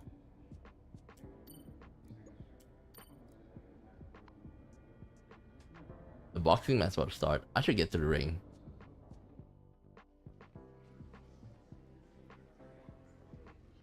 Gentlemen, fight night's about to begin. Our fighters are the artist who's so terrifying, so repulsive that even you can't even look him in the eye. Pigman, the Death Painter, versus the sharpest teeth of the deadliest claw, Bob the Dark Predator. Who will be picking up the sweet prize money, and who will be picking up his teeth? Let's see this. Let's get the show on the road.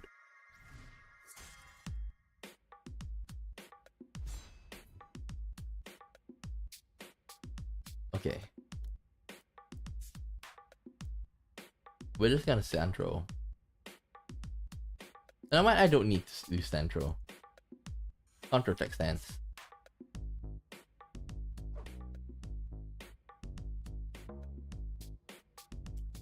It's gonna be countered by my concentration.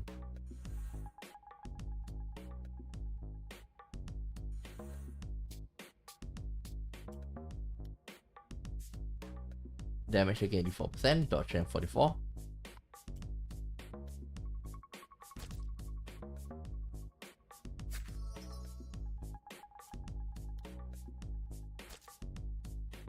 Tiger combo.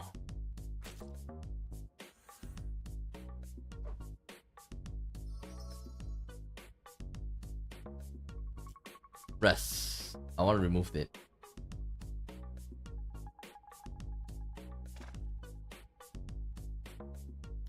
Unarmed attack. Shing. Tiger combo. Tiger combo.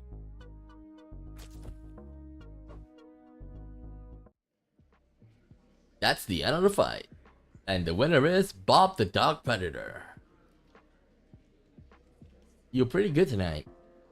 It's all about the brains. If you can read your opponent's intention, it's only a matter of time before you win. Huh, I guess you would know. Here's your prize money. It's well deserved. King of the Ring.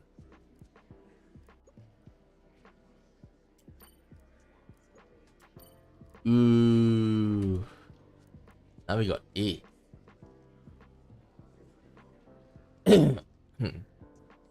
A popcorn machine. An ice cream machine. No, a popcorn machine makes the most sense. Nah, people prefer ice cream. Thomas, as a spectator, you prefer to eat popcorn while watching a fight, am I right?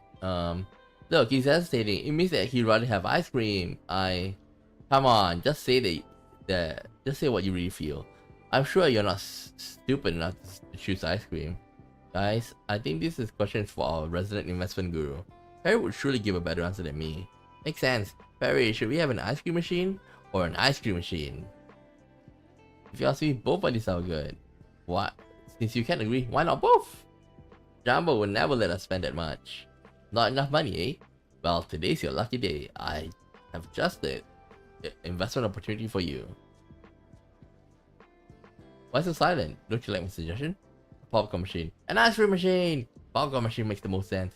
No, more people prefer the ice cream machine.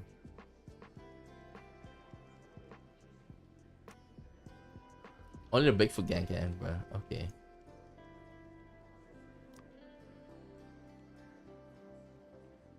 Na na na na na na na. What does he have? Na na na na na na na. Na. Cookie. I'll just buy the paint. One more. 2 more actually. Chewing gum. Oh, I think that's enough. Sell an upgrade. Let me tell you a trick to becoming a star journalist. He tells you that the most of the time, sincerity is the most likely to get through the interviewee than enticement, but only most of the time. Okay, we upgrade it. If. Here you go.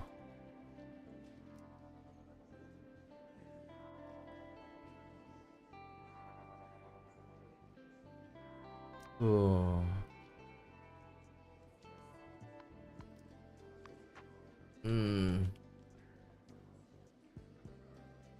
I guess Fernando.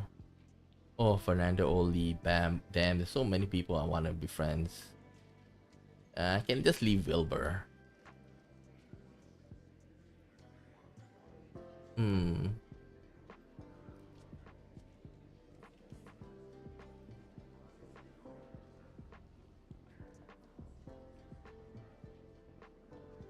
You know what?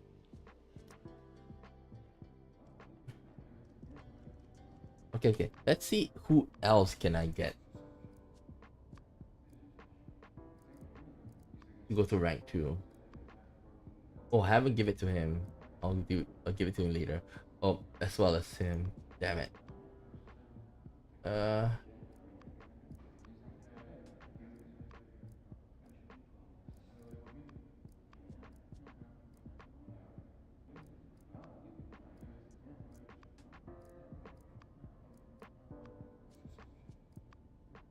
Yeah. I think I want to give it to Ray as well. But first, since we're here.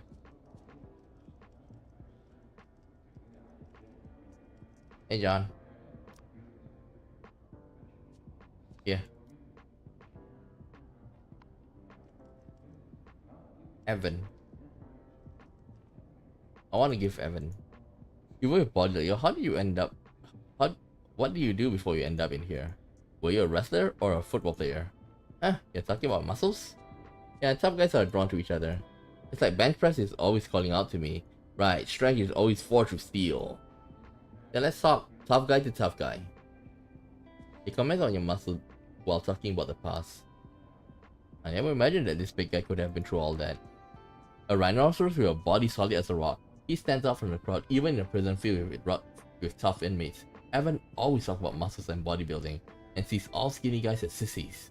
He is rarely without a protein shake, and his favorite leisure activity is pumping iron in the yard. Born in a small northern town, Evan has been bodybuilding since he was a child. If the nitro advantage that comes being a rhino, he soon became the local bodybuilding champion. He then set his sights on the big cities, only to be caught taking a banned substance in a high-profile competition. Although he claimed it was all set up by his opponent, he was still given a harsh ban. His bodybuilding journey had come to an abrupt end. No longer an athlete, he was forced to find a job as a bodyguard and a driver. His boss was an opportunist, involved in various shady business, and it was Evan's job to protect one of his many lovers.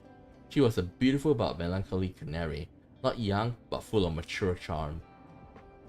She rarely smiled, especially when the boss came to see her. After some time, she finally told Evan that she only stayed by the boss side because of his threats. Due to a failed investment when she was young, the boss obtained compromising material about her, and she had been a little more than a cage plaything ever since. After a decade, she became numb to it all. Perhaps it was sympathy, perhaps it was empathy for someone else who had suffered in life, or maybe it was even wishful thinking, but Evan decided to help her. They kidnapped his boss, forced him to destroy the compromising material, and then beat the scumbag to within an inch of his life. The rest of the story went just as Evan would expected. Even without the compromising material, the canary was free at last, but Evan paid the price of prison. However, he has no regrets. After all, if fate will not allow him to show off the beauty of his muscle on stage, then at least he could use his strength to help something beautiful break free of its cage. So how's she doing? Does she come to visit you? Or do you just part ways for good? No, she said she's not into me at all. She told me to like that, but it's all good. We're still friends. By the way, her name's Eliza.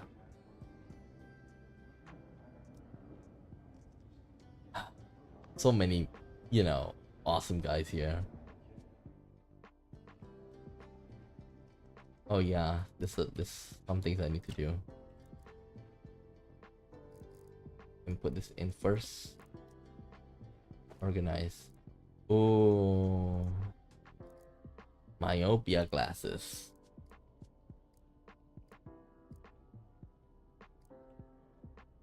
Okay, who likes liquor?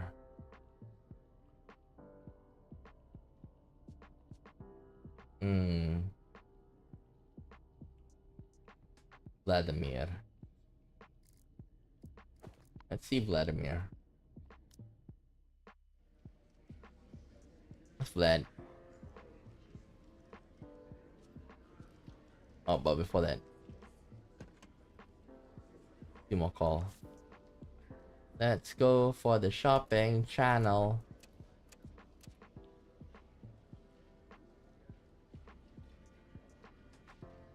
Okay, Aunt Emily's caramel waffle.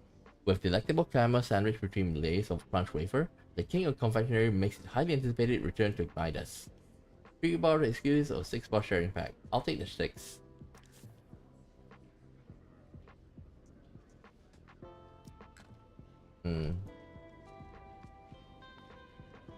I think I might need to get more.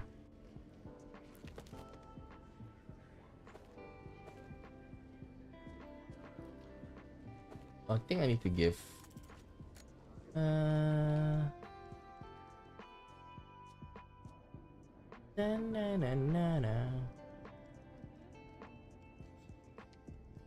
Evan. Evan, he doesn't mind, soda. He doesn't mind soda. Vincent. Vladimir.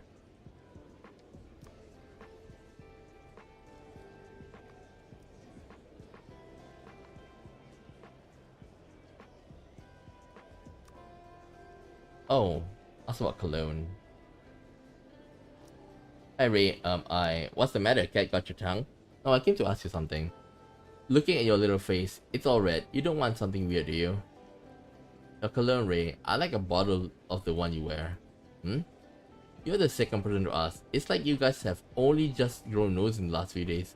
I worn this cologne on my mane since my first day in here. Really? Maybe the weather's making the smell stronger. The weather? If you say so. But I'm still not gonna give it to you. You're gonna have to tell me what you're gonna do with it. If it's something weird, I'll say no. Think of a reason. It's not long till the honey festival. My aunt's always been good to me.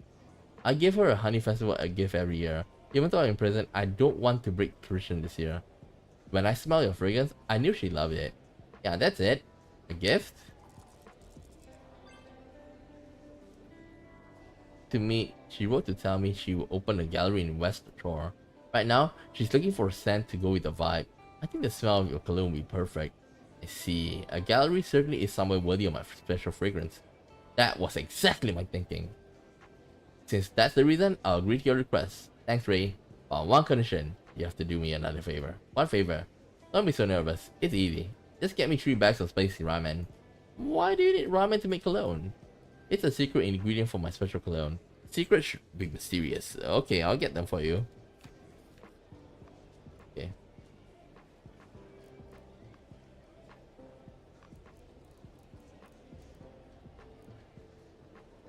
Ugh. I can buy it. Wait.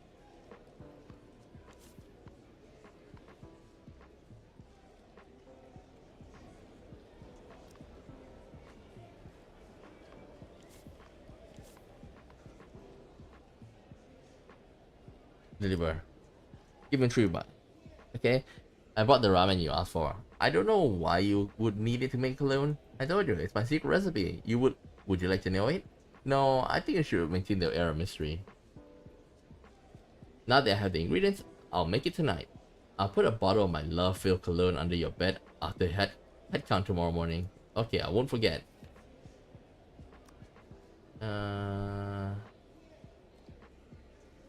You know, I think I'll just give him Iris.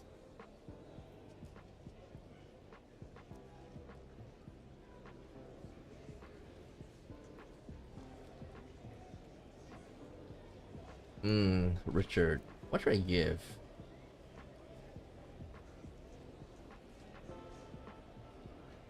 Cookie? I think he'll be fine with Cookie.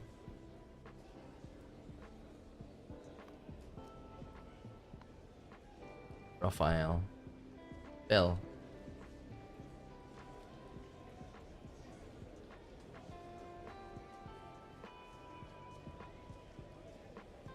Oh yeah, I think I need to yoink.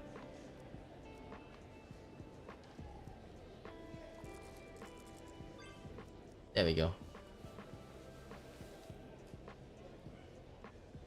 Dun dun dun dun dun dun dun dun dun.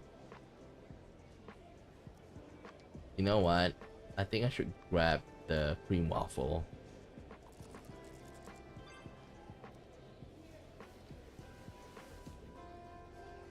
We're definitely gonna be hungry.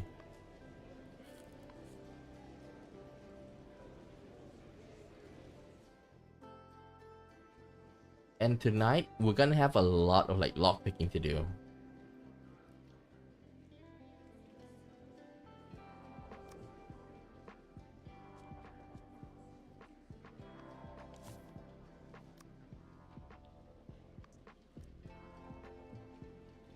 Yogurt. Ooh.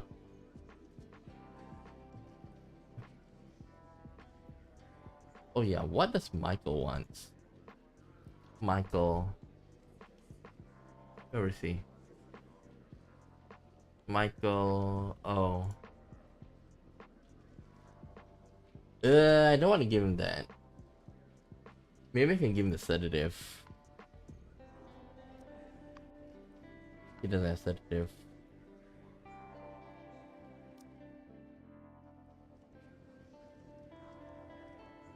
Wait. He doesn't have sedative, seriously? That's surprising. I expected him to have sedatives.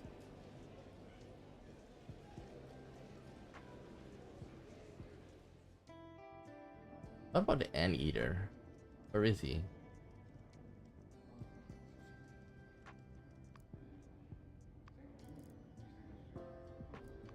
He's in the boxing ring.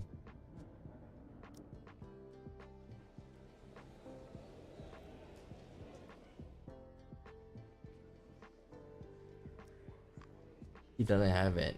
Oh god. Okay, if that's the case, let's just give him mushroom. Disinfectant. Okay, that's decent.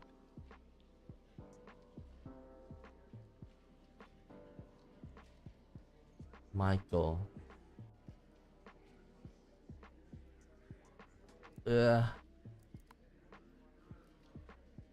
I'll just give him a flower.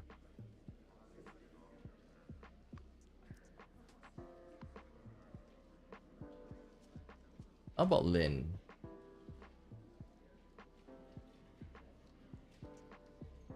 Oh, Lynn is fine with this. But it's only 10. Does he have anything useful? Oh, I can give him the yogurt and it'll be just nice.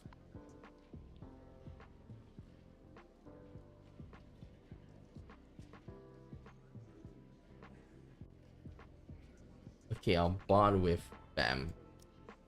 Hey, you come to a decision about being my assistant?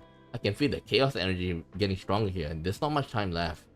I'm not buying it, not until I see some hard evidence. Fine, I'll make exception and prove it to you. Bring me a spoon. A spoon? What are you gonna do with it? You see when you bring it, but hurry, you don't have much time. Spoon, eh? I think I just gave it to...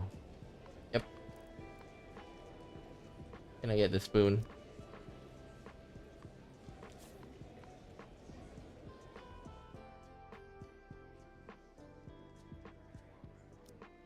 Have it come... Okay.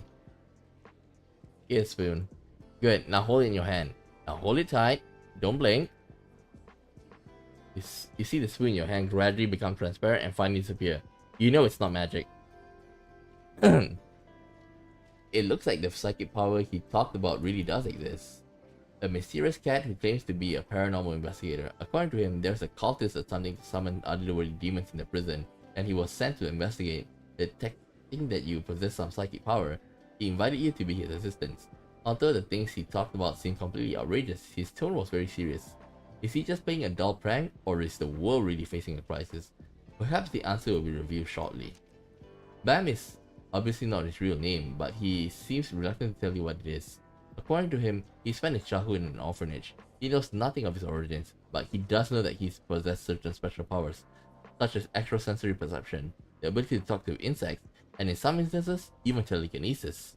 However, Bam powers did not bring him happiness. The staff and children in the orphanage thought he was a freak. They both feared and loathed him. Alienated and ostracized by everyone around him, Bam had no friends and spent many years alone. That was until one day when he was 10 years old. An old cat in a suit came to the orphanage and took him away. He was Sir Andrew, director of the Bureau of Paranormal Investigation. All of the other kids at the Bureau Training Center were psychic like Bam, and he finally felt the warmth of home. Sir Andrew taught Bam how to use psychic powers and told him that there's a hidden side of the world. The other world is a constant threat to the safety of this world. As a psychic, Bam was born to protect this world. After completing a grueling training, Bam became an excellent investigator. The crises he averted include the invisible monster, the shadow from the abyss, the golden road of death. Bam came to this prison because another crisis is about to occur. The crisis rated chaos level on the Bureau's severity scale. If he does not successfully complete his mission, the world will be plunged into a terrible catastrophe. However, despite the magnitude of the threat facing the world, Bureau of Paranormal Investigation operation is not officially sanctioned. Therefore, Bam could not get any external support and even had to go into the prison in the regular way. He chose to break into a famous winery and stole $1 million worth of wine. There are certainly worse ways to be sent down. Well, I kinda believe you, but not completely. Well, okay, at least that's a start, but you'll know soon enough. It's not just my psychic powers that are real. The major crisis I mentioned is too. You must help me to stop it. I hope I don't have to wear a weird uniform. From From now on, you're my assistant and I grant you the status of trainee investigator. I'll inform you the next step at the appropriate time. Be prepared. ESP. I think I'll just go try it with chemistry professor.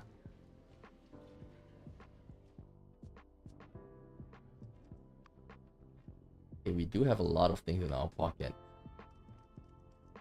Ugh. I have lots of stuff in my pockets. Put this in. Seriously?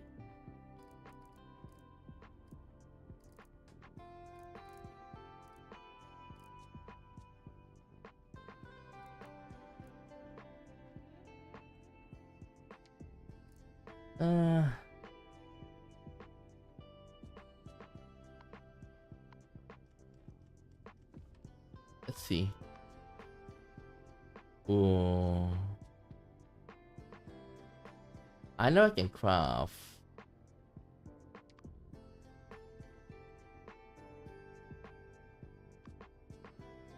Oh, I don't have enough.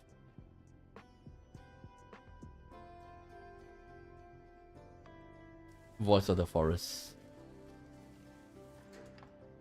Okay. Ooh. I can only put one Voice of the Forest. I thought I can put multiple. Make the bet. Place the dummy.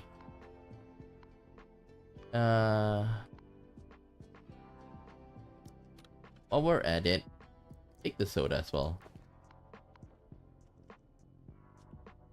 Toilet time.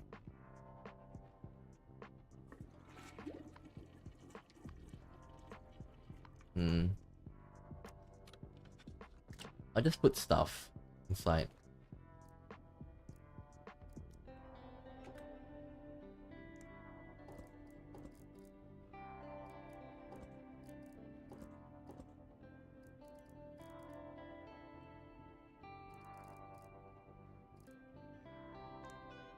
Okay. Organize. There we go. Let's go.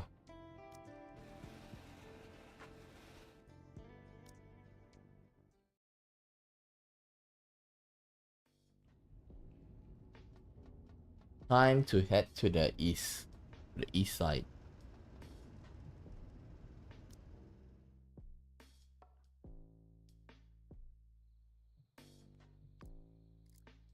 Okay, it's day 10. Pick mushroom.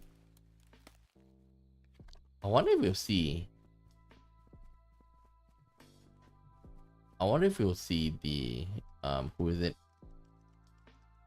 Oh, I should have been friends with Bill. Well, I can do it in the morning. Enter.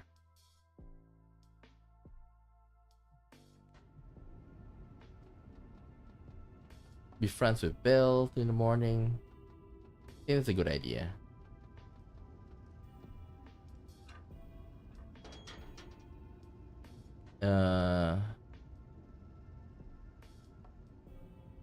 Go to the inmate property storeroom.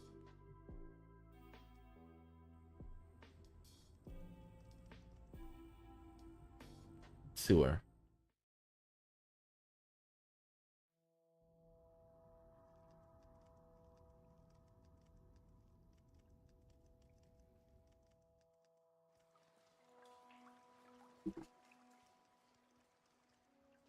With this, we can go to the staff block.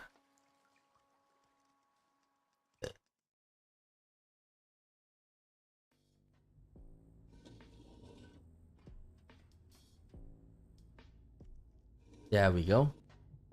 I'll finally get out of here. Hopefully there won't be any guards on duty here tonight.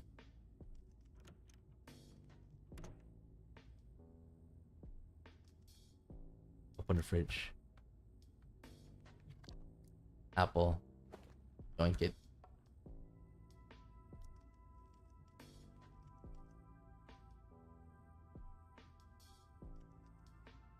How about it's like a pigsty?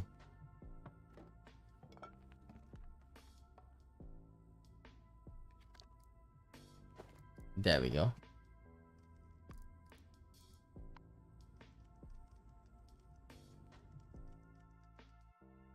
First thing first, we gotta go in. Looks like a separate storage room. I'm surprised to see an anti-theft lock in the staff lock. There must be something valuable inside. Like,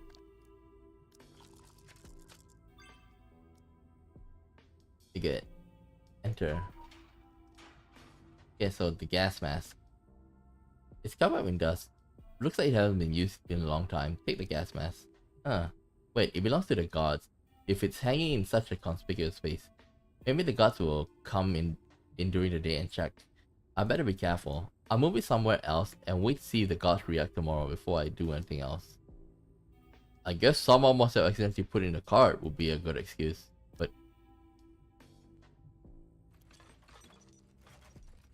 this place is just right. Not too hidden and not too conspicuous. And if no one hangs it back up by tomorrow night, it probably means no one cares about it. Thief.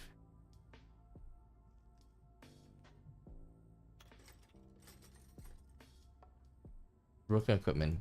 If I had a way to fix it, I would turn to pressure. Okay, never mind. A guitar. Is it standard issue?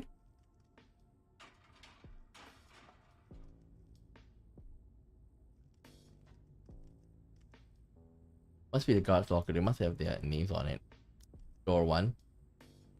Big nameplate. Shibata.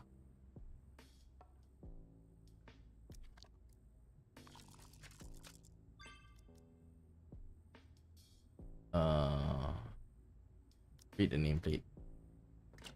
Open. Pretty bare. Oh, hang on. Seems to be a small hidden compartment. It looks like there's something inside. Search. Physical report and by increasing souls. There's a cigarette burn in the hide field. Somehow I don't think it was accidental. 2. Chen. You guys married, right? It's unlocked.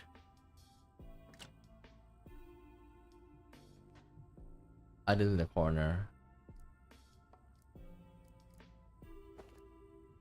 What poster does he have? Strang.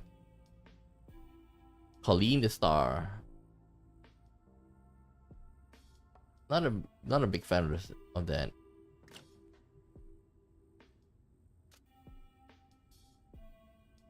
Three.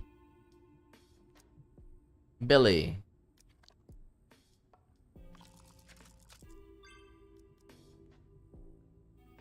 Open. Open letter. Oh, dear Billy, I'm leaving, and I don't just mean Bolton. I'm leaving the country. He's been taking care of me and Joey since we broke up. I'm sure you know who I'm talking about. He's going back to his own country at the end of the year, and he's offered to take me and Joey with him. Even though we can't legally get married in his country, I believe he loves me with all his heart. Besides, the bank is going to repossess our house before the end of the year. I don't want to keep blaming you for things anymore. I just want to secure a future for myself and Joey. Joey may be adopted, but I know you love him. You will understand why I made the decision. Goodbye, and P.S. I will always love you and hate you in equal measure. Looks like this letter was sent by Billy's ex. There's a few tear marks. I wonder whose they are. Stack of papers. White paper. This all looks like a blank reminder. Lots of zeros. I'm getting dizzy looking at the amount he owes. Stock transaction statement. But it looks like Billy doesn't have a very good eye on stock market. These stocks are even redder than the paper. This one's a pawn shop receipt. Elizabeth Heart of Sea Collection. Sapphire bracelet M1.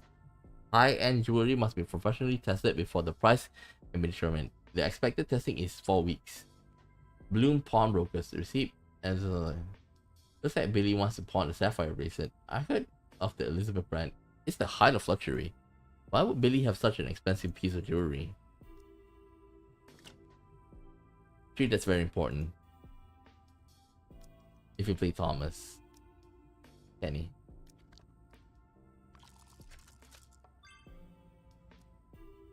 It's unlocked. Now I can open it.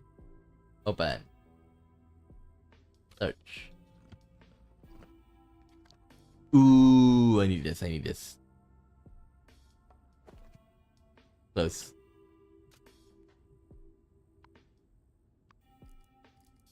I need this. Locker 5. Oh wait, I shouldn't. Reason why is because I already have like full. You know what? I think I'm just gonna leave. Look out the window.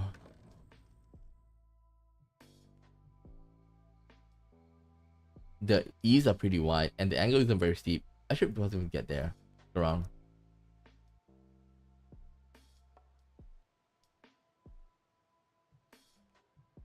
The light from the searchlight is pretty much blocked by the roof, and there's a drain pipe that goes all the way down. Looks like I can find a great place for some outdoor activities. Climb out the window. Better watch my step. Shakes the drain pipe. It's a little rusty, but I should be able to take my weight. Damn bushes, I almost broke my foot. Hope my effort doesn't go to waste. An open drain? First time I look inside. I can just make about a ladder on the side of the pipe. It looks like I can get back into the sewer from here. Maybe I can get around the collapse section. In we go.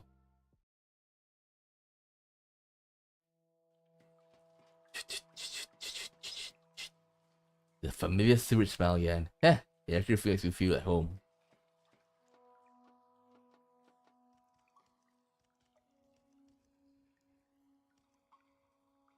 Search. What the? Who put these there? Pretty useful, but I'll take it next time I'm here. Huh? What is this place? I made it to this side. Hang on. There's another sewage gate here. It's closed. It's keeping all the sewage. I'll check its controller. The number of the sewage should be on it. Yeah, the stamp next to it reached to 002. This must be the sewage gate I'm looking for. If I open it, the sewage from here should be discharged to the system in the western sector. Nice. So, the indicator light is on. Hopefully I won't need to fix the circuit this time. Sounds like it worked. Since the sewage flows in the cistern in the western sector, its sound shouldn't draw any attention from in the building. Open. After opening the sewage gate, the sewer quickly turned into a giant toilet flush. It's working. The water level is going down fast. An hour later, looks like the sewage pretty much gone. I should be able to get to the bottom of the channel now.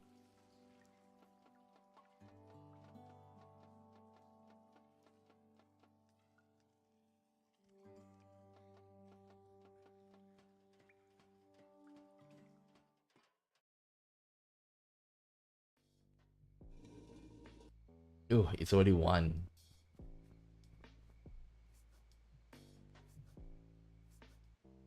It's already 1. Ooh.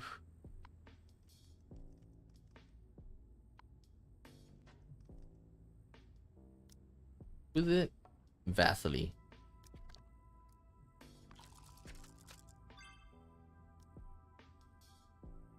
Open. Resource fed. Is this some kind of biology security measure? Search. I need a breath of fresh air. I need that. That's good. That's really good. Wait, what's this? Armand, Bruce. Heh, of course, who else would it be?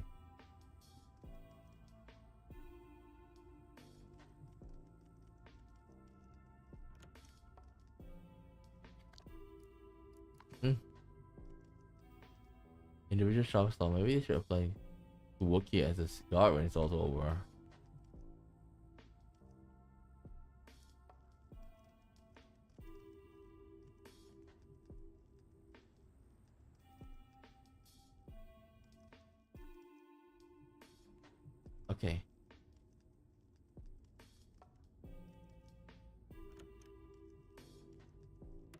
I think we're good. Return to my cell. It's already 1:30. We do want to get our bonus, so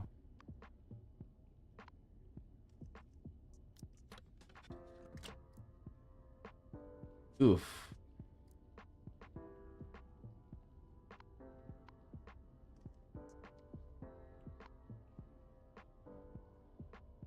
Let's play insect farm.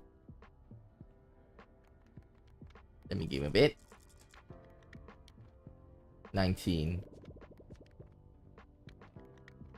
I can make stone pickaxe with 5 pieces of stone, but a stone pickaxe can only mine 5 pieces of stone before it breaks. Seems pretty pointless to me.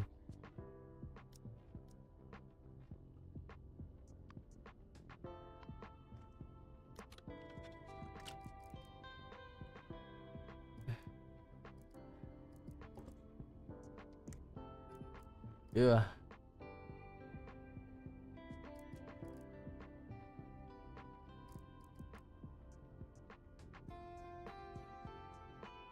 I'll give this to somebody. Give me a second, let me check something.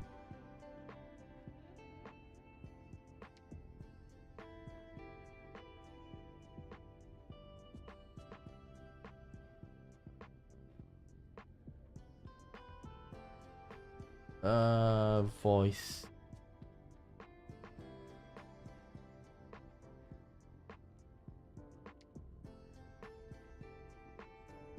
Let me check. Voice. It's supposed to be a book. Voice of the Forest. Voice of the Forest. Ooh. But do they like it being modified though?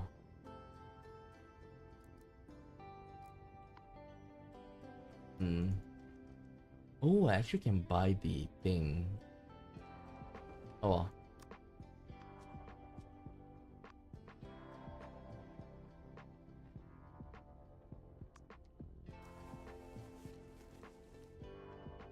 Okay, we're good. Sleep. Entity.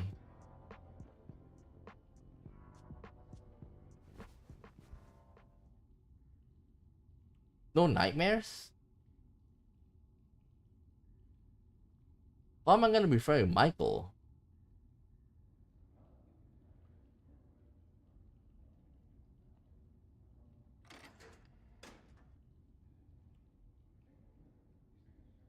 Time to get up.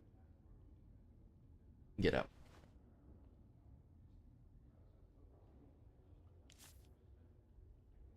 Okay. Craft.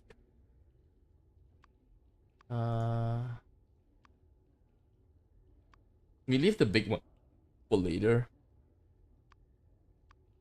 For now, we're just gonna keep on making like paper pigeon.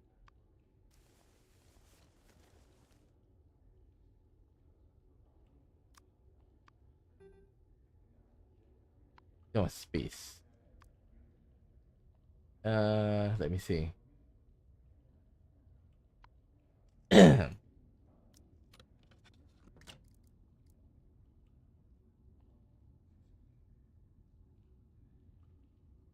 Hmm.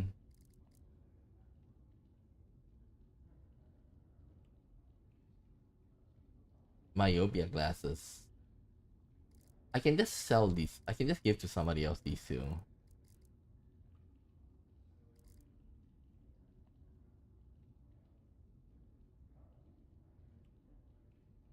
I can give to somebody else as well. I wonder who likes insoles. See. Oh, we can give it to Perry. Perry, Fernando, Tim. Good ideas. I think I'll give it to Perry. But for now, we'll just grind coffee.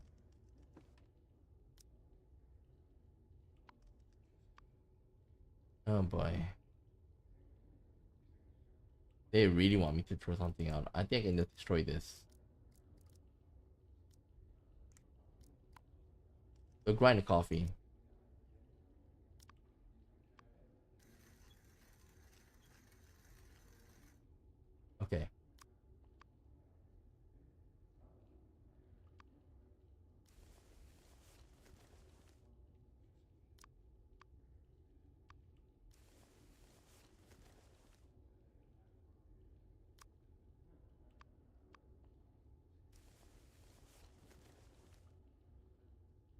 Okay, now we make soap.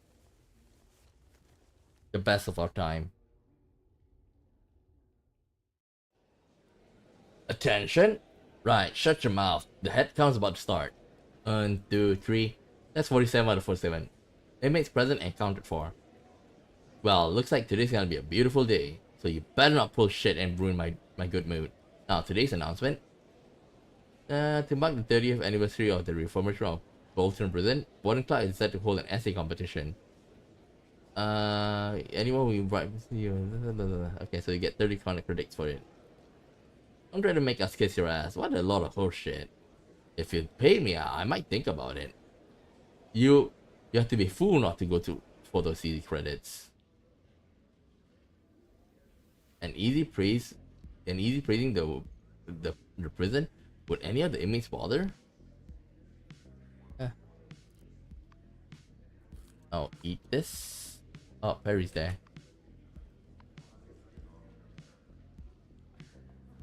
Gray, has someone told me you were pharmaceutical sales before? For real? Yeah, that's right. You find it hard to believe? It's just that I thought salesmen need to be articulate, but what's with your amphibian accent? Oh, I get it. I do have a pretty strong accent, but my territory was the worst neighborhood in the Skid Road. Gangs and poverty were rife. I see. I guess there were quite few amphibian immigrants living there? That's right. My linguistic advantage let me get close to them. They trusted me to help me with their medication. Not like a win-win situation. No, it wasn't a lose-lose situation. The crooks dismantled the black market for drugs, and they couldn't afford to buy genuine drugs from my company. So I had to use my position as a pharmaceutical sales as a cow to smuggle in generic drugs for them. So is that why you end up here? Yep. And if only black market hadn't been busted, you wouldn't have had to risk everything to help those people. Gray, I think I need to apologize for the disappearance of the black market. Huh? Why'd you say that, Walter? Does it have to do something to do with you? That's another story. Okay. Let's give you height increasing. Financiers should dress appropriately, mainly to give the clients a peace of mind. It gives me a calculator. Not bad. But now I'm still full. Before that, let me just check. Who likes... Do I want to give away this belt? The belt is good. You need anything? I want to buy items. Give me the storage basket. Yeah. I don't have enough for storage basket. Okay, who wants calculator? I can give it to the zebra.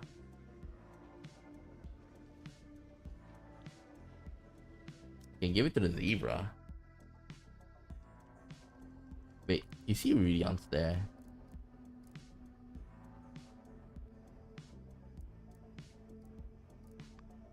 Oh, he's at the first floor.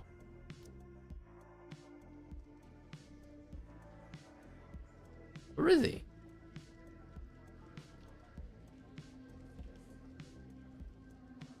Huh? I don't see him. Oh, there he is.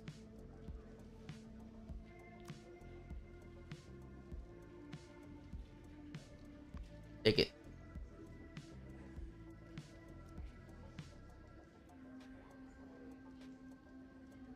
Let's talk to Mac. Hey, Nick Jr., you growing big and strong? Huh, let's have an arm wrestling contest when your Uncle Max next comes to visit you.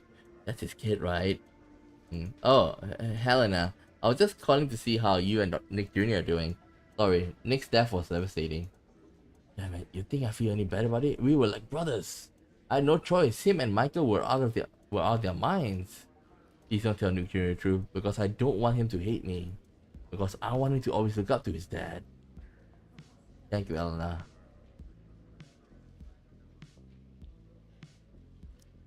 I'm in a bit hurt. Can you let me use? Ugh. Ugh. Okay.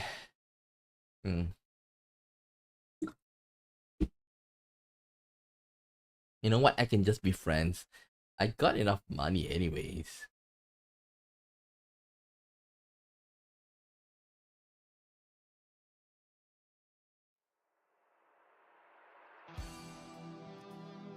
Well, I got enough money anyways. Who else do I want to be friends with? Persuade. Not enough. Okay, there. Fine, I was finished anyway.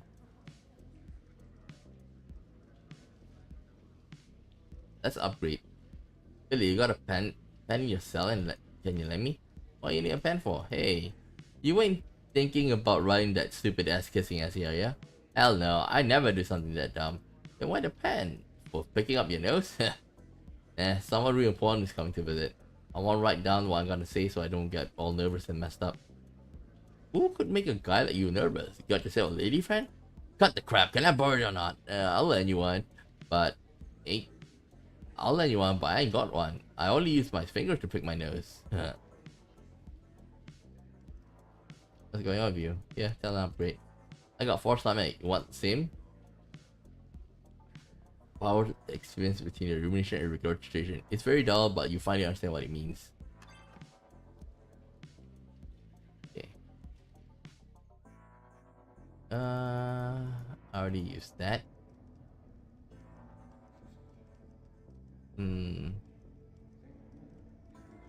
Let's be... Okay. Can leave me alone. Oh, okay, let's buy the mint. Give it to him. 21, not bad. Beer. Beer, eh?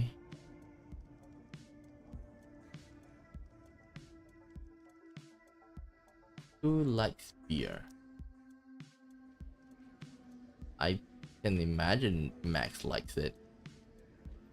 What you looking at, my friend? Hey, Sharptooth, did you just look at me? Looking down on me, huh? Cause I'm short? Well, you are short. If you think you could beat me in a fight just cause I'm short, you got another thing coming. I'm Max the Honey Badger. Everyone calls me Landmine. Cause no matter how big the dude, anyone who steps on my head gets broken to pieces. Come on, try. His nickname really suits him. I can beat him. Easily.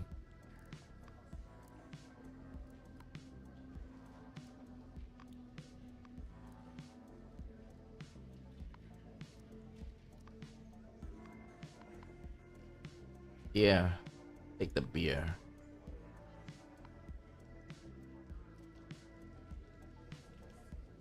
Oh, I need to give Bam. If I don't know Bam like... Ooh.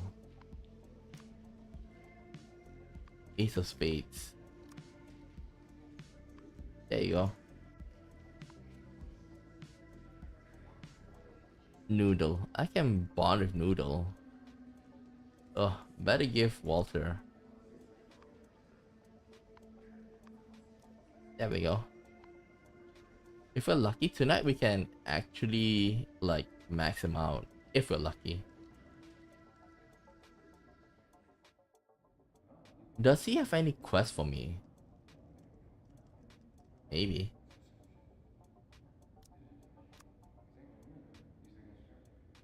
Ooh, sign up.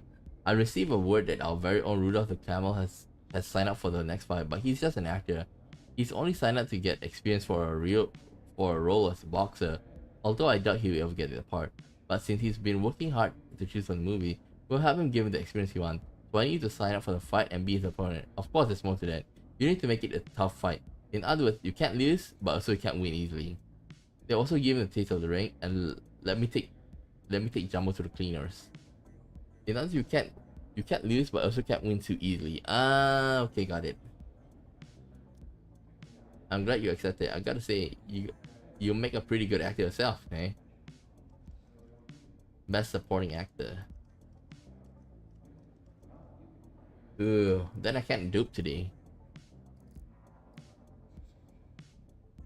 You gain 30% agility when you gain strength experience. Actually, like, I don't need agility. Agility the most I have. Maybe I'll just give the sports belt to somebody. If it's the other way around, it's good. Okay. You give to Lynn. Wait, let's listen to what they say. Henry, are you eating so much every day just to get ready for hibernation? Yeah, I need to store up at enough energy or wake up starving halfway through. Oh, do you dream while you're hibernating? Yeah. Do those dreams last a long time, like days? Yeah. How do you know you're dreaming? Do you think you could be in a dream right now? No. Why's that? Because in my wildest dream, I could never imagine someone who talks as much as you. Me, talk a lot. I must gotten it from Teddy.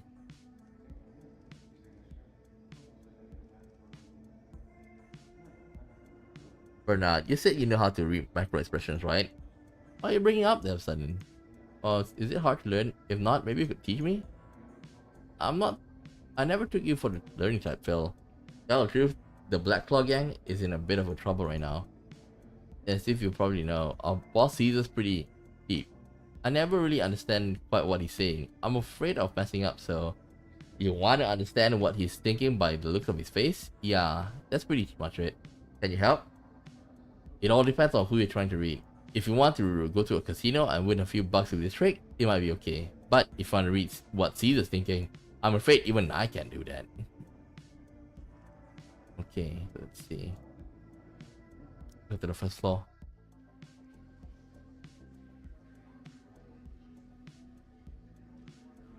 Holy.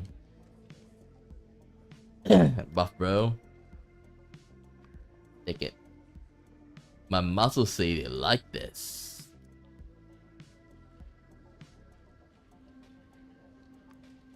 Okay. Myopia glasses.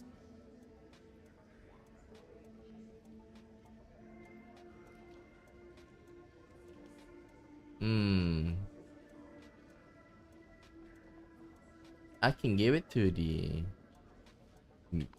meerkat. Infirmary. Just my luck.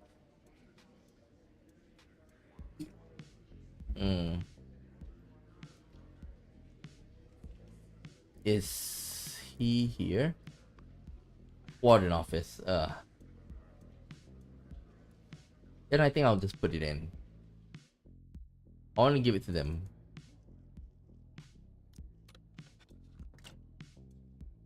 Yeah.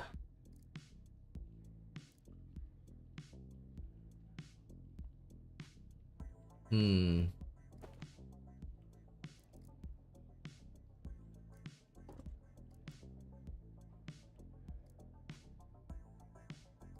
know what? I think I'm gonna play some game first. Just one round. Or two.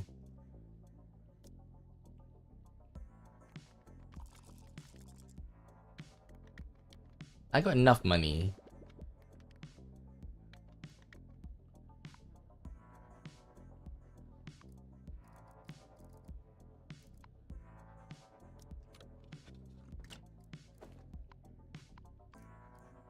Put it in. Done. Put it back in. Okay, what else next? You know what? I'm just gonna make...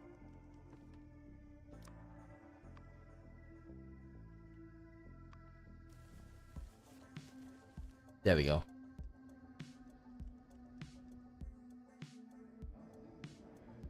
Okay. Now... Well, I'll play it behind the scenes, but first let's check out where's... He's in the laundry room. Maybe he's talking. Behind the scenes, I'll play.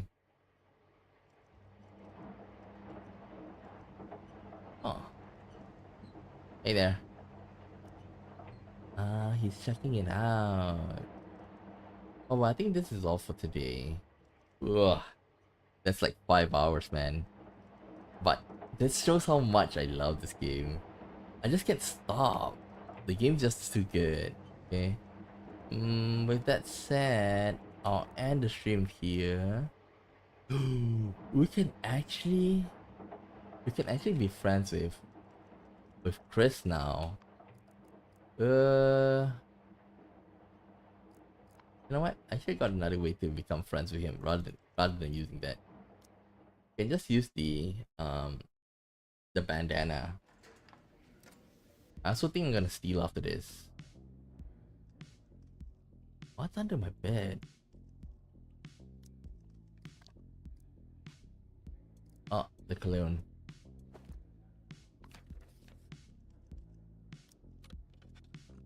Okay, let's see. We'll take this. And we'll be friends with Chris. The links.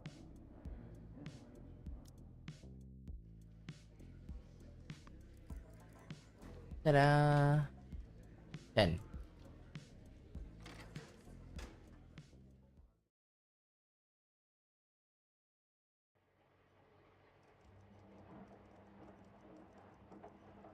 Once you got 1,000, you don't really need to do much. Hello, partner. Fun. Hi, Chris. Have you thought it through? Want to team up? I'm still not sure. Blah blah blah. Never doubt my charisma. I just don't want to team up with someone I don't know. That's understandable. Let me tell you some more about myself. He tell you his story. You feel like you just watch a movie.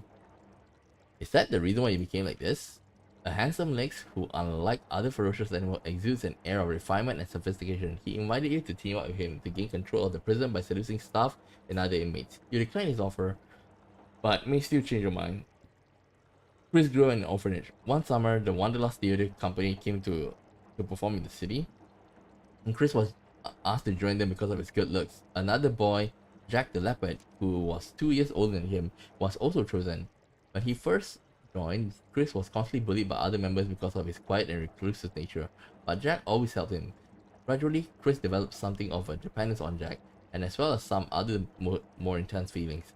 The pair would always have a few beers and talk nonsense after the show. Sometimes Chris would lean on Jack and listen to him play the harmonica out of tune. Time flew by and the boys had grown up. One day, the company leader announced that he was retiring and that his daughter and his fiancée would take over. Just as Chris was wondering what kind of jerk could marry an owner's little girl, Jack came off stage and took Annie's hand. Feeling betrayed, Chris confronted Jack in private, but Jack told him that he and Annie had been in love for a long time, and that this relationship with Chris was just a misunderstanding. Maybe you're right, said Chris. After all, Jack had never made his views on their relationship clear, and friendship and love can sometimes be difficult to distinguish. So early the next morning, Chris packed his bags and left the company, leaving all his memories behind. After leaving the company, Chris became a completely different person. Losing Jack inflicted him a deep emotional wound that manifested as a depraved behavior. He began to use his appearance as a weapon, and his feeling as a tool. Sometimes he would cheat on naive young women, and sometimes he would hook up with nasty old perverts. This is how he spent many years, until one day he saw a Wanderlust poster in the store window. They were back in the city, perhaps due to a deep sense of longing inside him. Chris bought a ticket and went to the show. During the intermission, he went backstage. He felt both familiar and strangely unfamiliar. He hoped to catch a glimpse of Jack, even if it's from afar, but what he saw in the office shook him to his core. Through the gap in the doorway, he saw a now overweight Jack roughly taking a fresh-faced young actor over his desk. So much is just a misunderstanding. In that instant, he knew that the man he so idolized was nothing more than a lying scumbag. Overcome with rage, Chris he picked up a propped sword and burst into the office. Did you kill him? Of course not. Although he probably preferred if I didn't. Why do you say that? I just gave him a little surgical procedure. Ooh. That's kind of evil but deserving, I think. Okay. So I think that's all enough for today. So tomorrow we'll pick it up. Okay. Oh, man, 5 hours, man. 5 hours. Think about that. Ugh. But anyhow, let's just end it here, and I'll see you guys next time. Okay. Oh yeah. Oh, I'm a legend. I don't even need. You can take in part in all gang activities for free. Nice. Okay, like I say, it's all. Let's end it here, and I'll see you guys next time. Okay. Bye bye.